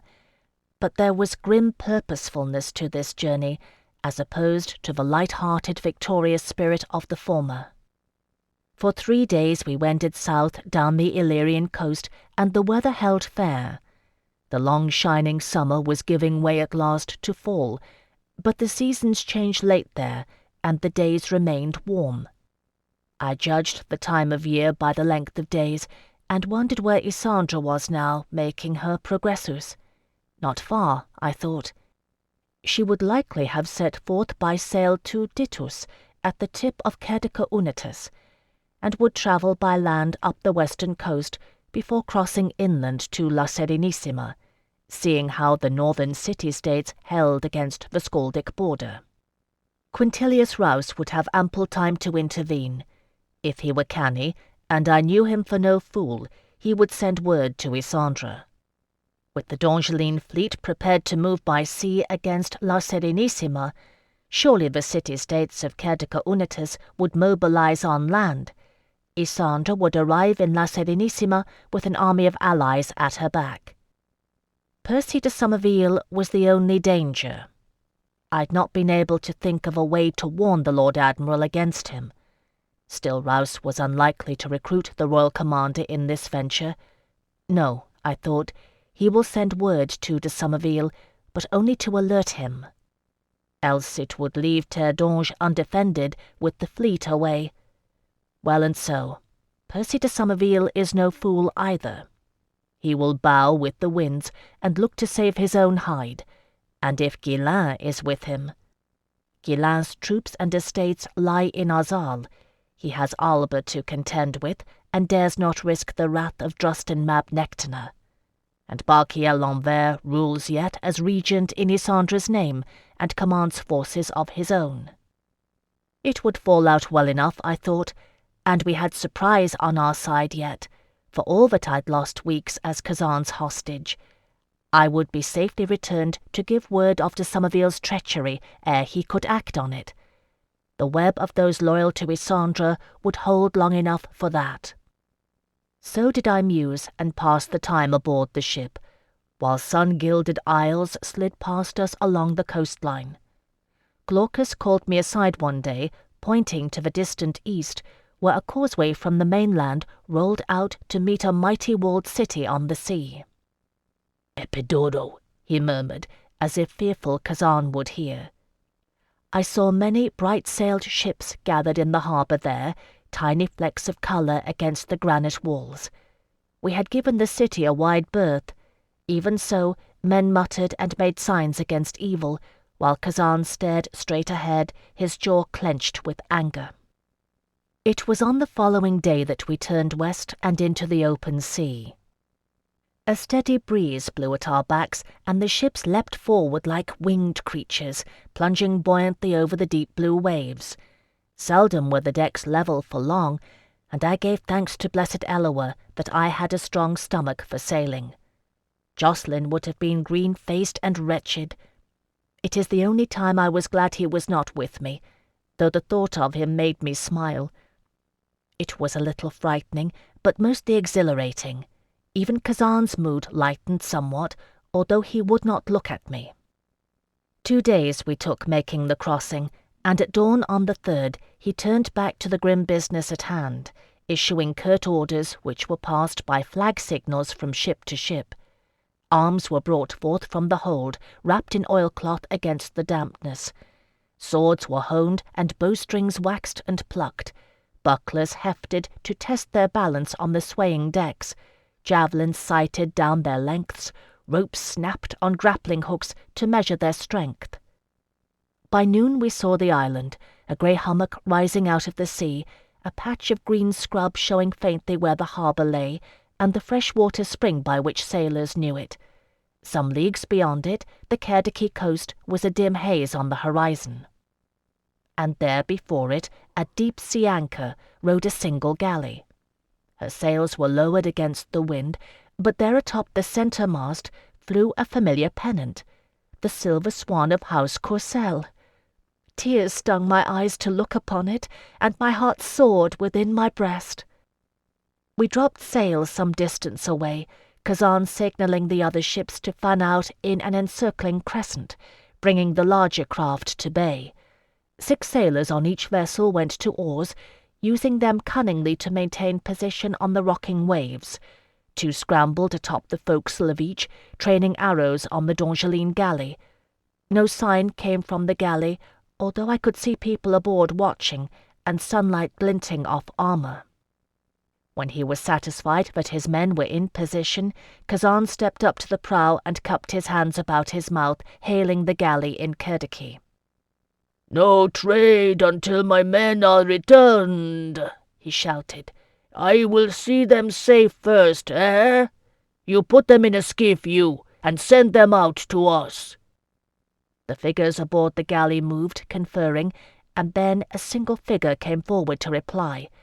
His words carried faintly over the water, spoken in Dongeline-accented Kerdiki. "Show us the Comtesse." Glaucus took my arm, leading me the length of the ship to stand beside Kazan.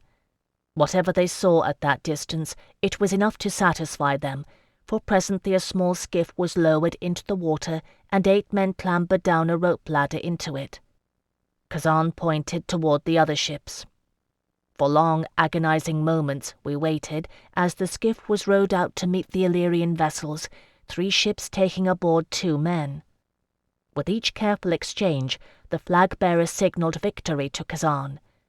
At last it was done, and the 2 rowers rested their oars, looking back at the galley for orders. "Now send the gold, you," Kazan called to the galley, "and I will send the girl." Another conference aboard the galley, and the spokesman's reply. "We have given our surety, pirate. Send the Comtesse first, and we will send the gold."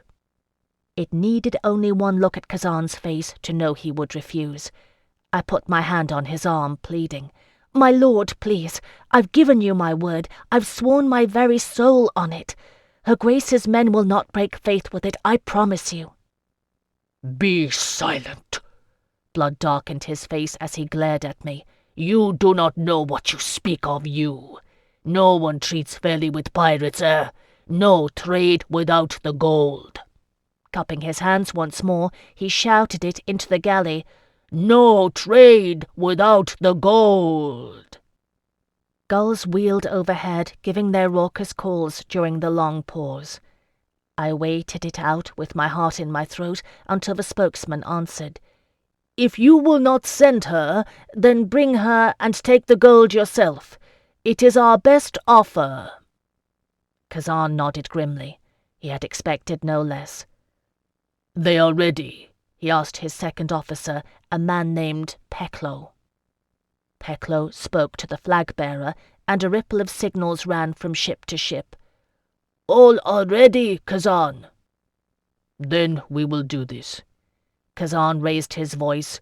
Go! It happened quickly, so quickly it near bewildered me. I never doubted after this their deadly skill as pirates. I dare say dozens of merchanters have felt the same astonishment, being set on by Kazan Atrabiades. The oarsmen set the water churning to white foam, and the ship crossed the distance in a trice, swinging alongside the galley. On the far side, another ship followed suit, while the others drew in easy range of the bow. Grappling hooks soared through the air, thunking deep into the wood of the galley's rails. Someone leapt to grab the dangling ladder, and in less space than it takes to tell it, a few dozen Illyrian pirates had swarmed onto the galley. Beneath the galley's shadow I could see nothing, heard only scuffling, curses, and a brief clash of arms, then muttering stillness. I gazed at Kazan, who looked grimly back at me. Very well, pirate, came the voice of the Dongeline spokesman, sounding distinctly annoyed. Send up the Countess, and take your Elo-accursed gold. We've shown you no reason to break faith, and your men are outnumbered here. The rope ladder was dangling near at hand, the oarsman holding the bobbing ship steady. Kazan drew his sword and pointed it at me. Go, he said softly. I will follow behind you. I stared uncomprehending at the point of his sword. My lord? Go, he roared. I went, with Kazan close on my heels, buckler dangling at his back. It was the Dongeline spokesman who helped me over the rails, and he gave me no greeting, stepping away quickly as though he were reluctant to touch me. Kazan came up behind me, his free hand closing hard on my elbow. I saw why, then. On the deck of the galley, a dozen Illyrians held 20 armed soldiers at an uneasy standoff, their slighter numbers backed by those watching on the other 4 ships, weapons trained on the galley. The only Dongeline things in sight were the spokesman, the Kushiel pennant, and me. It was a Serenissime galley. Chapter 56. I whirled so fast I broke Kazan's grip, hissing at him, "You betrayed me!" His face was shuttered. No. There was a blockade at the Kediki point. Nicanor never got through it, They caught him and found the letter. For a fleeting moment something altered in his expression. I am sorry, yes. But they had my men, Phèdre. What was I to do? And then his voice hardened again, and he wrenched me around, pushing me forward. Here is what you want, he said curtly. Take her. I stumbled, fetching up before a stocky Serenissime in a captain's helmet, a badge on his doublet worked with the familiar tower and carrack insignia of the Strigardza family. "This is the one?" he asked aloud, glancing at Kazan. Without waiting for a reply, he took my chin between finger and thumb, wrenching my face up toward him and scanning it. "A scarlet mote by the spear, and the markings." Turning me, he gathered up my hair in both hands, peering at the nape of my neck where the finial of my mark was visible. "Sure enough. A damned waste of beauty." He released me, nodding casually to 2 of his men. "Kill her." My blood turned to ice, and I stood frozen to the spot. Several paces away, Kazan's mouth opened in shock. His men, who had not understood the Kerdiki, shifted restlessly and looked to him for guidance. "Captain!" It was the Dongeline spokesman, sounding as startled as Kazan looked. "I have orders to bring her to Prince Benedict." "Yes," the captain said mildly, "and I have orders from my Lord Marco Stregazza to make certain you do no such thing. This woman is a spy and an escaped criminal, and if your doddering princeling has some idiotic fear of Dongeline curses for shedding her blood, be assured that Lord Marco does not. She dies here, guardsman, and let your prince take it up with Lord Marco. For the good of the Serene Republic, I have my orders." "Kazan," I breathed. I had begun shaking. He stared at me, still dumbstruck. "Will you let him do this thing?" He made no reply. "Ah, right," the captain said thoughtfully. "Your gold, pirate." He drew his sword, pointing at a pair of coffers sitting on deck. "Take it and be gone, then, with our thanks. Though if I were you—" He glanced meaningfully toward the distant island, where 2 war galleys were easing into view around the curve of coast, single-masted biremes propelled by a double bank of oars. "I would go with haste, for our bargain ends the instant you take it. The girl's life is worth more than yours to the Serene Republic, but not by much." "Kazan!" I cried. His head bowed as he averted his face. "Rachlav, Zyko, take the gold." I stood in disbelief as the Illyrians moved to obey him, 2 men each on a coffer, under the watchful eyes of the Serenissimons. The others warded them, forming a line on either side of the galley as the coffers were handed down to the Illyrian vessels. "Good enough," the captain was pleased. "If you move fast enough, you may escape, Sea-Wolf, though Shirat grant you fail. You," he snapped his fingers at one of his men, "and you. Do it now. It is to be done on the instant, Lord Marco says." They moved swiftly, doubtless hand-picked for discipline and loyalty. I struggled briefly, to no avail, and was forced to kneel on the deck. I heard a voice cry out a protest in Illyrian, quickly stifled. Lucan, I thought. And then a hand tangled roughly in my hair, dragging my head back to bare my throat for the sword. It was all happening so fast, I scarce had time to feel the terror of it, until I saw a Serenissimon soldier move in front of me, drawing his sword back for the swing. I understood then that I was going to die. It is fixed in my mind that moment.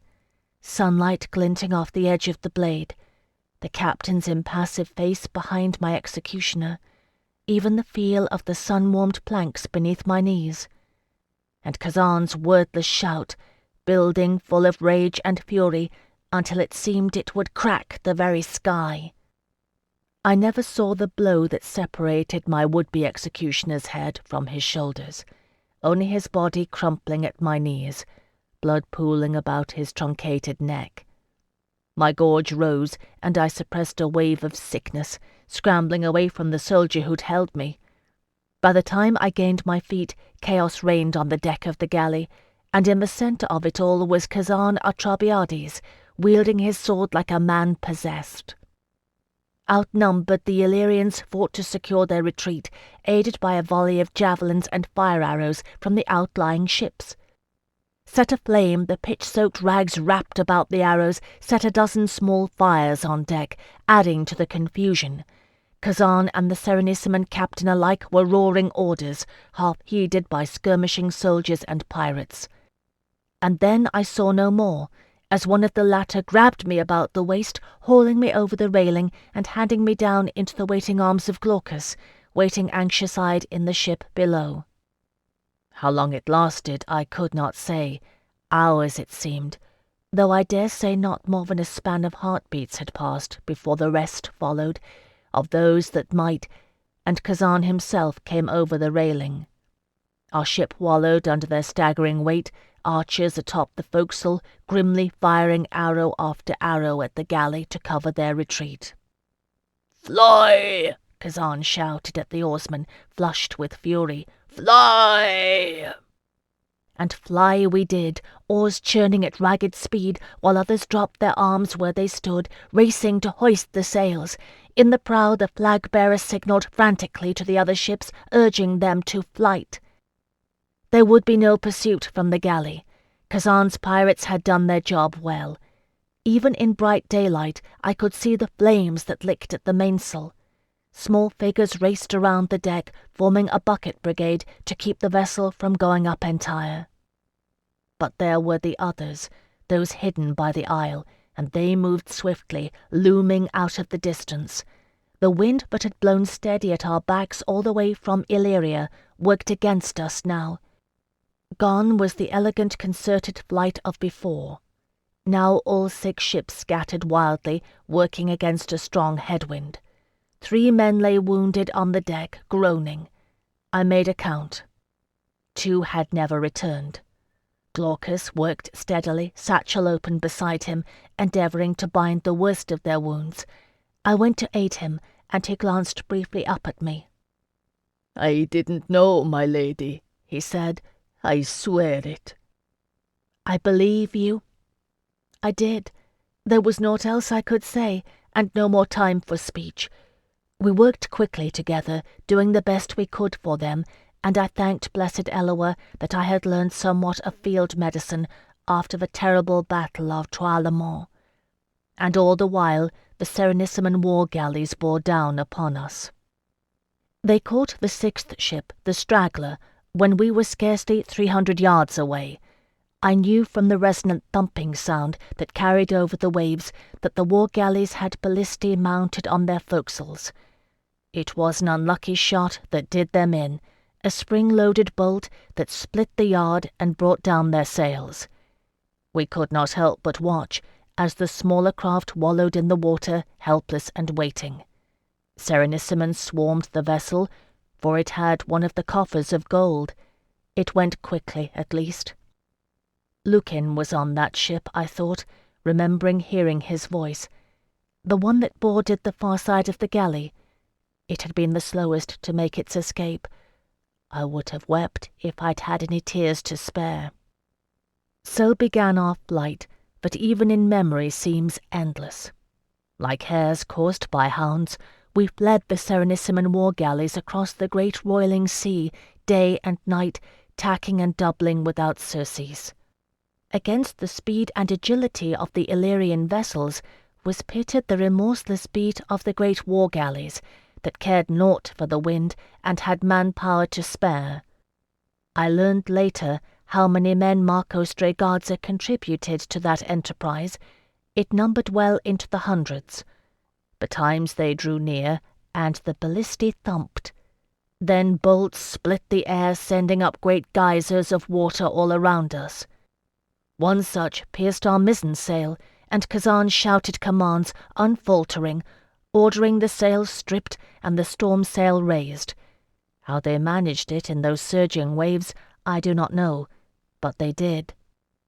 I did my best to give aid as I might, bringing food and water to those in need. By the 2nd day all were hollow-eyed from exhaustion and lack of sleep, and still the galleys pursued us. It was on that day that another ship was lost, floundering as it cut too close to the wind. It came nigh to overturning and took on water, too much water. Once again we could do naught but watch from a distance as they righted themselves slowly and wallowed, sunk halfway to their railings, waiting for death as one of the biremes drew nigh. 4 ships left, running for our lives. And when darkness fell, Kazan's 2nd officer began to argue with him. "They'll follow us to our cursed graves, Kazan. What will you do? Lead them straight into Dobrek Harbour and let them have us all? I'm telling you, it's the only way." And Kazan grim-faced, "No, we will lose them in the night." Peclo swore at him with a sailor's eloquence. "You said that last night. and here they are still, on our trail like a hunting pack. Will you condemn us all for your mother's grief, Kazan? I'm telling you, we're leading death on a string here, and Epidoro's got the only forces will halt them. How many will die if we let them run us aground elsewhere? And will you ask the band to challenge the Doge's son on our behalf? Kazan reminded him. He won't. He'd be a fool if he did. We're pirates, Peklo. Stregadza has the right of it. Not in this, the second officer said stubbornly. He'd see us given up their trial, he would, and we've kept our bargain. It was the Stregadza who broke it. I'm willing to die for you, Kazan, but not for your damned blood curse, no. My lord. By the dim light of the storm lanterns, I had groped my way to the forecastle, where they quarrelled. My lord, does the ban of Illyria swear me his protection? He may claim aid of the throne of Terre. I promise you it is so. Kazan looked at me with haunted eyes. Do you say so, my lady? He asked in Illyrian. Well, I have disregarded you often enough when you tried to tell me as much. Still, it seems the Serenissimans are willing to kill or die to have you, when I reckoned they had no greater enemy than I. He sighed. So be it. If they are with us come dawn, we make for Epidoro. The command went out, relayed by lantern from ship to ship.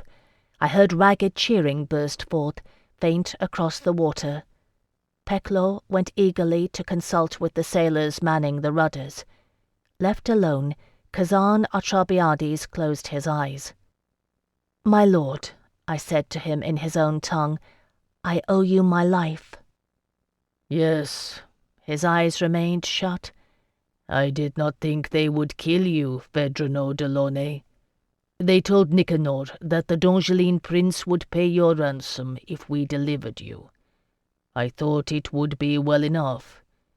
You said you would have gone to him, only he did not know you. I swallowed hard, remembering. It was not true, my lord. Prince Benedict is a traitor, in league with Marco Stregadza. I knew this. I let you think otherwise, and I am deeply sorry for it. If I hadn't, the others might yet live, those who died. No. Kazan opened his eyes. Serenissima laid a trap for us, thinking to have us both, although they wanted you the more. It would have happened anyway. He gave me a weary smile. You told me it was an accident that you fell into the sea. It was, I said. Escaping prisoners near the sea. He gazed up at the night sky, scudding clouds veiling the stars. I did not think when you told me. I thought then a riot in the harbour may be, such as may sweep bystanders into its path. But I think you were one of the prisoners, yes? There is only one Serenissiman prison I know on the sea, where the currents run strange and deadly. It is a place all sailors know, a place to avoid. He glanced back at me. No one has ever escaped from the Black Isle. Who are you to do such a thing? I had help, my lord. There was no point in denying it. A rescuer. Kazan stirred. Then there is a force in Serenissima loyal to you? No. I shook my head. It was my companion, Jacqueline. He looked at me without speaking for a moment. One man, he said eventually. One man assailed the Black Isle on your behalf? I nodded. Kazan gave a short laugh. Then he is mad, I think, or too much in love with you. No. I rubbed my eyes, itching with tiredness. I don't know. A little of both, maybe. You look different when you speak of him. I made no reply.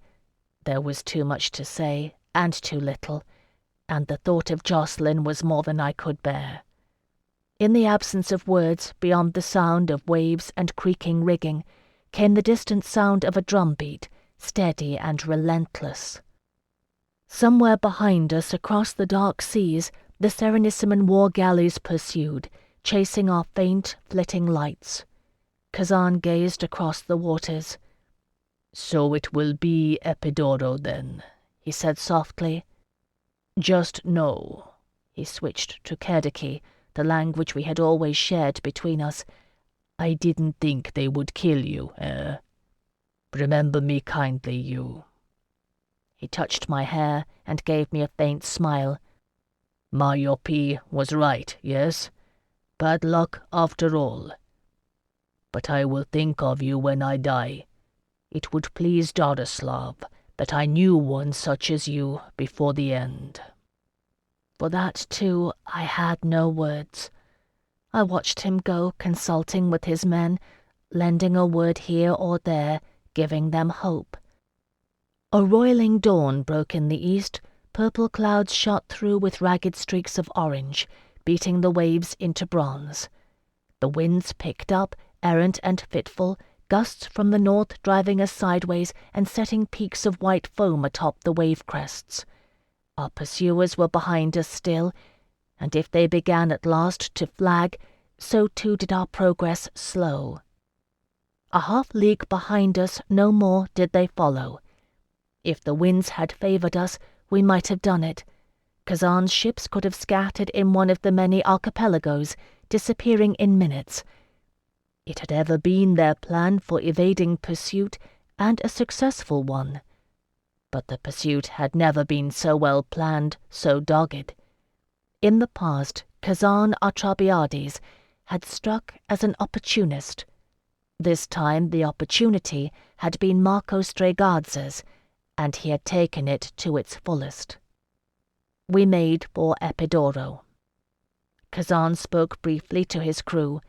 "You know what we face, all of you, behind and before. Let my mother's curse claim me then. 'Tis long enough overdue. If the band may profit from it, 'tis worthwhile in the end. Peklo, tell Nicanor I bequeath command to him when I am dead. I ask only that he leave the house to Myopie, and see that she is given a proper loom, an upright loom, like the D'Angelines use." He raised his voice, shouting the order, "All sails out for Epidoro!" They did not cheer then, but merely obeyed. I made my way to Glaucus's side to see if I could be of assistance to him. He was working in the dark hold, where the injured had been secured, and his normally cheerful face was set and lined. "For the gods be thanked," he muttered, "that he set aside his damned superstition long enough to save our hides. Did you talk him into it, my lady?" "A little." I caught his satchel as it threatened to overturn as the ship lurched sharply. "He thinks he's going to die, Glaucus." "I know." He steadied himself against the inner wall of the ship, then bent over to check a dressing, sniffing to see if the wound had gone bad. The sailor, half-conscious, murmured in pain. "Do you believe it?" "Ah, now," Glaucus glanced at me. "I don't know, my lady. Do you ask me, do I think the Kreavborg will take him? Well, no. I think no such thing. 'Tis Illyrian superstition, that, and naught else. Tales to frighten children. But when a man sets himself to die, I have seen it, how his spirit may go out like a blown candle flame. Kazan, he's more life in him than any 10 men. But still, I don't know." At that the ship heeled sharply again, rendering talk a wasted effort. I helped him as best I could, and when I could do no more I went back above deck. The morning's clouds had thickened, and rain squalls threatened here and there, moving across the surface of the sea as if of their own volition. The Serenissime galleys had drawn closer. And ahead of us lay Epidoro. This is the end of the CD. The audiobook continues on the next CD. Chapter 57. The city of Epidoro has stood for a long time, as Illyrians reckon history. Always it has been populated, although it was the Tiberians who built the first fortifications there. Once an island, it is linked to the mainland by the causeway, and defended on 3 sides by water and sturdy walls all around. We bore down upon it like so many leaves driven hither and thither before the wind, Kazan's sailors scrambling frantically with each new tack, and all the while behind us came the relentless drumbeat, the banked oars of the Serenissime war galleys churning double lines of foam. There can be no doubt that our approach was spotted by the harbour ward towers, for the response was swift. At such a distance that they resembled child's toys, we saw them. Ships of the Illyrian navy, mustering in the harbour, their square sails dyed scarlet with the black insignia of the band's bird of prey on them. Let them take us into custody, I thought. It matters naught, so long as we do not die at the hands of the Serenissimans. If this ban of Illyria has half a wit to his name, he will hear me out and accept the promise of Isandra's favour. I will plead clemency for Kazan and his men on behalf of Terre d'Ange. Whatever they have done in the past, La Serenissima has no claim in this matter. Let the Serenissimans blockade the Kerdiki point as they will. There are other routes, though they may take longer. They cannot cover the whole of the Kerdiki coast. Surely we may find a way to win through, and if I cannot reach Marsilicos, still I may intercept Isandra in her progressus. So I told myself, and fed the guttering spark of hope that remained to me, while the sullen sky muttered with thunder and the walls of Epidoro drew nearer. The men grew heartened at the sight of the massing Illyrian naval force, offering cries of thanks and praise in voices that cracked with weariness. One of the ships caught a rare good gust of wind, coursing ahead with its triangular sail at a stiff angle. Nicanor's ship, I thought, and someone cheered as they surged into the forefront. Behind us, the war galleys faltered, commanders questioning the wisdom of pursuing their quarry into the arms of the sole undefeated seat of a vassal nation. And in the prow of the ship stood Kazan Atrabiades, his face ghost white. My skin prickled all over with awful presentiment. I had managed to forget until then the full truth of the waking vision I had seen aboard this ship, attributed it to fear and shadows, cast by a half-dreaming mind tainted by remembered blood guilt. What had happened to Kazan's brother was a dreadful thing, and reason enough for nightmares. They had ceased since I'd drawn the story out of him, and as for what I had seen myself, I had been more than half delirious, plucked from the sea after an ordeal that would have driven many a warrior to madness. But I knew better. Blessed Eloa, I prayed, salt spray stinging my eyes to tears, spare him. Please, please, let us come safe to land. Nama, have a care for your servant, who has served you well and faithfully. If he is a patron, let it be said he has not stinted the offering. Men died that he might save my life. My lord Kushiel, you have set your hand upon me and cast me forth. If you would not see me perish now, then offer me your protection. And I prayed too to a Shirat of the sea, to whom I owed a debt of honour. My lady, if you would see it kept, bear this ship upon your bosom, and do not let it fail. Though the clouds gathered overhead and spat rain upon us, though lightning flickered in the sky's dark underbelly, I felt my prayers heard, a waiting presence enfolded around me. Thus it may be, a voice spoke in my heart, but he is not ours. Rain beat down in sheets, and the sailors cursed, grappling with lines whipping slick and wind-torn. A flash of lightning brightened the skies, and I saw all 3 of the other ships leaping ahead of us now, gaining entrance to the harbour, sails stark white against the leaden grey. And in the dark, eye-blinding aftermath, a hoarse cry. I did not see it until the lightning flashed again. Kazan, still standing, enwrapped in the coils of the Kriavborg. From ankles to chest, its serpentine tail entwined him. Its sinuous neck rose above his head, veined wings outspread and beating at the glowering air. Eyes glittered like rubies in its wedge-shaped head, and the mouth opened in a hiss, triple-forked tongue flickering at his face. He fought hopelessly against it, sword arm still free, making no dent in those preternatural scales. What the others saw that day, I do not know. It is not a thing of which they will speak. I know what I saw. It is enough. The northerly gusts of wind that had plagued us all day struck once more, slamming a rain-driven list into the side of the ship. The sailors shouted with helpless rage and fought the pitching waves, fought the wind, fought the lines. And Kazan Atrabiades fought the Kriavborg.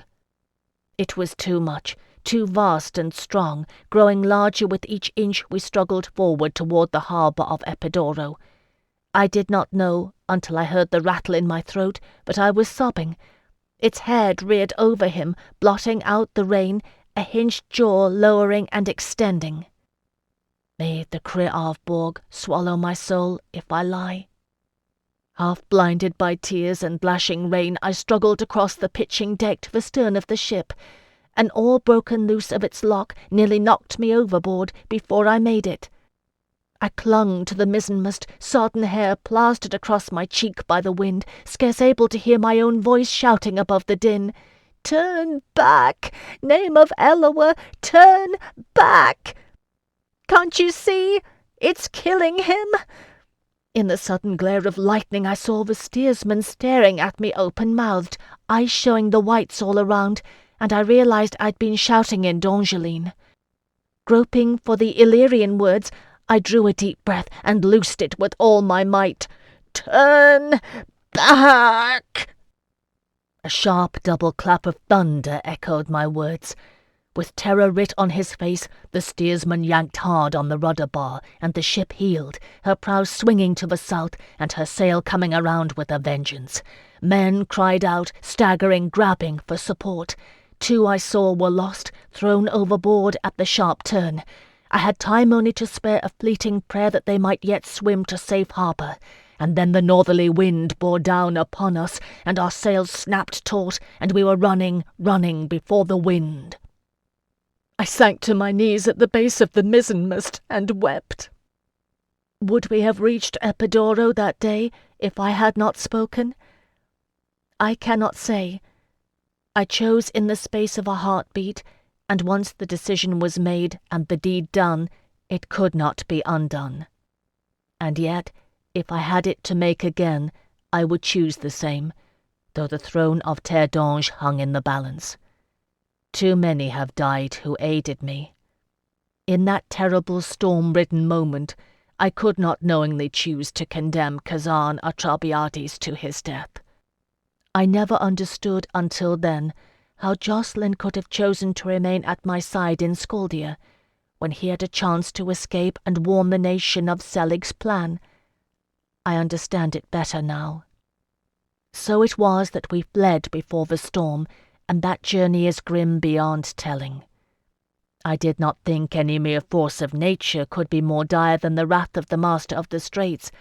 I was wrong. That craft and crew survived is a testament to the skill of the Illyrian sailors. Never again will I smile to hear one boast of his seamanship. Night and day the wind howled at our backs, harrowing us ever southward. More than once I thought our ship would surely crack in two as it plunged into a trough. More than once I thought we would capsize, when a towering wall of green water broke like thunder over the ship, setting the decks awash. Half our stores were spoiled by salt water, and one precious cask of fresh water was cracked and leaking. Glaucus could do naught for the wounded but pray. As for Kazan, he was like a man caught in a waking dream, open-eyed and insensible. It was all I could do to keep him in the forecastle out of the way, while his sailors fought for our survival. He would look at me when I spoke to him with no sign of understanding. There was no question of pursuit by the Serenissime war galleys. Even if they had had the will to follow, they could not have. No oarsman could have outlasted that gale. Sodden and bone-weary, I could do naught but wonder and pray, hoping that they had turned back, rather than risk confrontation with the whole of the Epidaurian navy. Pechlor, Kazan's second-in-command aboard the ship, was one of the men I'd seen thrown overboard when we fled. With Kazan useless, it was Tormos who took command, and he found steel in his soul on that fateful day, for as grim as it got, he never faltered. It was his decision to ride out the crest of the storm, although I dare say if he'd known how long it would last, or how far it would drive us, he might have tried to make landfall. But once we had turned, we never had a chance. The winds chivied us away from the coastline and into the raging seas. 3 times he sought to make for land. 3 times the storm blew us back. How long did it last? 6 days, mayhap 7. I lost count. Of our position on the face of the earth I had no notion. I am no navigator to reckon my place by the stars. Even if I were, there were no stars to be seen during that terrible flight. Only waves and more waves, and the vast, wrath-filled skies, until at last the storm itself blew out and subsided into meekness, leaving us dazed and exhausted, clinging to our half-crippled ship, floating on the bosom of a gentle sea. It was bright morning when it happened, the sun dazzling silver on the water. I made my way to Tormos's side with exaggerated caution, unused to the bobbing steadiness of our craft. He looked at me with red-rimmed eyes, weary beyond words. "Tormos," I said. My voice cracked on his name. I had lost it shouting above the pounding sea. I cleared my throat, addressing him in Illyrian. "Where are we? Do you know?" He merely looked dully at me and shook his head. All around us the sea sparkled in the sunlight. Dark blue the water was, and deep. On deck sailors moved slowly, straightening limbs cramped by long resistance to the storm. Glaucus's head and shoulders appeared in the opening of the hold as he hoisted our last cask of fresh water on deck.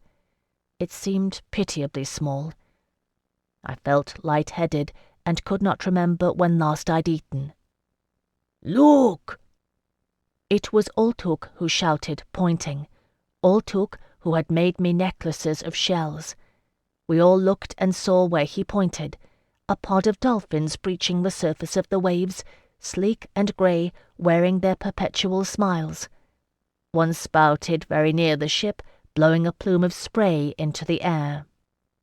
A sheer art of the sea, I thought, loved dolphins. "There!" Glaucus's voice, for once quavering with age. He leaned over the railing, staring past the merry dolphins. "There! There! Don't you see it? Land!" His hand rose, trembling. I realized then that he had spoken in Hellene, reverting to the milk tongue of his infancy, that his slave mother had taught him. "Land!" he cried, pointing. "Land!" Tormos frowned, shoving sailors out of his way. He had understood the urgency, if not the words. We all jostled for position then, gazing across the waters, while our torn sails flapped mildly in the calm breeze. There on the horizon lay a smudge of darkness. Land. We cheered and we wept, and we set our sails for land. The rudder bar had snapped, and the rudder itself split in 2 under the dreadful force we had endured. Still we limped over the surface of the water, and the island before us loomed larger and larger. No Dorbreck, this isle, no. It was vaster, its size deceptively diminished by distance. The nearer we got, the larger it grew, and what had seemed hills at its centre became mountains, forest shrouded and gilded in the bright sunlight. I saw Glaucus's face the moment he recognized it. He drew a sharp breath, and awe came over his features. He was Tiberian by rearing and Illyrian by choice, but his blood was Hellene, and what he knew he had learnt at his mother's knee. "It is Crete," he said reverently. "We have come to Crete." I measured our course in my head and thought it may be so. Pure south had we been driven, down the coast of Illyria, of mainland Hellas. Had we truly come so far that we had reached the isle of the house of Minos? I remembered Delaunay's study, maps spread on the table, awash in late afternoon sunlight. In truth, mayhap we had. At Tormos's command we followed the dolphins, and no one questioned it for superstition. Kazan came forth from the forecastle and watched with childlike interest, his face disturbingly blank. I took his arm and steered him to a place of safety along the railing. He went unprotesting. We drew near enough to make out the shape of the isle, measuring some 30-odd leagues from tip to tip. The sides were sheer and rocky, but here and there sandy beaches beckoned. A flock of gulls skirled above us, giving out their harsh cries. Young Volos, triumphantly alive, lifted his head and gave back their raucous cries. The gulls veered landward, heading for the smallest of bays, a crescent of white sand, cradled betwixt horns of stone. Half laughing and half weeping, Tormos ordered the ship to follow.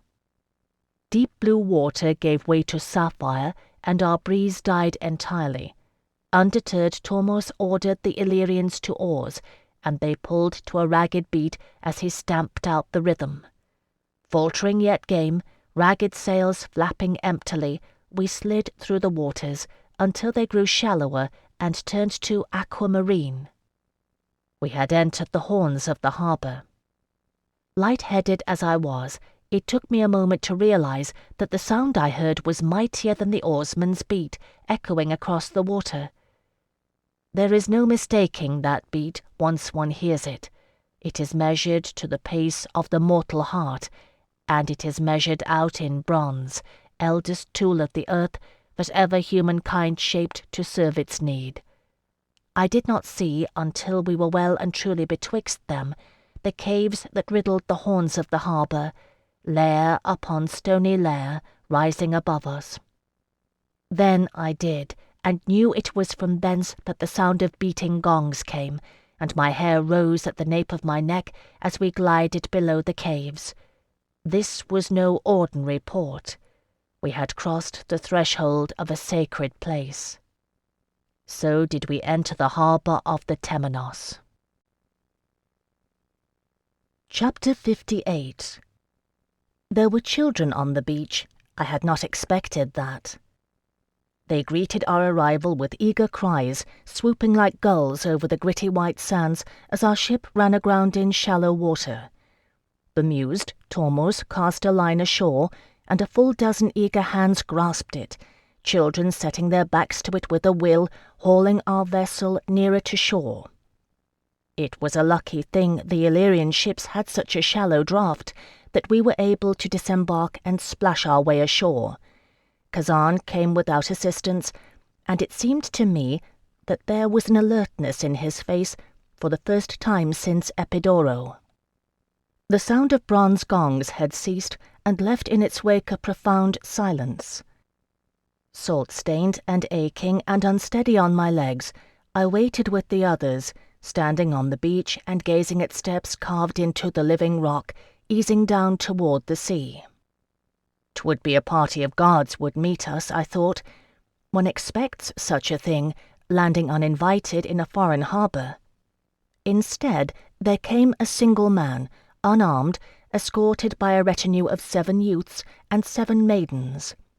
He was of middle years, dark and bearded, with a diadem of ribbons bound around his curly hair, wearing rich robes encrusted 2 handspans deep with embroidery. One of the youths held a parasol above his head, and tasselled pearls hung from its spokes, glimmering in the sun. "Welcome, strangers," he said in a sonorous voice, giving us greeting in Hellene. "I am Aeneas Asterius, Hierophant of the Temenos. You have passed by wide harbours and the company of men to enter here. Mother dear, grant you welcome. Who is it among you that comes to be cleansed?" I dare say we gaped foolishly enough. Of our number only Glaucus and I understood his Hellene speech, and neither of us knew what he meant by it. Thus it was doubly startling when Kazan stepped forward, clear-eyed and wilful. "I am Kazan Atrabiades of Epidoro," he announced in Illyrian. "I come bearing blood guilt for the death of my brother."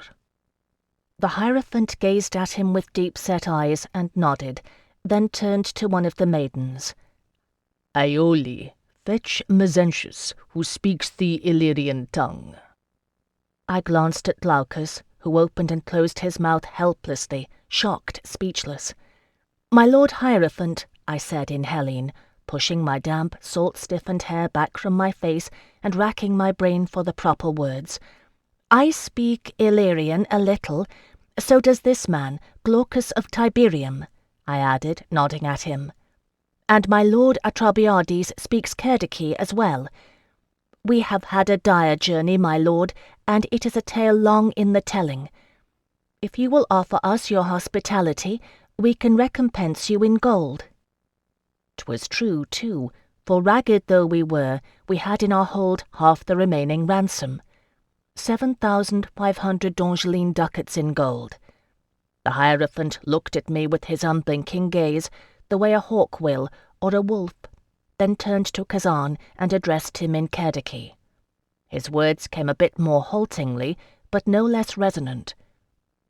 "You understand, then, where you have come?"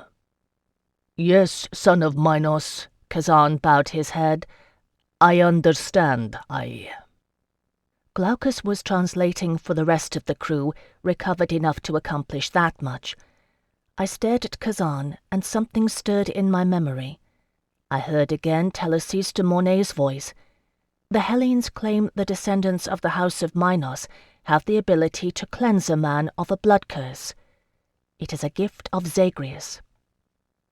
"Kazan," I said softly, "are you certain?" For I remembered, too, what she had said afterward.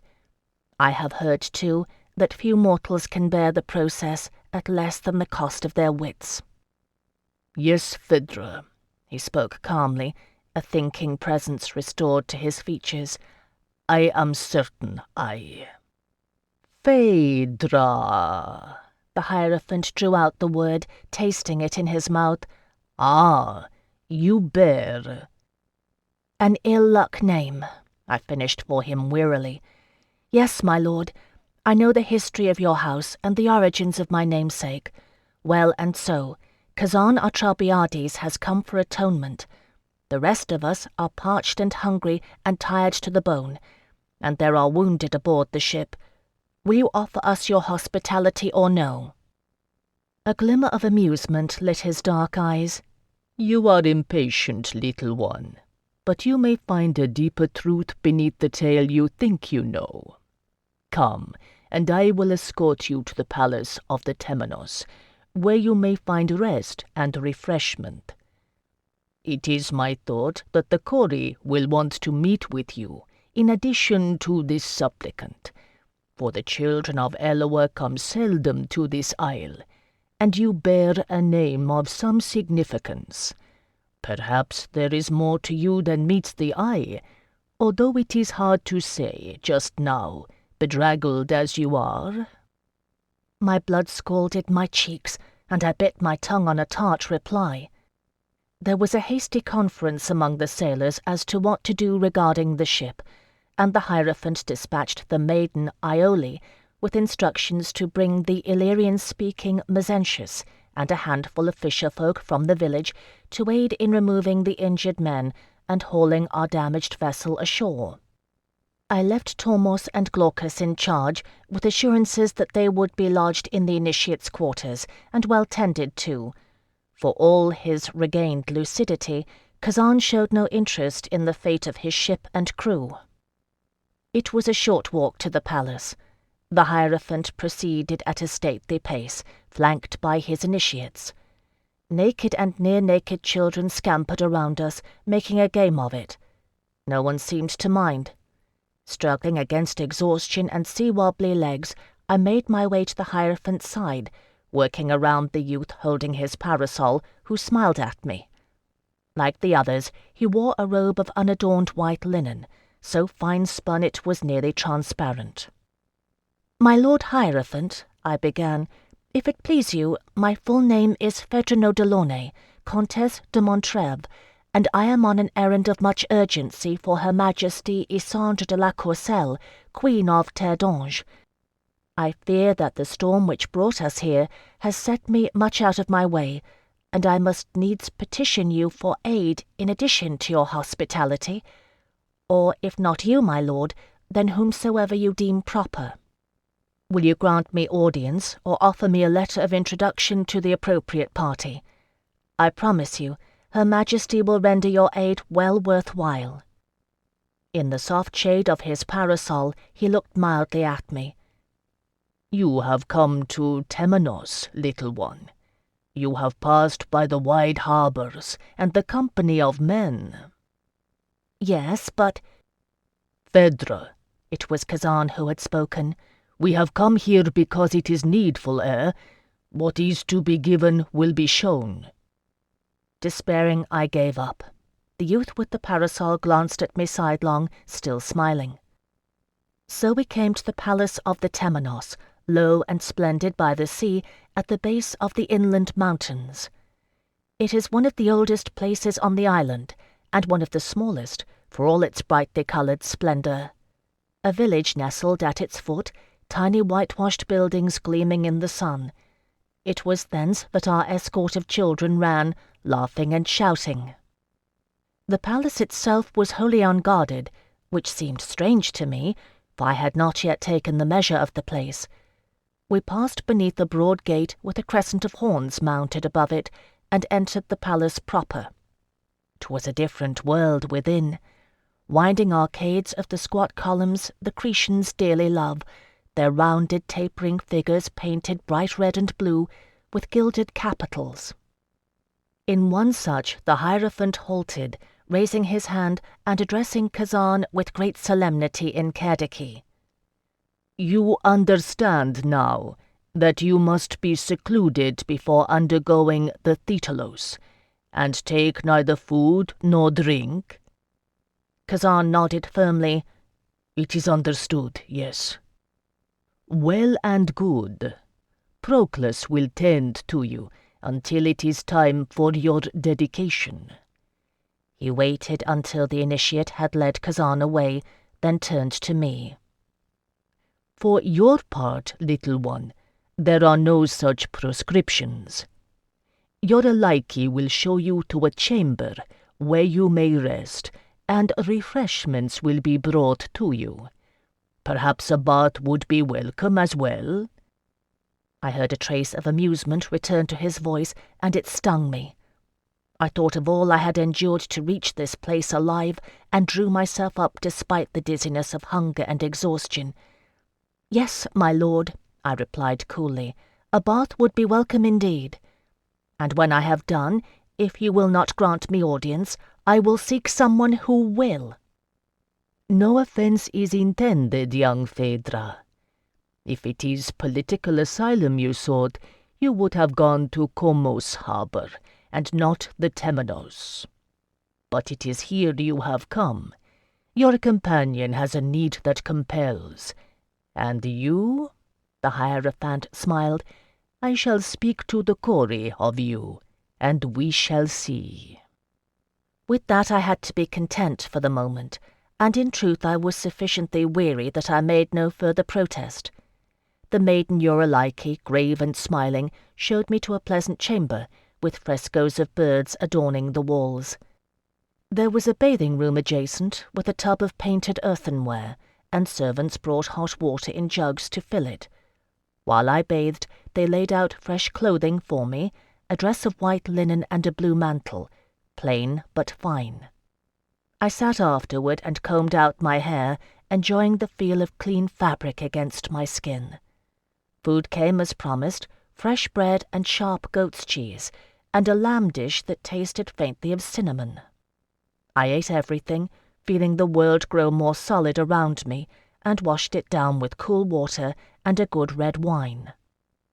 It was my intention to pursue the matter of an audience immediately after eating, but when I had done, a great wave of tiredness overcame me. However long it had been that we had fled the storm, we had none of us slept much for days on end, save for brief naps snatched here and there between buffets.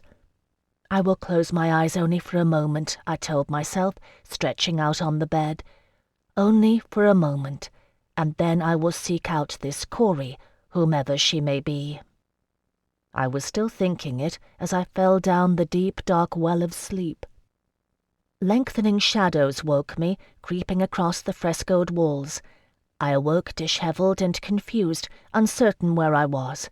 I had slept the better part of the day. Remembering, I rose and stretched my sleep-stiffened limbs, smoothing out my wrinkled garments. Scarce had I done when the door to my chamber opened to admit the Hierophant, accompanied by 2 initiates. "The Carey will see you." Trying not to yawn, I went with him down another set of corridors, bright colours mellowed by the slanting light that came in at the windows. The Hierophant's expression was unchanging, but the initiates stole glances at me out of the corners of their eyes. I do not think they had ever seen a D'Angeline before.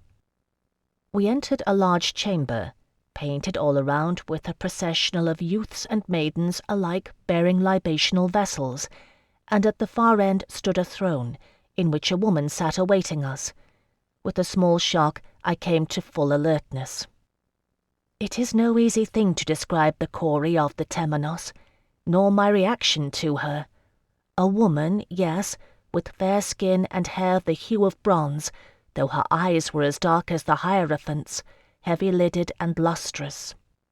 She wore a blue gown wrought with gold stars, and a great collar of ivory plaques set in gold, and over it all a saffron mantle. Although her skin was smooth and her breasts firm, I guessed her age at some 40 years. A woman, and yet a shudder ran through me as I gazed upon her, and felt such a jumble of thoughts and emotions I could scarce name them all. Awe and fear and desire, sudden and unbidden. I thought of the great statue of Ashirat in her temple of La Serenissima, and the blind priestess Bianca, reaching her crabbed hand to touch me. I thought of the great temple of Narmer, and saw her face before me, transcendent and generous. I thought of Melisande, too. And I thought of something I had not remembered in years. My mother's face, the last time I saw her, in the courtyard of Sirius House, the day she sold me into servitude. All of these and more flickered through my mind, too swiftly to number, before the Carey spoke, her clear voice stilling the whirlwind inside me. "Phèdre no Delaunay," she said, giving my name the proper D'Angeline inflection. "Be welcome." I sank down to kneel abeyant, the marble floor cool beneath my knees. "My lady." "Come, that will never do. Let me see you, Eloa's child." Leaning forward, she lifted my chin with 2 fingers and gazed at my face. I saw her take in my scarlet-moted eye, and mayhap somewhat more, for her brows raised. "Oh, Aeneas, this one you should have brought sooner. There is a bright shadow upon you, child. Know you that a god has set his hand upon you?" "Yes, my lady." I was content to look at her. "It is Kushiel's dart that marks me. Kushiel, who was once the punisher of the one god, the Yeshuites Adonai. But I am dedicated also to the service of Nama, who is the mistress of pleasures, and as I am D'Angeline, I owe homage to blessed Eloa, who is the protector of us all." "Thrice marked and more," she mused, releasing me, "for there is somewhat else besides." "Yes, my Lady Carey." I settled back to sit on my heels, liking the mild discomfort of the hard marble. It had been a long time since I had been able to mark obeisance to anyone with unadulterated pleasure. I led a strange life for an Anguissette. I have made a promise to a Shirot of the Sea as well. "So," she smiled, faint lines crinkling at the corners of her eyes, "and yet you have come to Temenos asking only political aid, Aeneas tells me. How is this, then?" Drawing a deep breath, I spun out the story for her, telling it in its entirety, from my reasons for going to La Serenissima to Kazan's struggle with the Kriavborg and our fearful storm-lashed flight to Crete. She listened without comment, while shadows darkened the corners of the throne room, and white-clad initiates moved softly around, lighting the wall sconces. Aeneas, Asterius, the Hierophant, stood beside her, watching and listening too.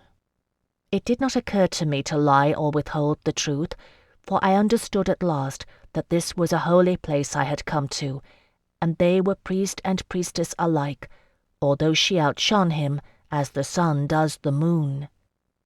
There was a little silence when I had finished, and they exchanged glances. I saw then that they shared common blood, for all that their colouring differed.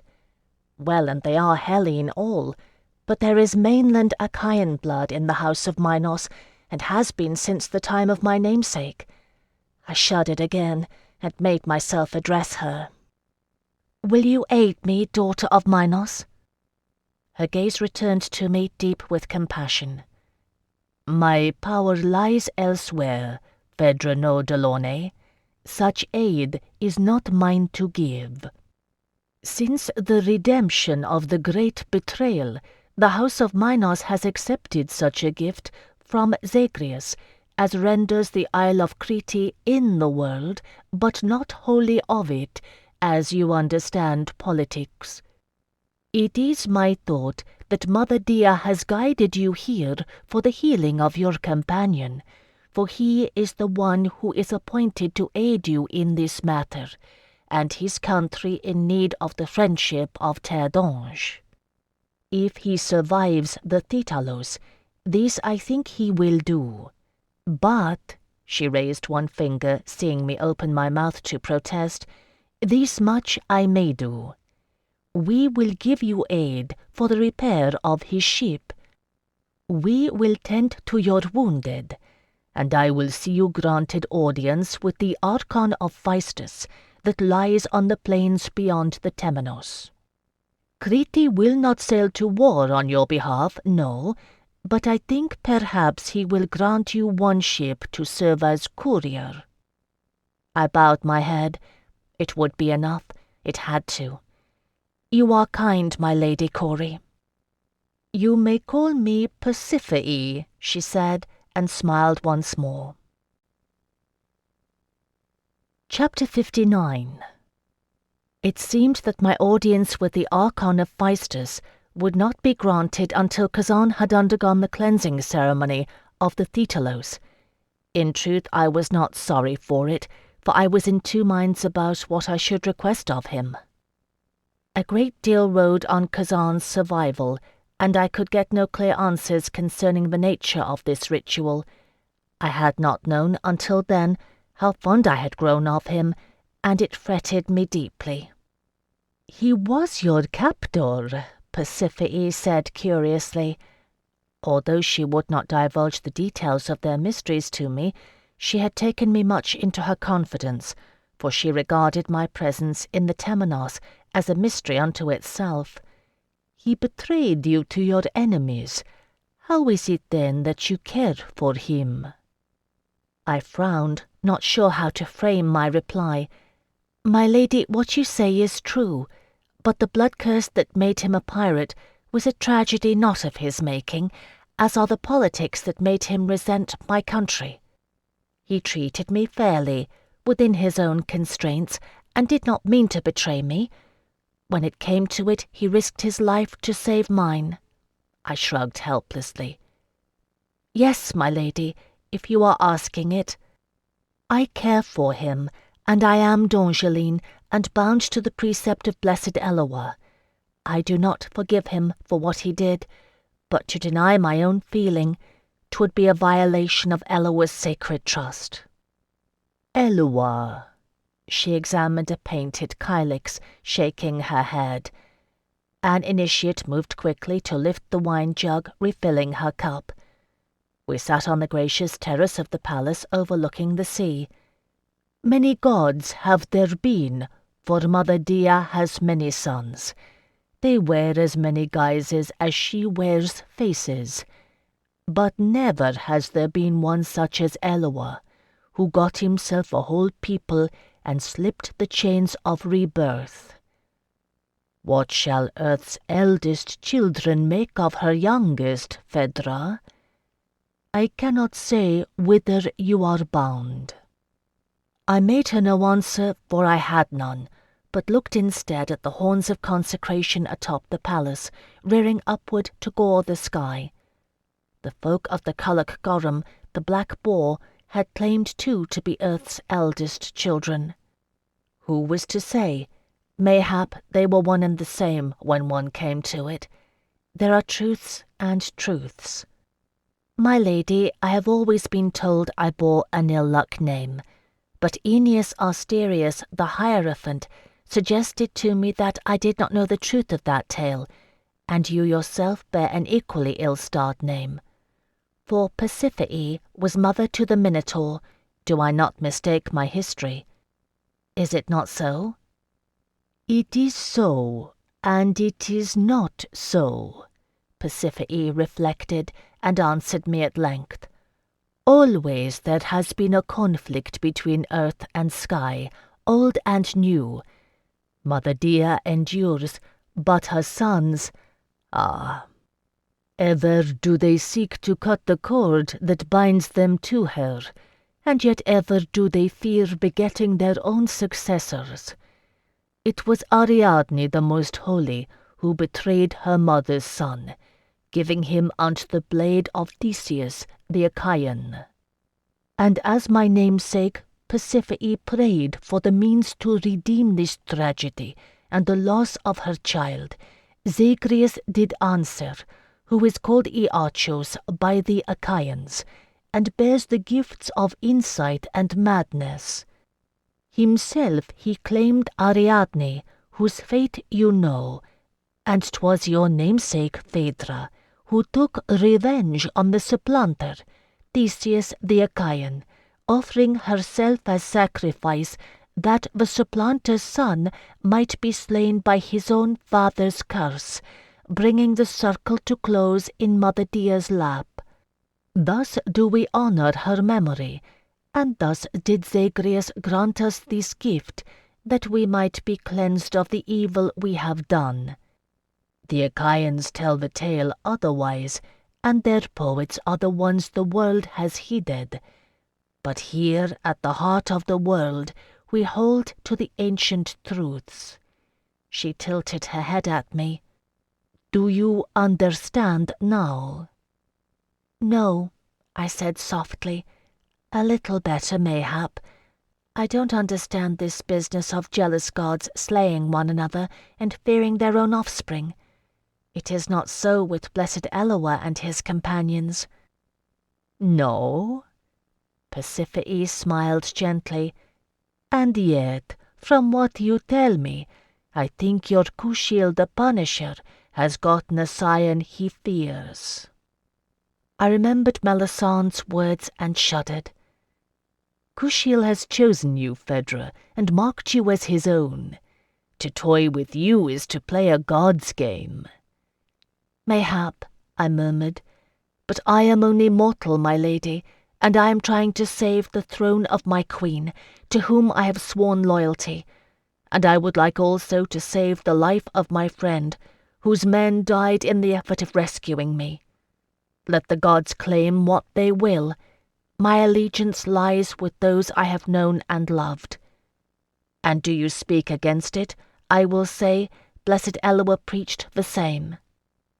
"That," said Pasiphae, "is what makes him so interesting." Rising, she walked to the edge of the terrace where the fisher-folk below could see her and stretch out their hands, beseeching her blessing. She gave it freely, opening her arms to them, and the lowering sun limned her in light. I had gotten over the shock of our first meeting, but still her presence filled me with awe. It is a different world, Crete. The setting sun laid a burning path on the water, and I saw in the caverns that riddled the harbour walls a flicker of white robes betokening the presence of initiates. It was they who had sounded the gongs upon our arrival. So I had learned, although I may say too that those caverns are ancient, beyond even the remembering of the house of Minos. They have been used as dwelling places since first man struck two flints together, crying out in awe at the blue spark that resulted.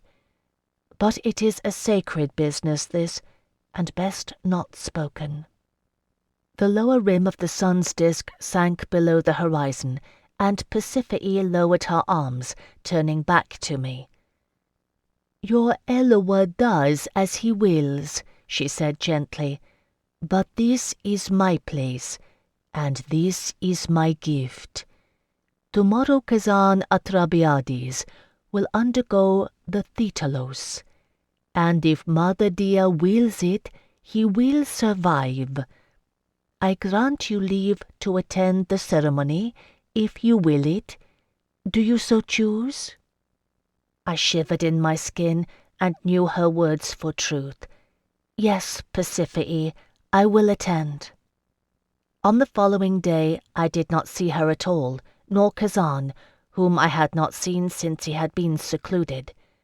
I went instead to the harbour of the Temenos, and spoke with Tomos and Glaucus, who were overseeing the repairs to our damaged vessel. That at least was well done. The Cretians are great sailors after all, and the island is rich in oak and cypress. I was happy to see that they were well rested and of reasonably good cheer. And too they had seen to the security of our coffer of gold. And I confess I was glad too of the Illyrians' company and their simple jests, taking comfort in what had become familiar to me. They believed to a man that Kazan would overcome the challenge of the Thetalos and return to them as he had been before. A fierce and cunning leader who would inflict great damage on their enemies and escape unscathed. Indeed, they had begun to spin their own mythos out of the events that had befallen us, endlessly enumerating the ways in which Kazan would take his vengeance on the treacherous Serenissimans. I smiled and jested with them, and prayed that they had the right of it, for Kazan's sake and my own. For vengeance I cared naught, but somewhere in Cerdica Unitas, Issandra's Progressus continued on its steady, unwitting course toward a deadly trap, while in Terre d'Ange, Percy de Somerville awaited word to seize the city of Eloa. This long waiting was a torment. When the sun began to set, I returned to the palace, where preparations were beginning for the ritual. Make no mistake of it, I had no place in these rituals, save as an onlooker, and that by the grace of the Corey, my lady Pasiphae. Still they suffered my presence, and as my lips were not sealed by oath, I may relate what I saw of the ceremony, and what I saw afterward, although that is another matter. It began outside the palace at the base of the mountain, with 3 tiers of initiates providing the music, chorus, and dance. Torches lit the procession, and the dancers wheeled in circles this way and that, their mingled voices providing the harmonies. They had put off their robes for this, and wore only kilts of white linen, cinched at the waist with rolled leather belts, and their dark skin gleamed in the torchlight, freshly oiled. At the centre of it all stood Kazan Atrabiades, swaying on his feet, and his face was like a stranger's to me. Neither food nor drink had he taken since we had made landfall. 2 full days. He looked gaunt and parched, and his eyes burned in their sockets. This is his choice, I reminded myself, remembering the Kreavborg. If he has a chance to be free of it, 'tis not my place to gainsay it. Still I feared for him. There came a great clash of bronze cymbals, and 2 torches were lit. Great pitch-soaked logs stood on end. I could not help but remember La Dolorosa and my fall from the cliffs, Tito's massive torch spinning through the dark night above me. But betwixt them stood the Corey, and her presence drove out aught else. The maiden, it means, her title, and I dare say 'twas no more than that, for I had already gauged by the thickening of her waist that she had borne children. No matter, for she was well and truly what she claimed by right of that title, the handmaiden of Mother Dear. She wore the ancient regalia for that right, the flounced skirts sewn with ivory plaques, and the bodice that bared her breasts, nipples darkened with henna. A gold diadem was set atop her head, and her hair had been crimped with hot irons, falling in spiraling curls over her shoulders. Although there were men and women alike among the initiates, here the Corey was attended only by priestesses. On Crete, as in too many other places, the rule of law is given unto the province of men, but at the heart of matters it is women who hold authority. So it was that while the hierarch saw to the daily governance of the Temenos, and oversaw the initiates in the ways of the mysteries, it was the Corey who sanctified them. Flutes skirled and fell silent, and the revolving dancers came to a halt.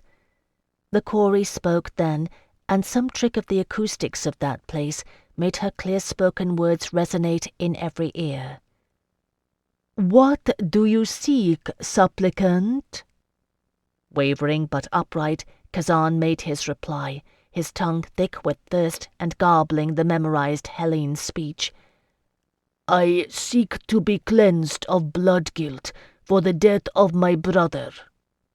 "What do you offer in sacrifice?" Her words were measured out like pearls on a string. "I offer my name and my memory." Swaying, Kazan caught himself and continued in a firmer voice, "I offer whatever you will take." A pause, and then she spoke again. "It is enough." Ah, Eloa, I thought, as the Corey's priestesses brought forth water and grain, scarce enough to moisten his mouth to swallow, "'tis monstrous unfair that a man should be so beleaguered for a terrible accident. Kazan Atrabiades had not meant to slay his brother, and yet I had seen for myself how the curse had come home to him, fair or no. It was his right to seek expiation, and not my place to protest the means of it. And who was I to judge such a thing? I had sought atonement betimes myself at the hands of Kushiel's priests. Indeed, the unforgiven of Cumlach reckoned me the instrument of the same.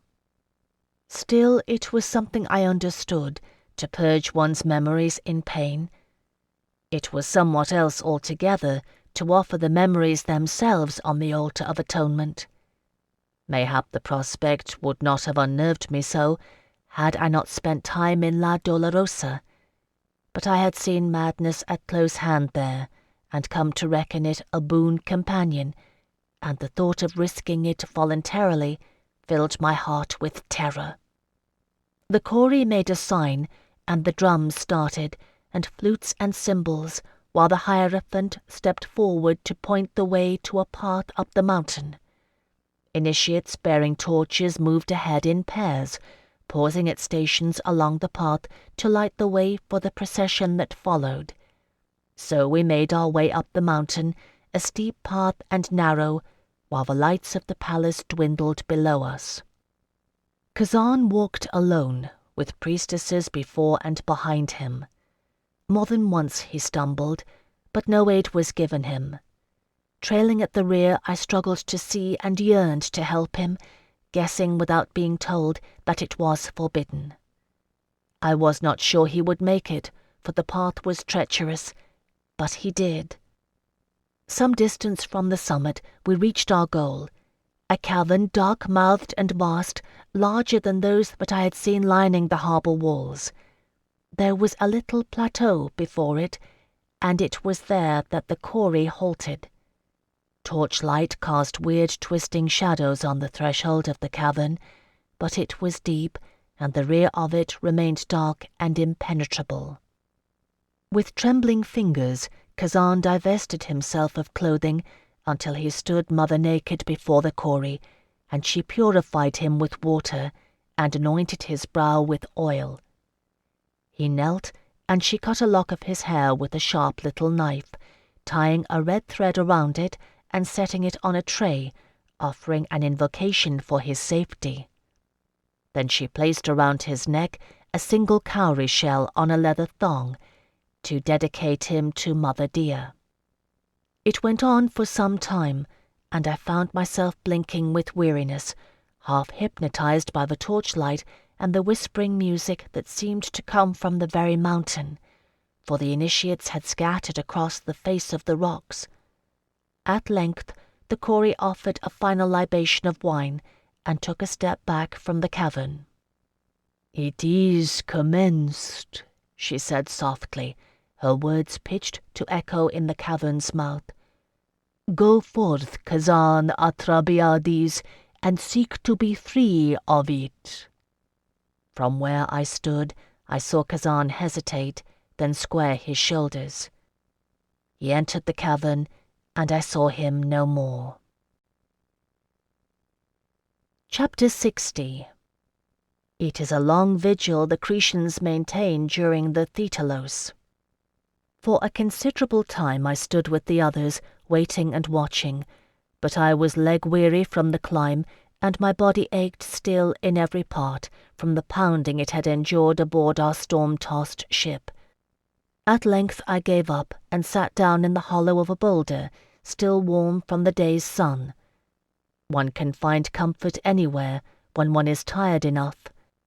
The Cretians stood unfaltering, the Corey and her priestesses on one side of the cavern's mouth, the Hierophant on the other, and agile initiates perching on crags like goats on a mountainside. The music was muted to a thrumming murmur. The torches burned lower, sparking and crackling softly. Every now and then came the whispering sound of someone shifting. They were human, after all, but otherwise nothing moved save the stars overhead, and no other sound was heard. Truly I did my best to remain awake. It never occurred to me that I would fail. I was fraught with worry on Kazan's behalf, and plagued as well by 1,000 other concerns. I went over in my mind the speech I would make to the Archon of Phaistos, searching for the right words to present my plea. My rhetorical training was in Kerdiki, not Hellene, and I wanted to be as polished as I might when I entered the wide harbour and the company of men, as the Hierophant said. They are ancient in the craft of statesmanship, Hellenes, and Cretians most ancient of all. I polished my speech in my mind until it shone, and fell asleep in the process. How long I slept I cannot say. I awoke once and heard nothing but the thrumming music, the distant buzz of cicadas. It reminded me of being a child in Delaunay's household, and waking in my bed to hear the murmur of conversation coming from the faraway courtyard when he entertained into the small hours of the night. Taking comfort in the memory, I wrapped my mantle around me against the night chill and slid back into sleep. It was the sound of my own blood beating that awoke me, a rustling sound, but near, not far, a soft, insistent tide that beat in my ears. I knew that sound. I opened my eyes to see the mountainside awash in a red haze, motionless Cretians, torches and all. With a sure sense of dread I waited, but it was not Kushiel's voice that spoke. Instead there came a cry, a great wordless cry of horror emanating from the mouth of the cavern. A ripple ran through the Cretians, and somewhere above me an initiate drew in her breath sharply. Then the Corey raised one hand in a gesture of forbidding, and they fell still. The cry sounded again, ragged with terror, and again and again. Blessed Eloah, I thought, is there to be no end to it? Tears stung my eyes, and I bit my lip to keep silent. I had heard cries like this before, in the endless nights of La Dolorosa, where the grieving sea surge stripped away prisoners' sanity bit by bit. And I had seen, too, the result of that torment, the pitiable half-human wretches I had released from confinement. I could not live through it again. Moving silently, I wrapped my dark mantle more tightly around me, drawing a fold over my head to shadow my face. I had been sorry to be at the end of the procession as we mounted the trail, but now I welcomed the luck that had placed me on the very outskirts of those gathered, for it enabled me to slip back into the darkness and circle around the watcher's perimeter. It was not so easy as it sounds, for I needs must move silently in complete darkness over treacherous and unfamiliar terrain. With grim determination I timed my movements in accordance with Kazan's hoarse cries, working my way toward the mouth of the cavern. All the while I wrestled with my conscience over the fitness of my actions. I trusted Pasiphae instinctively and knew beyond a shadow of a doubt that there was power in this place, and she was rightfully invested in that power in her role as the Corey. But even so, there had been power in La Dolorosa, the awful power of a Shirat's immortal grief, and it was human error that made it a place of horror. The Cretians tell a different tale of my namesake's end. Who is to say which is true? For what had Kushiel compelled me, if not for this? I had no answers, save the one I had given Pasiphae earlier. I was D'Angeline, and could only follow the allegiance of my mortal heart. My actions had brought Kazan to this place. I could not bear to stand idly by and listen while it drove him mad. There was a narrow gap that led to the left-hand side of the cavern's mouth. The Hierophant stood before it, some 5 paces forward. From the darkness outside the uneven ring of torchlight, I sat on my heels and surveyed my course. If I could get there, I could pass behind him easily enough, for there were 2 initiates between us, and no safe way of passing them. Kushiel, I prayed silently, I have gone where you bid me, and never refused you. If it is truly your will that I do this thing, lend me your aid. No answer, but silence. And then Kazan cried out again, naked fear in his voice. A sudden breeze sprang up from the sea, and the nearest initiate's torch guttered out. The other picked his way cautiously to his side, and they turned their backs for a moment, huddling against the wind to ignite the extinguished torch. Well, I thought, that's clear enough. I slipped like a shadow past the initiates, behind the Hierophant's unmoving figure, and into the mouth of the cavern beyond the range of torchlight. It was black inside the cavern, lightless, impenetrable black, and once inside, I realized it was deeper than I had guessed. Kazan gave another fearful cry, the sound coming from beyond and a bit below, for the cavern floor slanted. I put out both hands before me and moved blindly toward the sound. I could hear his breathing now, hoarse and ragged, stirring echoes in the blackness. Was it too late, even now? It might as well be, I thought, despairing. How many others lay slain or destroyed in my wake? An ill-luck name I had told myself, with all the self-deceiving guile of a child. It was not so. I had set myself wilfully on this course from the day Melisande Shahrazai's parcel arrived. I had taken her gambit, knowing it for a fool's move. Wiser heads had sought to dissuade me, from Telesis de Mornay and Isandre de la Courcelle to Quintilius Rouse. Yes, and Jocelyn too. And I would have none of it, heeding none of them, dragging Jacqueline and my poor dear chevaliers to their doom. Nicolas l'Envers et Aragon had tried to show me my arrogant mistrust for the folly of it was, and I had been too proud to hear her, so pleased with my own cleverness, so certain that I was master of my game. So clever had I been on Dorbrek, concealing the truth of my situation from Kazan, concealing its weaknesses. Oh, clever indeed, Phèdre. So clever that it led him to give me all unwitting to my enemies. What was the cost of death for that rescue that I might live? One ship? Both of them? How many men had died aboard the Serenissime vessel? And now Kazan lay screaming out his wits in torment at the back of a cave, thanks to my cleverness. I fixed on to that thought and held it, forcing myself to take another step in his direction, and another, dimly aware in some part of my mind that there was somewhat unnatural in this flood of guilt that paralyzed me. But it was true. It was all true. And Kazan was the least of it. Oh, yes, I had gone reckless and heedless into danger, and I had taken my best beloved with me. Remy and Fortune, slain in cold blood for the foolish sin of loyalty to one such as me. T. Philippe, who might be alive or dead, and Jacqueline. Ah, Eloa, Jacqueline! How many times over had I wronged him?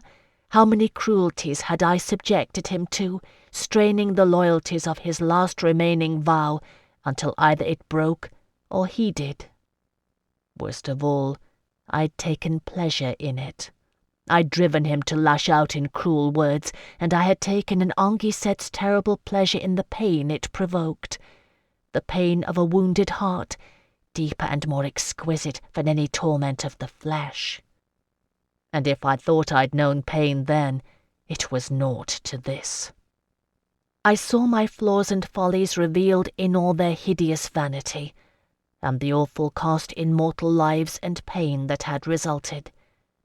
I knew my soul laid bare and scourged on a rack built of my own deeds. Names and faces too many to count, for it was not only in this venture, but nigh everything I'd done, since I had no title to my name, but that of Delaunay's Anguissette. His man-at-arms Guy, foully murdered, a murder that might have been prevented had I not kept silent about Alcuin's plans. Alcuin and my Lord Delaunay! I choked on the memory, remembering them in a welter of gore, and how I had concealed my slip of the tongue that revealed the depth of Melisandre's knowledge. It might have saved them, had I not been too cowardly to speak. It might have given Delaunay the key to evade a deep-laid plot. It went on unending, and I struggled against the tide of it, while Kazan's cries rang in my ears. I understood now why he screamed. In a sea of anguish I made my way to the back of the cavern, until I heard his raw breathing and fell to my knees, feeling blindly. He was there, lying on the cavern floor, his skin cool to the touch, but alive. "Kazan," I whispered, shaking his shoulder. "Kazan, it is not worth the price of madness.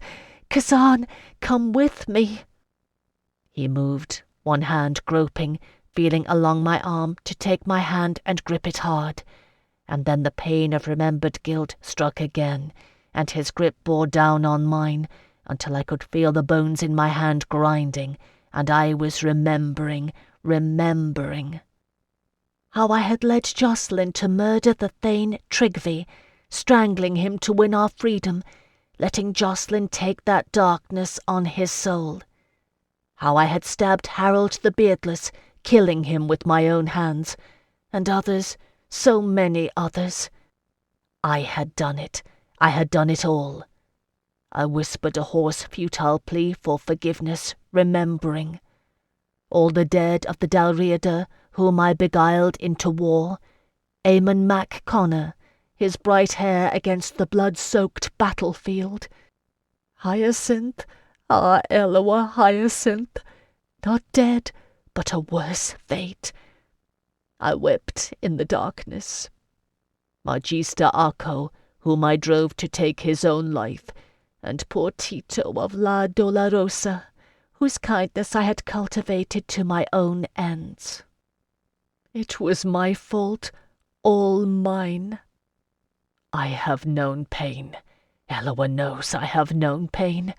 It is my gift and my art to endure it, and even I have known pain beyond bearing, under Voldemar Selig's knife on the fields of Toilemont. This was worse. After a time I was no longer aware of specific incidences of blood guilt, but only the vast, featureless agony of it. It bore me up and carried me down all at once, and I felt the surge of it in my very bones. A scream gathered at the back of my throat, and I locked my jaws on it, thinking, I will not scream, until I was not sure whether I thought it or said it, whether I screamed or not. I saw red in the blackness of the cavern, and Kushiel's face before me, stern and bronze, lips shaping words I could not understand. I thought, if only I could, all would be redeemed, but I could not concentrate for the vastness of my sins. And then it came to me that if I only gave my signal, all of this will end. And I heard Melisandre's voice telling me as much, rich as honey, coming from somewhere beyond the pain. And thought, with my last gasp of consciousness, no! Chapter 61. There were voices speaking somewhere. It seemed I had to come back from a very long distance to make sense of them, to derive words and sentences from the meaningless sounds assailing my ears. I could not understand why it seemed so very difficult, but it did, for even when I recognized the sounds as speech, I could not make out what they said, although they seemed very close at hand. Ah, I thought, pleased at the discovery, it is because they are speaking Hellene, and it seemed to me that I knew that tongue. I fumbled for it with difficulty, and thought perhaps if I opened my eyes it would be easier to think. I tried to do so, but it was hard, for my lashes were glued shut with sticky matter. Move her, or tend her here. Yes, I thought, I know that voice. That is the Hierophant of the Temenos. I am on the island of Crete, in the place called Temenos, and I have profaned their mystery. Hush, she is waking. I knew that voice too.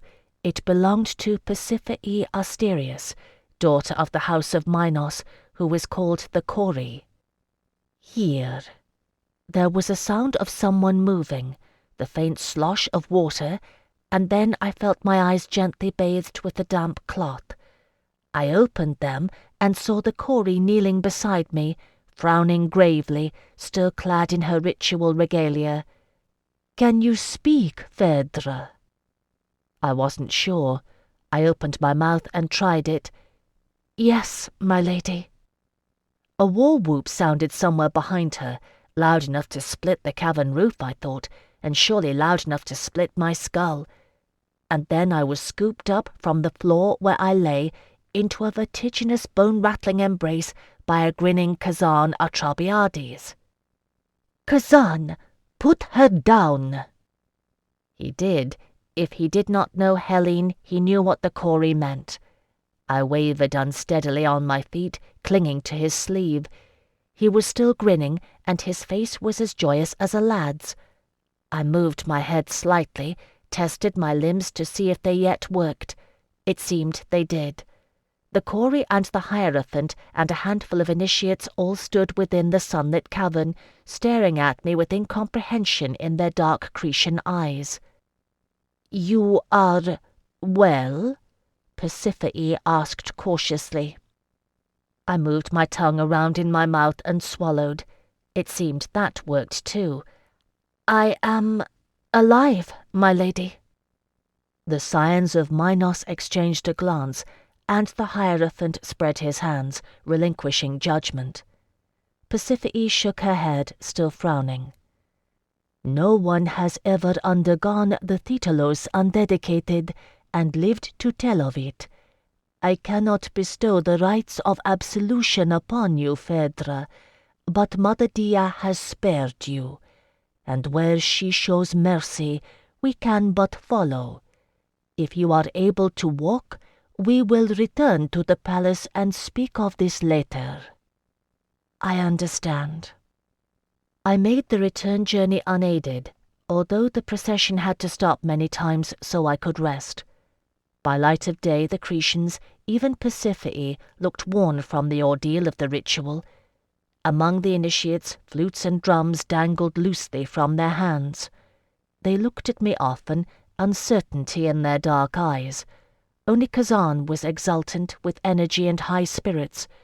Whatever had transpired in the cavern, he had come out of it changed. In the palace I was shown to my former chamber and given fish broth and mulled wine to drink. One of the elder initiates remained at my side, and Kazan hovered in the room until she made to chase him away. "She wants you to leave, Kazan," I informed him. Through layers of exhaustion I was aware of being amused. "I'm supposed to rest. Go speak to Tormos and the others. They're waiting to hear news of you." "I am in your debt now." He sat on the edge of my bed and looked serious, speaking in Illyrian. "I would not have survived it without you, Phèdre. When I would not leave, you held on to my hand and spoke to me, telling me you would not leave me, that you would stay and we would endure it together and live to greet the day." "I did?" I stared wearily at him. I had no recollection of having said such things. "You did." Unexpectedly he grinned again, showing the gap in his teeth. "And I followed the thread of your voice like Thizu in the labyrinth. Only," he sobered, "only the Kori opened the door for me at the end, and you were left in darkness. Why, I do not know." "I do," I said softly. "Kazan, I was trespassing there." "Maybe." He thought about it and shuddered. "Still, I would have died." "You didn't, and I didn't. Now go and talk to your men." I closed my eyes and leaned my head back on the pillows. Through the veils of approaching sleep, I could hear Kazan threatening the initiate with vile consequences if any harm came to me, and her indignant insistence that he leave. Neither one understood a word the other was saying, which would have made me smile if I could, but I was too far away, and presently I heard no more. All that day and through the night I slept, waking to the light of a new day. The world seemed bright in my eyes, new-washed and clean, all the colours more vivid than I remembered them. Though I was as weak still as a day-old kitten, I felt peaceful and calm. Not long after I had broken my fast, a second initiate came, for I had been watched and tended in shifts while I slept, bearing a summons to see the Kori. New clothing had been laid out for me, rather finer than before, a gown of saffron with a crimson mantle. I took my care with dressing, settling the mantle about my shoulders, and went to answer Pasiphae's summons. She received me in the throne room, waving me to a stool when I would have knelt. "Sit." Once I had done so, she regarded me for a moment without speaking. "I do not know what to make of you, Phèdre no Delaunay. I have consulted the records, and they do not speak of such a thing, that one should profane the mystery of the Thetalos and emerge intact. No auguries speak, the house snakes take their milk and bask content. Mother Dia is not wroth, and Zagreus is silent. And yet I think you have not escaped unscathed." "No," I said, "I would not say so." "Tell me what transpired." I told her willingly enough, speaking from the small still core at my centre. When I had done, she nodded gravely. Yes, that is the nature of it, to confront the worst of one's inner self unveiled. It grieves me that I cannot absolve you of these things, and yet, she shook her head, the gods keep their silence. It may not be. What you have seen, you carry with you. I know, I said softly. I understand, my lady. Truly I do. Pasiphae looked at me with compassion. Understand this, then. It is the darkest truth that is revealed in the cavern of the Thetalos. The truths we seek to hide from ourselves. That does not mean it is the whole truth, Phèdre. No, I considered my answer. I know that too. My lady, I saw things in that cavern I would undo if I could. Acts of pride and selfishness I shudder to think on. But others, who can say? Many have died for my choices, many have not. The goddess looks out from the past and counts the dead, but she does not number our living. Oh, Pasiphae's lips curved in a faint smile. She does, you may be sure of it. But that tally is never given to us to know. Still and all, it is clear to me that some god's hand is on you in this matter, and I will not intervene, nor gainsay what is done. When you are able to travel, I will give you the aid I promised, a letter of conduct to the Archon of Phaistos, and conveyance to the city.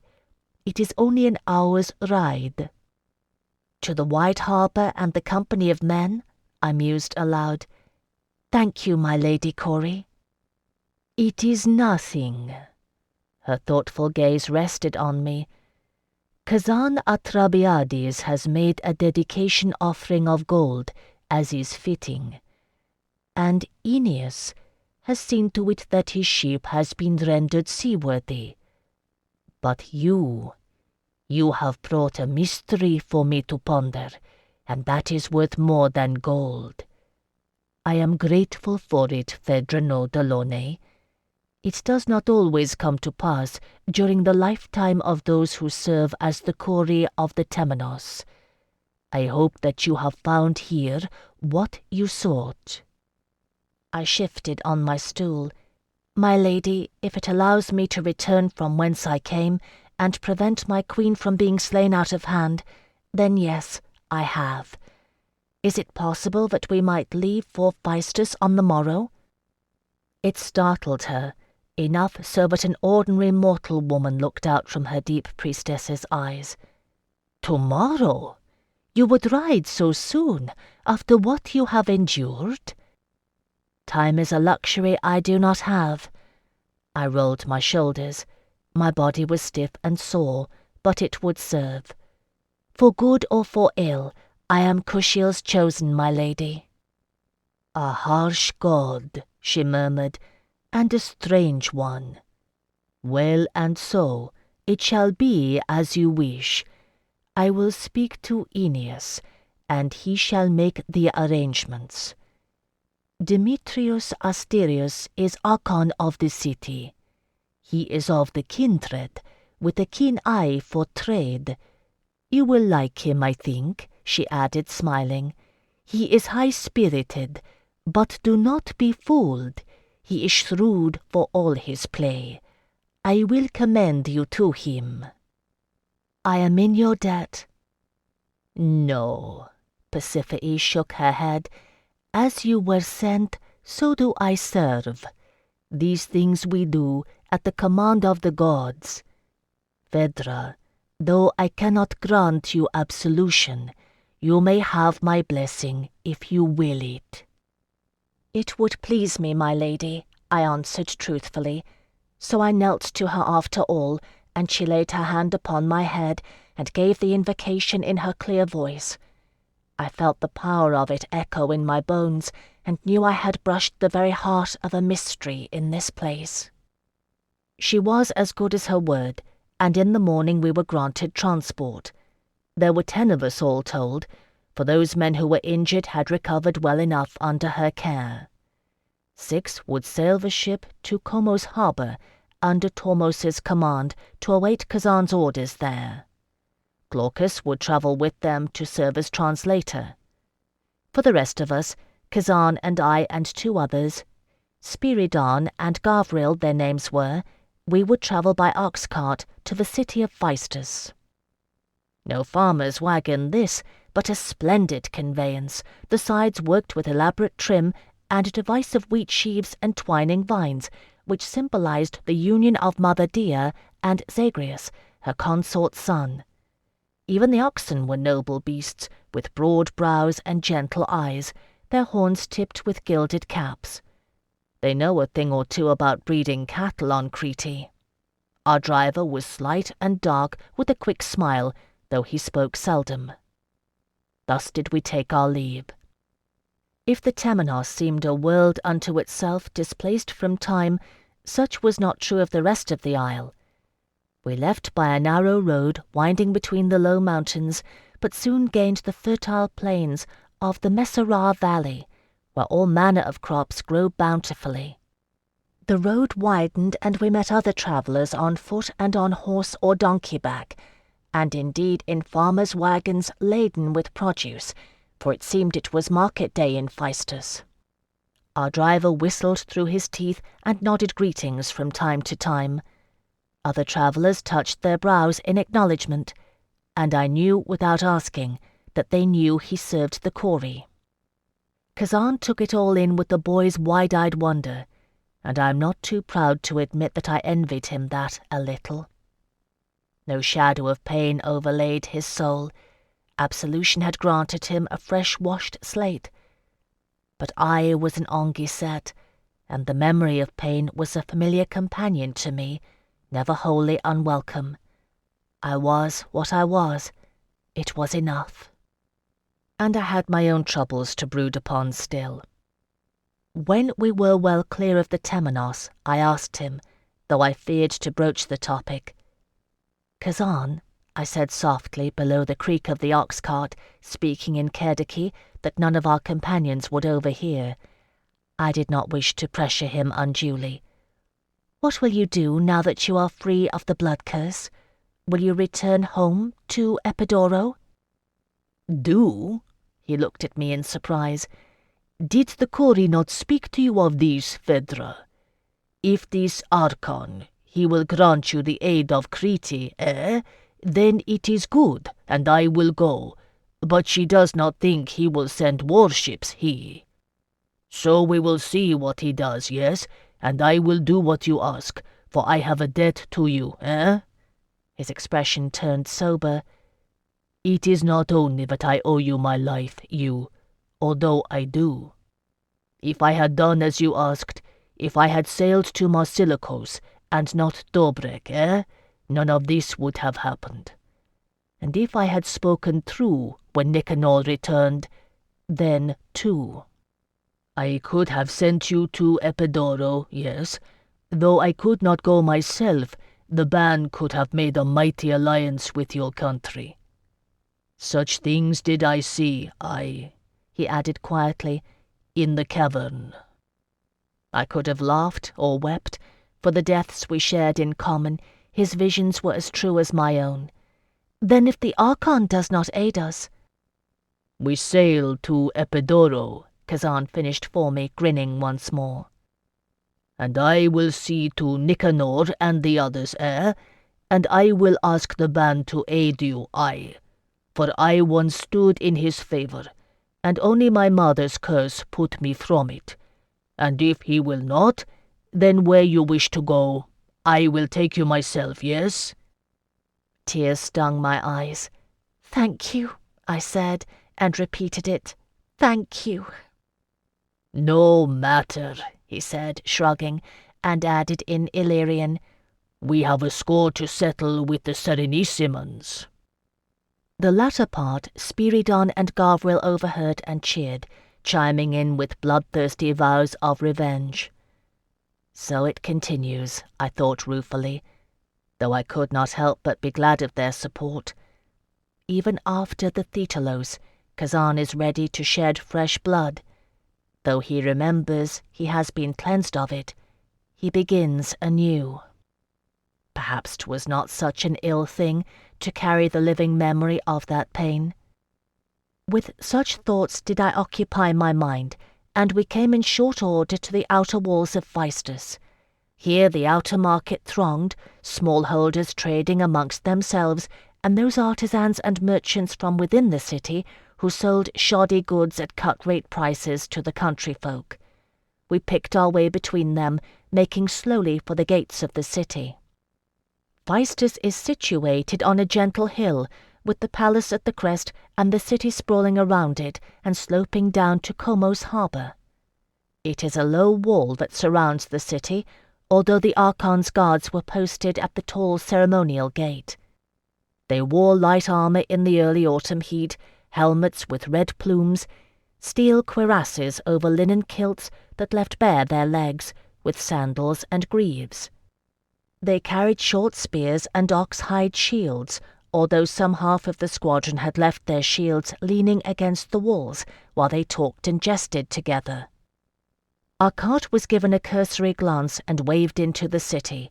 Some few of the guards smiled and touched their brows to our driver, and some few of them nudged each other and stared after us, pointing. I heard the buzz of speculation follow as we entered the city, but it was soon lost in the noise of the Cretan marketplace. We had reached Phaistus, city of the wide harbour. Chapter 62. Phaistus was a worldly city indeed, bustling with activity and markedly different from the calm of the Temenos. It is not so large as other harbour cities I had seen, Marsilikos and La Serenissima, but it lies along the trade routes, and one sees folk of many nations mingled among the Cretans. There was an Ephesian ship at harbour that day, and a handful of Umayyati in the markets, as well as Hellenes from the mainland, and a number of Kerdiki from one of the southern city-states. I kept my eyes and ears sharp for Dongeline faces or voices, but none were forthcoming. Most of the streets were narrow, and meant only for foot traffic, although there were a few broad avenues to the marketplace, the harbour and the palace. We plodded slowly along one such, making for the hill of the palace. Here and there Cretans touched their brows. The oxen nodded their heads as they trudged in harness, dipped their gilt-tipped horns as if in acknowledgment. I am city-born and bred, and it was good to be once more in a familiar atmosphere. I noted the strata of society all mingled in one place, commoners rubbing elbows with lords and ladies. A rich array of odours pervaded the air. The salt tang of the sea, perfumed oils, lamb kebabs sizzling on charcoal braziers, fresh-caught fish, sharp spices and human sweat, and occasionally a waft of distant incense. Spiridon and Gavril stared in bewilderment, and it came to me that they had never seen a proper city before. "There would have been Illyrian traders here too," Kazan said in a low voice. 20 years ago, eh? Now the Serenissimans have taken all our trade rights, and there is a heavy fee for those who would trade directly with any but they. And yet I am called a pirate, aye. They would take Crete if they dared, yes, and all of Hellas, but Crete has never fallen. It is true, although Tiberium tried during the golden years of her empire. When all of mainland Hellas fell under Tiberian rule, Crete retained its sovereign status. Although the isle no longer rules the Hellene seas, when her shores were breached, the Cretans retreated to the mountains, and fought with ferocity and cunning, luring Tiberian troops to their doom. So the island was never conquered, and when the Tiberian Empire crumbled, the Cretans reclaimed their shores. We came at length to the gates of the palace, and here the Archon's guards mounted a shrewder watch.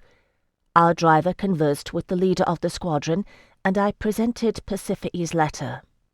He examined the seal, sun glancing off the steel of his bowed helmet, then gave a courteous nod.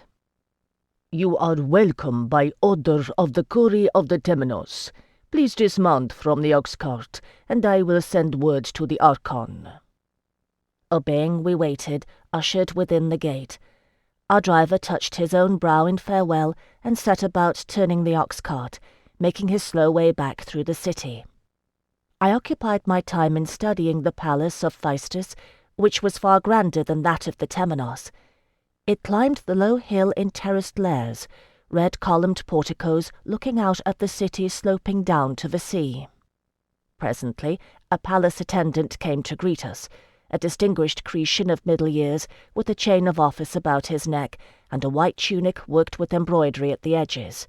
He bowed, addressing us in Hellene. "Phèdre no Delaunay of Terre, Kazan Atribiades of Epidoro. I will conduct you and your men into the presence of the Archon." I translated briefly to Kazan and the Illyrians, and we followed the attendant across the courtyard and mounted the wide staircase, passing beneath a great alabaster archway to enter. It is a lively place, the palace of Phaistos. We passed fine Cretan lords and ladies, travelling on foot and in servant-borne palanquins, bound to and from the city's market. They chatted amongst themselves, laughing and gesturing.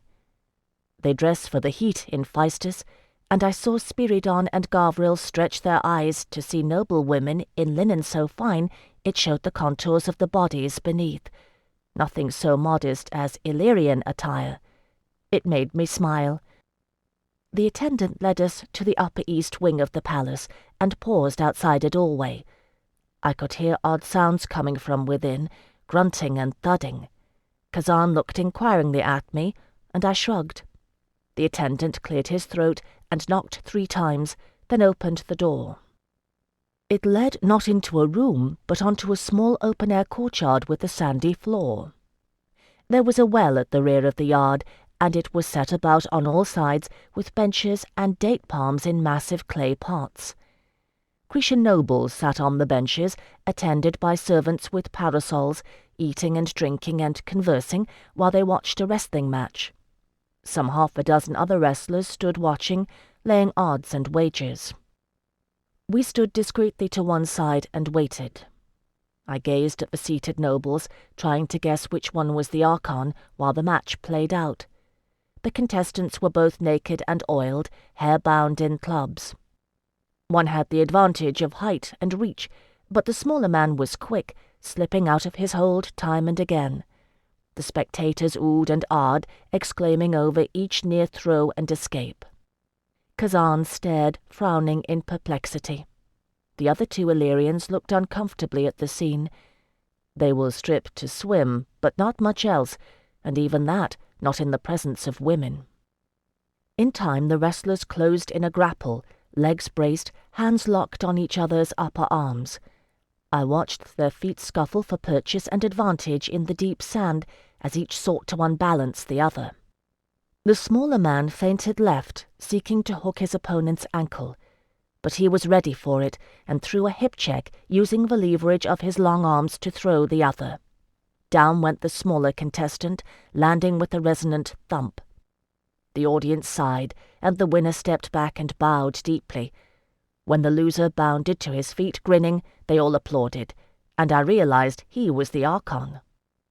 He came over to us, as he was, mother naked, with the seal of Minos strung on a cord about his neck, skin gleaming with oil, save for a few patches of sand. "I am Demetrios Asterius," he said cheerfully, "the Archon of Phaistos. I hear that Persephone has sent you to me. Has anyone ever told you that your hair shines like stars caught in a net of the night sky?" I flushed, kneeling in the sun-warmed sand. "My Lord Archon, pray accept my greeting. I am Phèdre no Delaunay, Comtesse de Montrève of Terre. "Mother dear, I think I could guess that. You're enough to send the goddess of love running for her mirror." Setting his hands on his hips, the Archon surveyed Kazan, who bowed, eyes averted. "And you must be the Epidaurus. Well, you two are an unlikely pair. I am Kazan Atrabiades, Kazan said stiffly in Kediki. The Archon raised his brows and switched languages without effort. If that's so, you've a name for a pirate, Illyrian. Kazan grinned wolfishly. I dare say he was pleased to find his reputation had preceded him. It may be, but I have undergone the Thetalos, So I am told. A shrewd look crossed Demetrios Asterius's face, and I remembered well what Pasiphae had said of him. Although he was slender and dark-complected, he had a look of her about the eyes, the deep-set eyes of the House of Minos, who call themselves the Kindred. You have a letter, I believe. Still kneeling, I handed it to him. His slim fingers closed hard about my wrist instead of taking the letter, and he drew me to my feet, laughing. You need not kneel to me, Lady Phèdre, charming though it looks. Let us see what Pasiphae has written. Plucking the letter from my hand, he gave a sharp whistle in the direction of the gathered wrestlers. One raised his head, smiling in answer, and came over to join us. He was tall and well-made, with hair the colour of darkened bronze, and grey eyes that held a quiet amusement. This is Timanthes, the Archon said absently, throwing an arm over his companion's shoulders as he scanned Pasiphae's letter. He can beat me 2 falls out of 3, too, although he never boasts of it. Here, Timanthes, see what you make of this. Timanthes read the letter silently, and their eyes met when he had finished. You'll have to hear her out in a proper audience, Demetrios. This is too heavy to be decided here. That's what I thought. The Archon clapped his hands together, turning to address the gathered Cretans, who clustered on their benches, staring and whispering. Thank you for coming, he called to them. I hope you have been well entertained. They applauded again politely, and dispersed in short order, taking their retinues of servants with them, eyeing us sidelong as they went. In the background, the other wrestlers began sluicing each other down with buckets of water drawn from the well. Demetrios Asterius touched his fingers to his lips, brows drawn in thought. You have a ship in the harbour, yes? He asked Kazan in Kediki. I am unclear what is your stake in this matter, pirate. The law of the Temenos protects you as a supplicant, but it does not extend to matters of state if you intend harm. Kazan looked down at him. He was a full head taller than the Archon. What I came for I have, son of Minos. Now I am here to see what you will do, and what you will not, I will. Do you understand, you? I think so. The Archon nodded briskly. Well, and so I will hear out this request of yours, Lady Phèdre, and your consort, is he? No, I said softly. My Lord Kazan Atrabiades and I are bound together by mutual debts, you might say. He is not my consort. No? He raised his brows again and grinned. That's well, then. Timanthes, does her hair not shine like stars caught in night's net? They exchanged another glance, and Timanthes shook his head, smiling. Your sister would be wroth to hear me say such things, the Archon concluded, sounding not at all put out. But what am I to do, when the Cori herself sends one such as these to my door? Ah, well.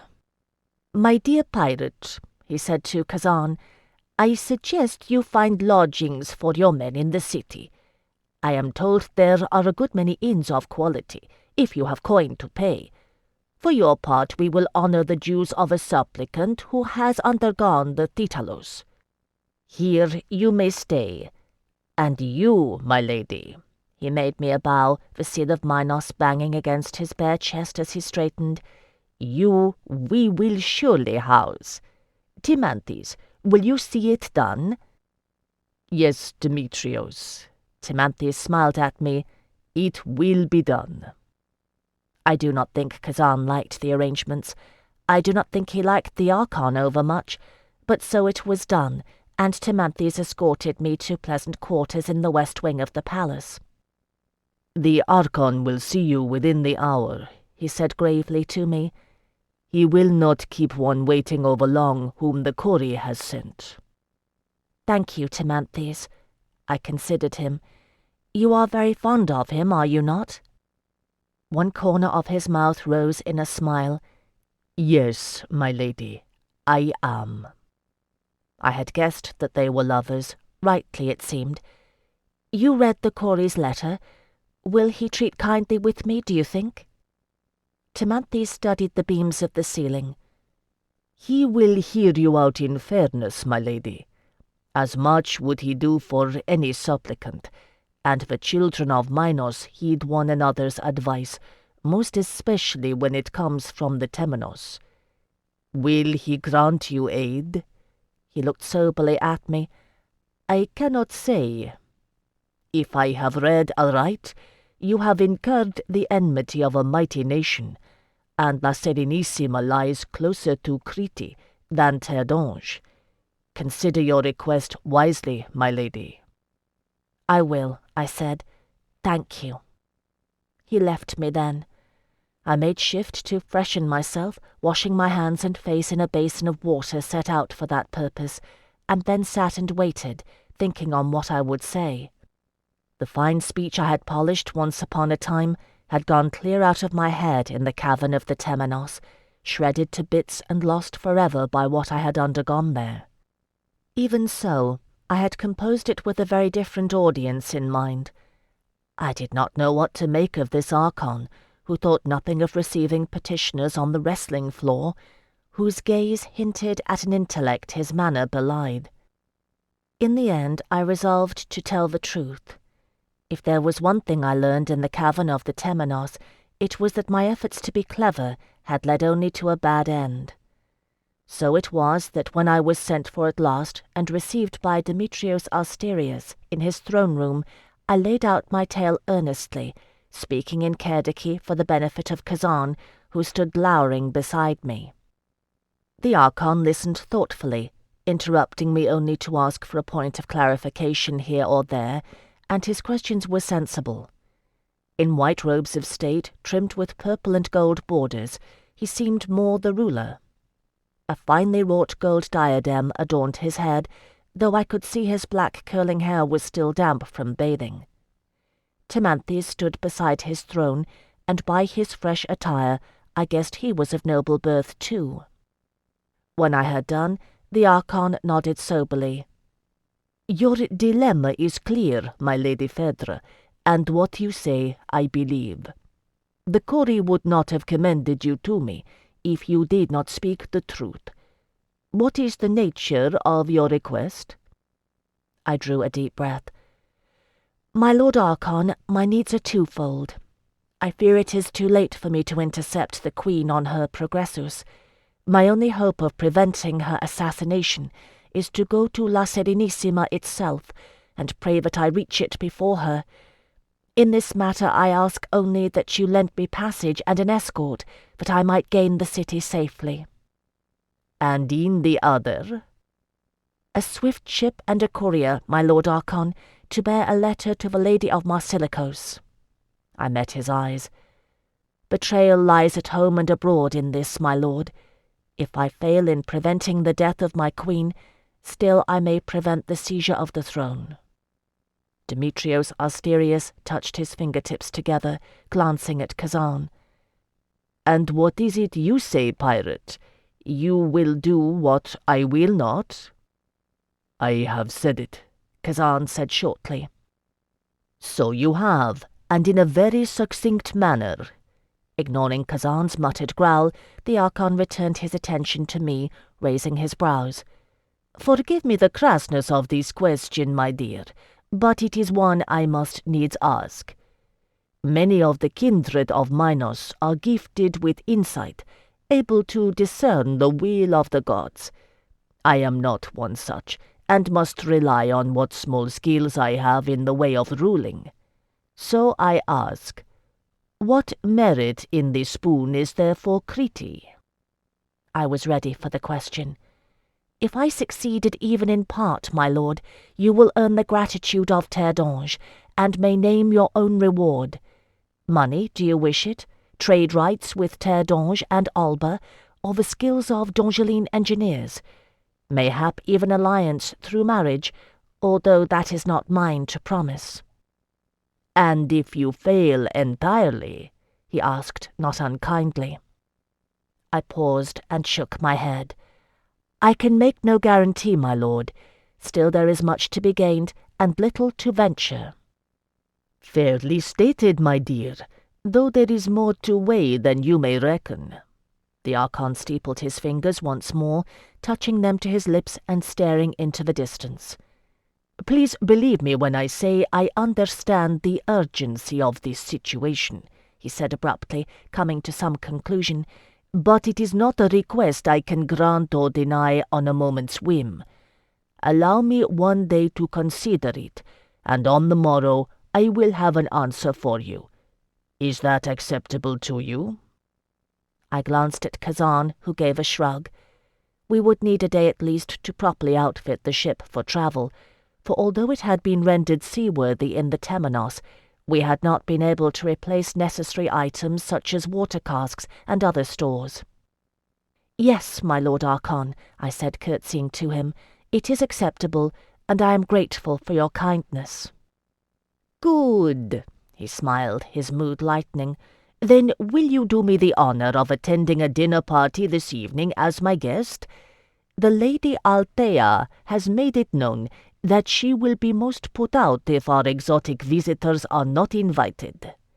The Archon gave an amused sidelong glance at Timanthes, who shook his head silently, then added to Kazan, You too, of course, my dear pirate. The ladies are intrigued by your ferocious scowl. It will make for an interesting evening. Kazan's face was unreadable, his brow precise. Thank you, Lord Archon, he said, taking care with his words, but I have business with my ship. With your permission, I will return on the morrow. As you wish. Demetrios Asterius waved one hand, then cocked his head at me. But you, I hope, will not disappoint me. We see few enough Dongelines. It would be a pity to miss your company. My lord, I said, it will be my honor. Chapter 63. After the audience, I was shown back to my guest quarters, and thence to the bathhouse, where I was drawn a sumptuous bath that would not have been out of place in the night court.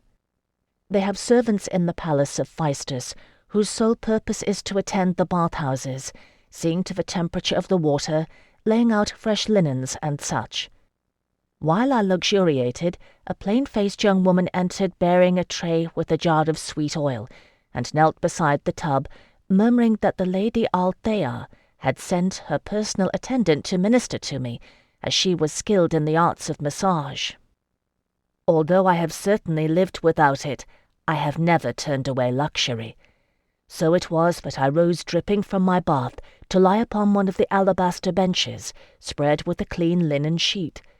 The girl kept her eyes averted as I did, but when she went to spread the oil upon my back, I heard her indrawn gasp. I had forgotten Nama's mark, vivid black and red against my fair skin. "Do not be alarmed," I said to her in Hellene. "It is only the mark of Nama, whose servant I am. You would name her a goddess, I suppose?" She shook her head, whispering something in a dialect I did not recognize, and smoothed on the oil. Whether or not her concerns had been allayed, she set about her work without further delay, and in short order a feeling of well-being suffused my limbs. I closed my eyes, head pillowed on my arms, and let her skilled hands work the deep knots of tension from my muscles.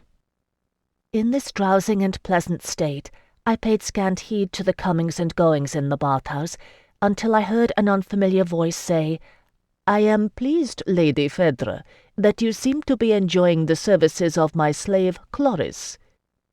I opened my eyes to see a Cretan noblewoman standing before me, a faint measuring smile curving her lips. By her elaborately coiffed bronze hair and grey eyes, and her familiarity, I guessed her to be Timanthes' sister. It gave me a start to hear her refer to my masseuse as her slave. Nonetheless, I answered politely, "You are the Lady Althea, I think. I am in your debt, my lady." "Yes, indeed," she prowled around the bench, eyeing me. "I should have gone to the wrestling, it seems, and not the marketplace. I have missed being first informed. Timanthes didn't tell me you bore the mark of a hetera." Timanthes, I said, did not know. I am here as a servant of Her Majesty, Isandre de la Courcelle, Queen of Terre, and not Nama, my lady. It is a Dongeline matter." "Is it?" Pausing in front of me, Lady Althea looked down her nose and raised her gracefully arched brows. "Demetrios Asterius is steadfast in his regard for my brother, but he is known to have a fickle eye for women. We have an understanding, yes, but I am not yet pledged to the son of Minos. What better way to bait a trap for the Archon of Phaistos than with a Dongeline noblewoman who practices the heteri trade?" Her mouth turned down sourly. "I know something of your people, Lady Phèdre. You are known for the art of spellcasting in the bedchamber." I propped my chin on one fist. "It is not my intention, my lady, to seduce the Archon." "No?" She looked uncertain. "No," I said firmly. "It is a matter of state, no more and no less." "And if he were to offer," Althea challenged me, "Crete's aid for the pleasure of your company in the bedchamber, would you refuse?" I considered it. The slave, Chloris, realized she was eavesdropping, lowered her head and continued to rub oil into my skin, smoothing away the myriad aches of my long ordeal. "You know the Archon, my lady Althea," I said. "Would he?" She looked away and murmured, "No." Her mouth quirked with a trace of the self-effacing humour I had seen in her brother. "Well, he might, but I wouldn't trust it if he does. He's a shrewd trader, Demetrios is. He'd not offer any advantage he wouldn't give willingly otherwise, but he might try to make you think he did." Her voice held the reluctant ring of truth, and there were none of the telltales of a lie in her demeanour. I smiled. "Then you have done me twice a kindness here, my lady. In turn, I swear to you, my purpose here is naught but what I have said." "Well then," Althea's manner relaxed, "why won't you bring your pirate to my dinner party, Lady Phèdre?" she said playfully. "I hear he cuts a most manly figure, and even dared rude words to the Archon himself. It would irritate Demetrios in a most useful manner if you brought him." I could feel the tension in Chloris's hands. "Kazan Atrabiades is not mine to command, my lady," I said quietly. "He is a pirate, yes, but he has committed no crime against Hellas, and he is a free citizen of Illyria." "Oh, bah!" She made a dismissive gesture. "You could have convinced him, I am sure. You're so serious for a hetera. I hope you won't be so dull at my dinner party. Everyone is hoping for rare entertainment." "I shall do my best to amuse, my lady," I said wryly. I do not think I had ever been accused of being dull company before, but I took a warning from it.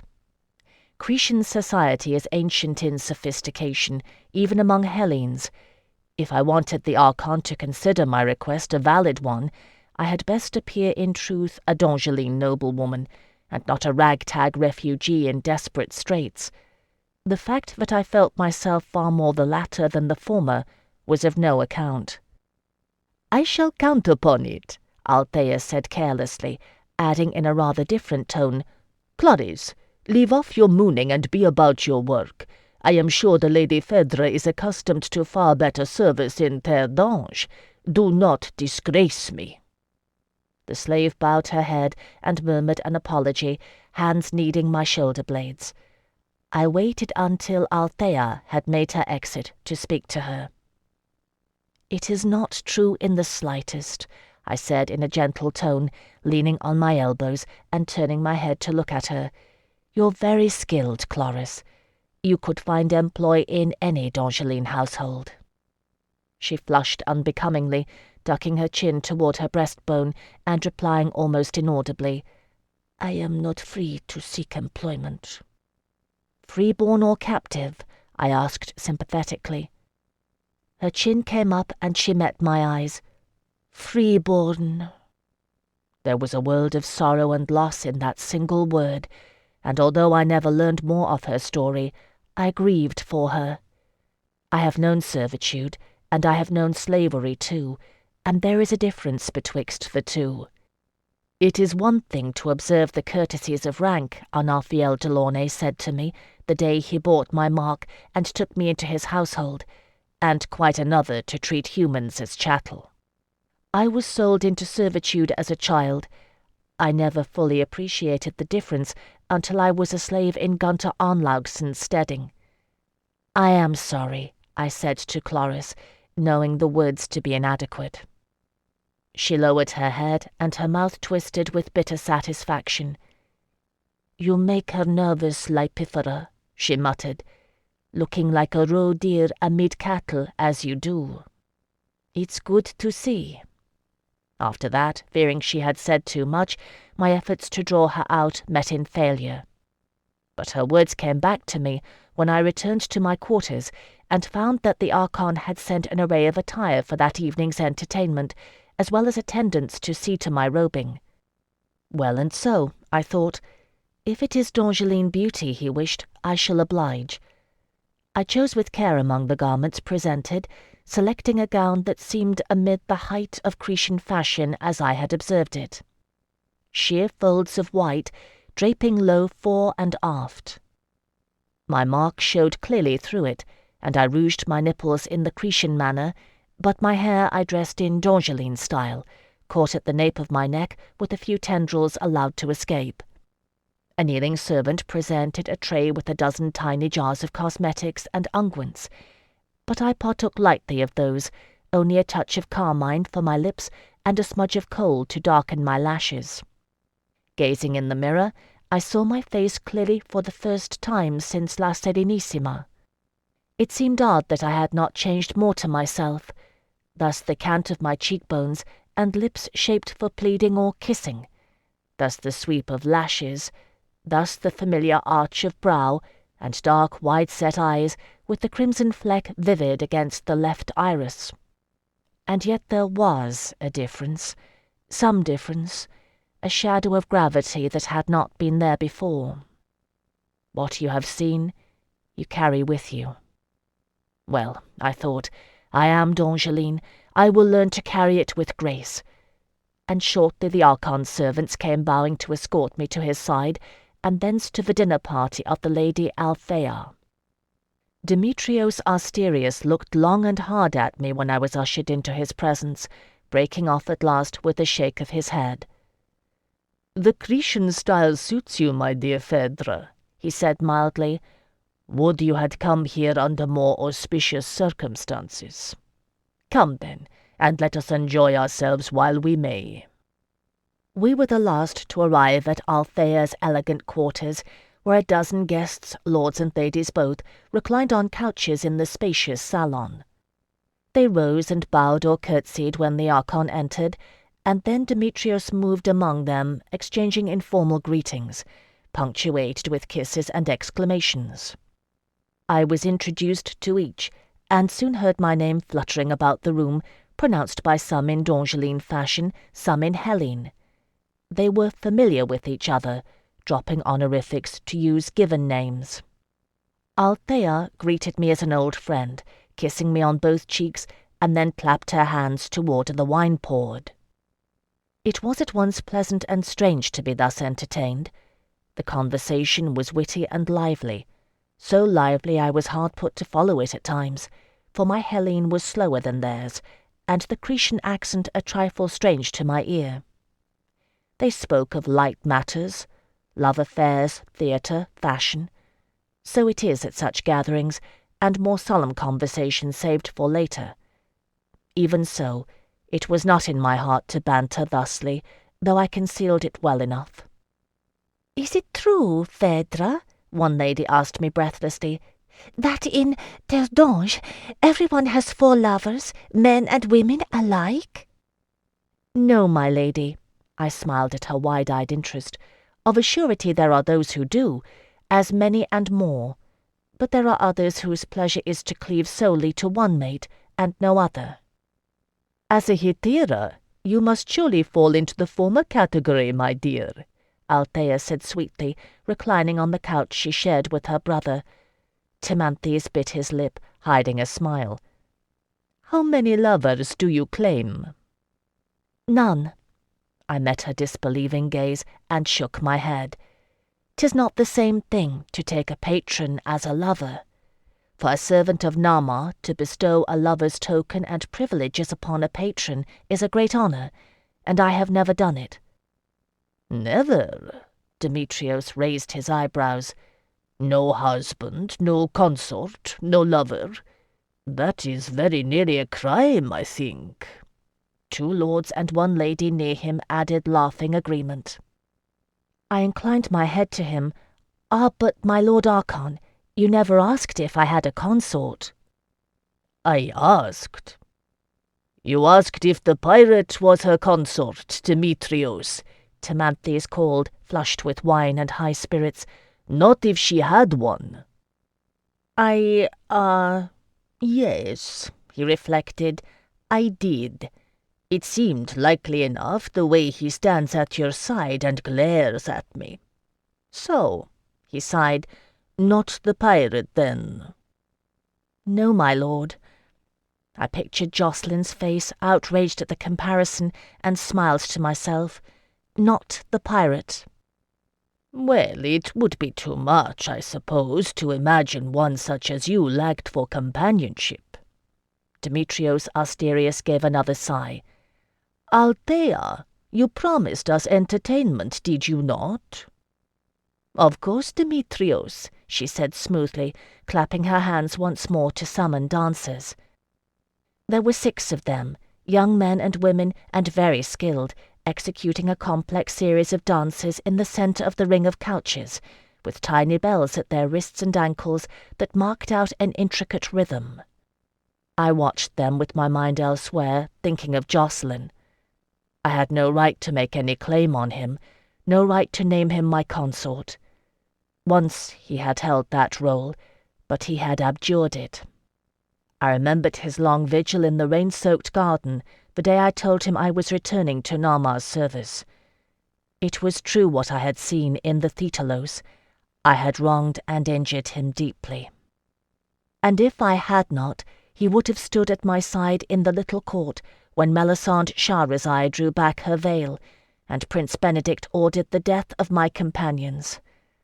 The tally of the living is never given to us to know. After the dancing, the wine went around again, and then dinner was served, course upon course of Cretan delicacies.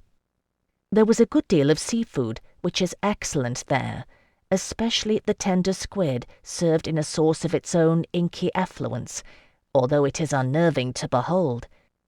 After the main dishes came a mixed platter of sweet melons and sharp cheeses, which some couch-mates served to each other with their own fingers, and then a delicate ice flavoured with almond milk for dessert. I could not imagine how they came by ice in that clime, but the Archon assured me that there is snow on the highest peaks of Crete in winter, and they freeze great blocks of ice, which they hoard throughout the summer in deep, cool cisterns. When the dinner things were cleared, the slaves came around with the wine once more, and I thanked the young man who poured for me without thinking. "It is my pleasure, Leipifera," he murmured, not raising his eyes. It was the same form of address the Masseuse Chloris had used, and one that was strange to me. I sensed Demetrios Asterius's head come up sharply, and felt his measured gaze. "They call you that, do they?" he asked me. "I don't know, my lord," I said honestly. The wine-pourer had moved onward. "I heard it once before, only today. What does it mean?" He was silent for a moment, then answered thoughtfully, "Pain-bearer." "Oh." Since I did not know what else to say, I gazed into my wine-cup. It was very finely made, of a porcelain so thin it was nearly translucent, painted on the inside with the scene of Cretan ships at sail. Demetrios Asterius reached out to touch a loose tendril of my hair, running it between finger and thumb. "Like silk to the touch," he said ruefully. "My lady Phèdre, like as not I will wed Althea, who brings with her a vast dowry of lands stretching the coast of my domains, of whom I am fond, and whose brother I love well. If I wish to be named Minos's successor, and I do, it is the wise course. But I very much wish, that you had come here under more auspicious circumstances. And I very much wish that my dear cousin Pasiphae had seen fit to offer her guidance. There are deep things involved here, and my skills lie in dealing with the surface of matters." I think I knew then what his answer would be. "My Lord Archon," I said softly, "if the Cory could have answered me, she would have. I did not come seeking what I have found on Crete, whether it was destined or no. I ask only for your aid, for ships and men. It is a question for a ruler, and you must answer it thusly." "So I must." He sighed, then summoned a grin. "On the morrow. For tonight you are still my guest, and there is entertainment to be had." The centre of the ring of couches being cleared and the wine-cups refilled, Althea's slaves brought out the standing silver crater for a game of kotabos, balancing the plastinks carefully atop the spire. My throat tightened a little. I had not played at kotabos since my Lord Delaunay had died. Although it is a Hellene game, it is popular among Dongelines. I had played it for the first time the night Alcuin made his debut, when Delaunay won Cecily's game and claimed an auction as his forfeit. 6,000 ducats Alcuin's virgin price had brought. No one could remember such a price paid for a servant of Nama, not even I, raised in the Night Court. I envied him that, then, I remembered. My own, when my time came, was lower. I wouldn't have done, had I known how he truly felt about it. Delaunay told me my asking price would only rise with time. He was right about that, too, and I would willingly trade it all to have them both alive once more. Such things are not given to us to choose, and so it was that I smiled and laughed and played at kotabos, surprising the Cretans by winning a round with a skilful toss of the lees in my wine-cup, for Delaunay taught us both to play with skill after Alcuin's auction. For my forfeit, I claimed the right to share a couch with our hostess's handsome brother, which was amusing to all and pleased Althea, who then shared Demetrios's couch, and Demetrios watched me with his shrewd, wry gaze, while Timanthes made pleasant conversation, neither of them deceived by my motives. And thus did the evening pass, until it was time to leave. "You have a courtier's skills, my lady," Demetrius Asterius said to me, cupping his hands about my face as we lingered outside Althea's quarters, his servants and Timanthes waiting patiently. I stood quiet under his touch. "It is as well, I suppose." He raised his dark eyes to Timanthes. "Will you see her back to her apartment?" "Of course." "Good," Demetrius sighed. "Then, Phèdre, I bid you farewell tonight as a man, since tomorrow I must be a ruler," he said, and lowering his head, kissed me. His lips were warm and soft, and he kissed with the skill of long practice. A shiver of pleasure ran through me, and Demetrios dropped his hands, almost pushing me away. "Go on, little pain-bearer," he said in a rough-edged voice. "You've given me an ache I'll remember, surely enough." "I'm sorry, my lord." My own voice came a little fast. "Don't be. I'll remember it with pleasure." Gathering himself, the Archon grinned. "Timanthes, escort our guest to her quarters, and do not think on dalliance. There are things our friendship cannot endure, and this may be one of them." "If it can survive my sister, it can survive anything," Timanthes replied, unperturbed. Chapter 64. In the morning, Demetrios Asterius received us once more, and, true to his word, he was every inch the Archon, no trace anywhere in his demeanour of yesterday's wrestler or drinking companion. I was reunited with Kazan in the antechamber, and found myself passing glad to see him. We had been through a great deal together, he and I, enough so that he represented the comfort of the familiar. He had spent some of the ransom money on clothing and a visit to the barber, and looked rather more presentable, if no less fearsome. His black hair gleamed in its long topknot, and his moustaches were waxed to points, the narrow strip of beard shaved with precision. "It is not for this pretty king," he said scornfully when I remarked on his garb, "but I will sail this day, for your people or mine, aye, and for that I will not set forth in rags." We did not have long to wait before we were summoned, and the atmosphere in the throne-room was sombre. "Comtesse Phèdre no Delaunay de Montrève of Terre, Demetrios acknowledged me in steady tones. "You have laid a heavy request upon us. 2 boons you have asked. One I will grant." He touched his fingertips together. "I pray you understand, if it were a matter of sympathy only, I would willingly grant both.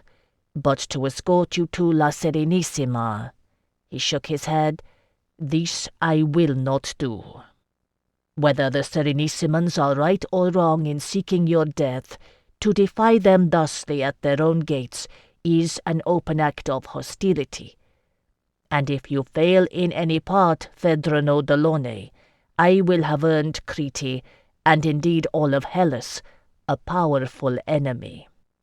Nay, not 1 but 2, for if I understand matters aright, if you fail, the Dongeline throne falls to this Benedict de la Courcelle, who stands in allegiance with the Stregazza. Is it not so?" "Yes, my lord Archon," I murmured. "It is so." "I am sorry." His dark eyes were compassionate. "You asked a courier be sent to Marsilikos, and it shall be so. Anywhere else on the face of the earth you wish to go, I will send you. But I cannot risk exposing Crete to the united wrath of La Serenissima and Terre, no matter what rewards the risk may pay if you succeed. To rule wisely, one must weigh all options. There is no gain here that is worth the price of failure. Can you understand this?" "Yes." I swallowed and bowed my head. 'Twas no more than I had expected, but disheartening none the less. "I understand, my lord Archon." "Do you weigh your own options, Phèdre?" he said gently. "You may find it is much the same. If what you tell me is true, your chance of succeeding in La Serenissima is slim. Capture or death are likely, if not certain. You have done all that you might and more, though the hand of fate has been raised against you at every turn. Listen well, then, and heed my advice. A courier is no certain thing, my dear, and a message in a stranger's hand too easily ignored. Do not send word to Marsilikos, but go bear word yourself, and rouse those allies you trust. Secure the throne against betrayal abroad. Your queen's life may be forfeit for it, yes, but you have the surety of the realm to gain, and your own life as well.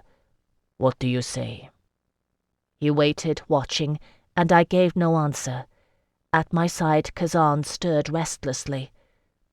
"He speaks wisely, he muttered. "I would say the same, did you ask?"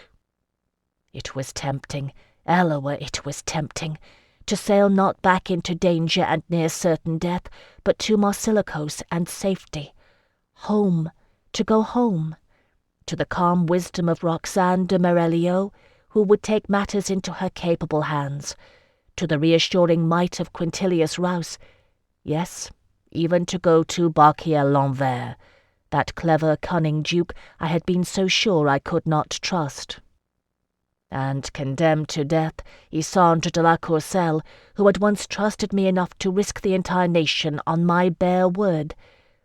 Not only Isandre, but mayhap all who travelled with her in the Progressus, all who supported her in La Serenissima.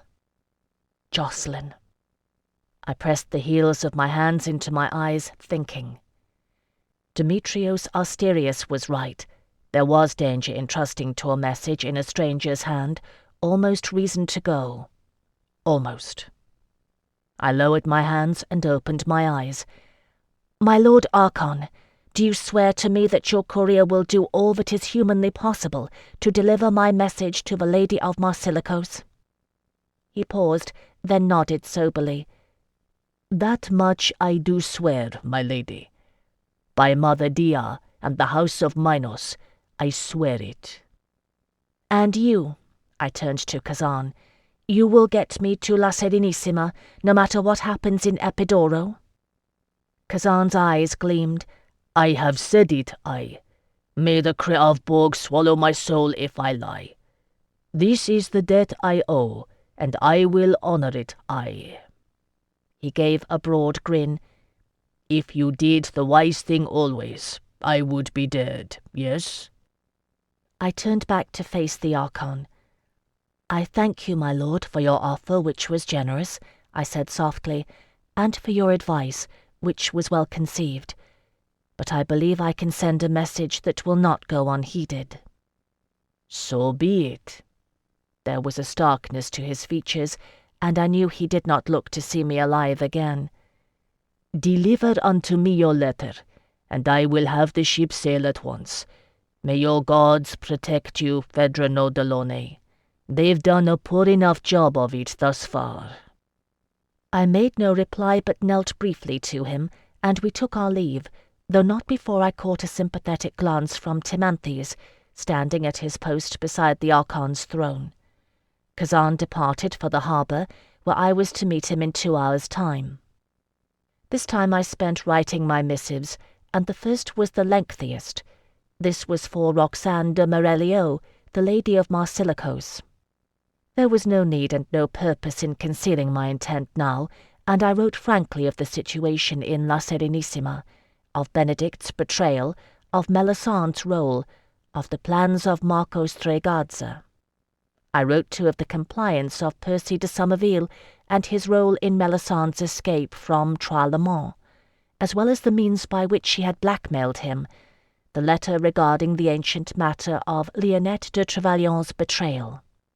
And I wrote such things as might verify my identity, bidding her, if she were uncertain, to ask of Quintilius Rouse who it was that counted grains of sand on the beach in Kushiel, likening their numbers to the Scaldi. That I was certain he would remember, for it had been the turning point that had persuaded him to pursue Isandre's fool errand to Alba, and it was known only to him and me.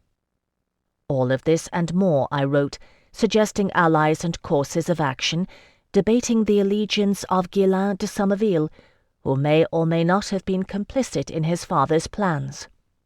I wrote too much, no doubt, for I had been alone with these thoughts for weeks on end, and putting them to paper was almost like sharing them. At last I gauged the position of the sun, and saw how much time had passed, and set myself to writing the second missive. This one was to Duke Barquiel l'Envers. To him I wrote only this, my hand shaking somewhat as I set pen to paper. Your Grace, pay heed to the words of the Duchesse Roxane de Merelio, the Lady of Marsilicos. All that I have told her is true. By the burning river, I adjure you to hold the city of Eloa against all claimants, including Duke Percy de Somerville.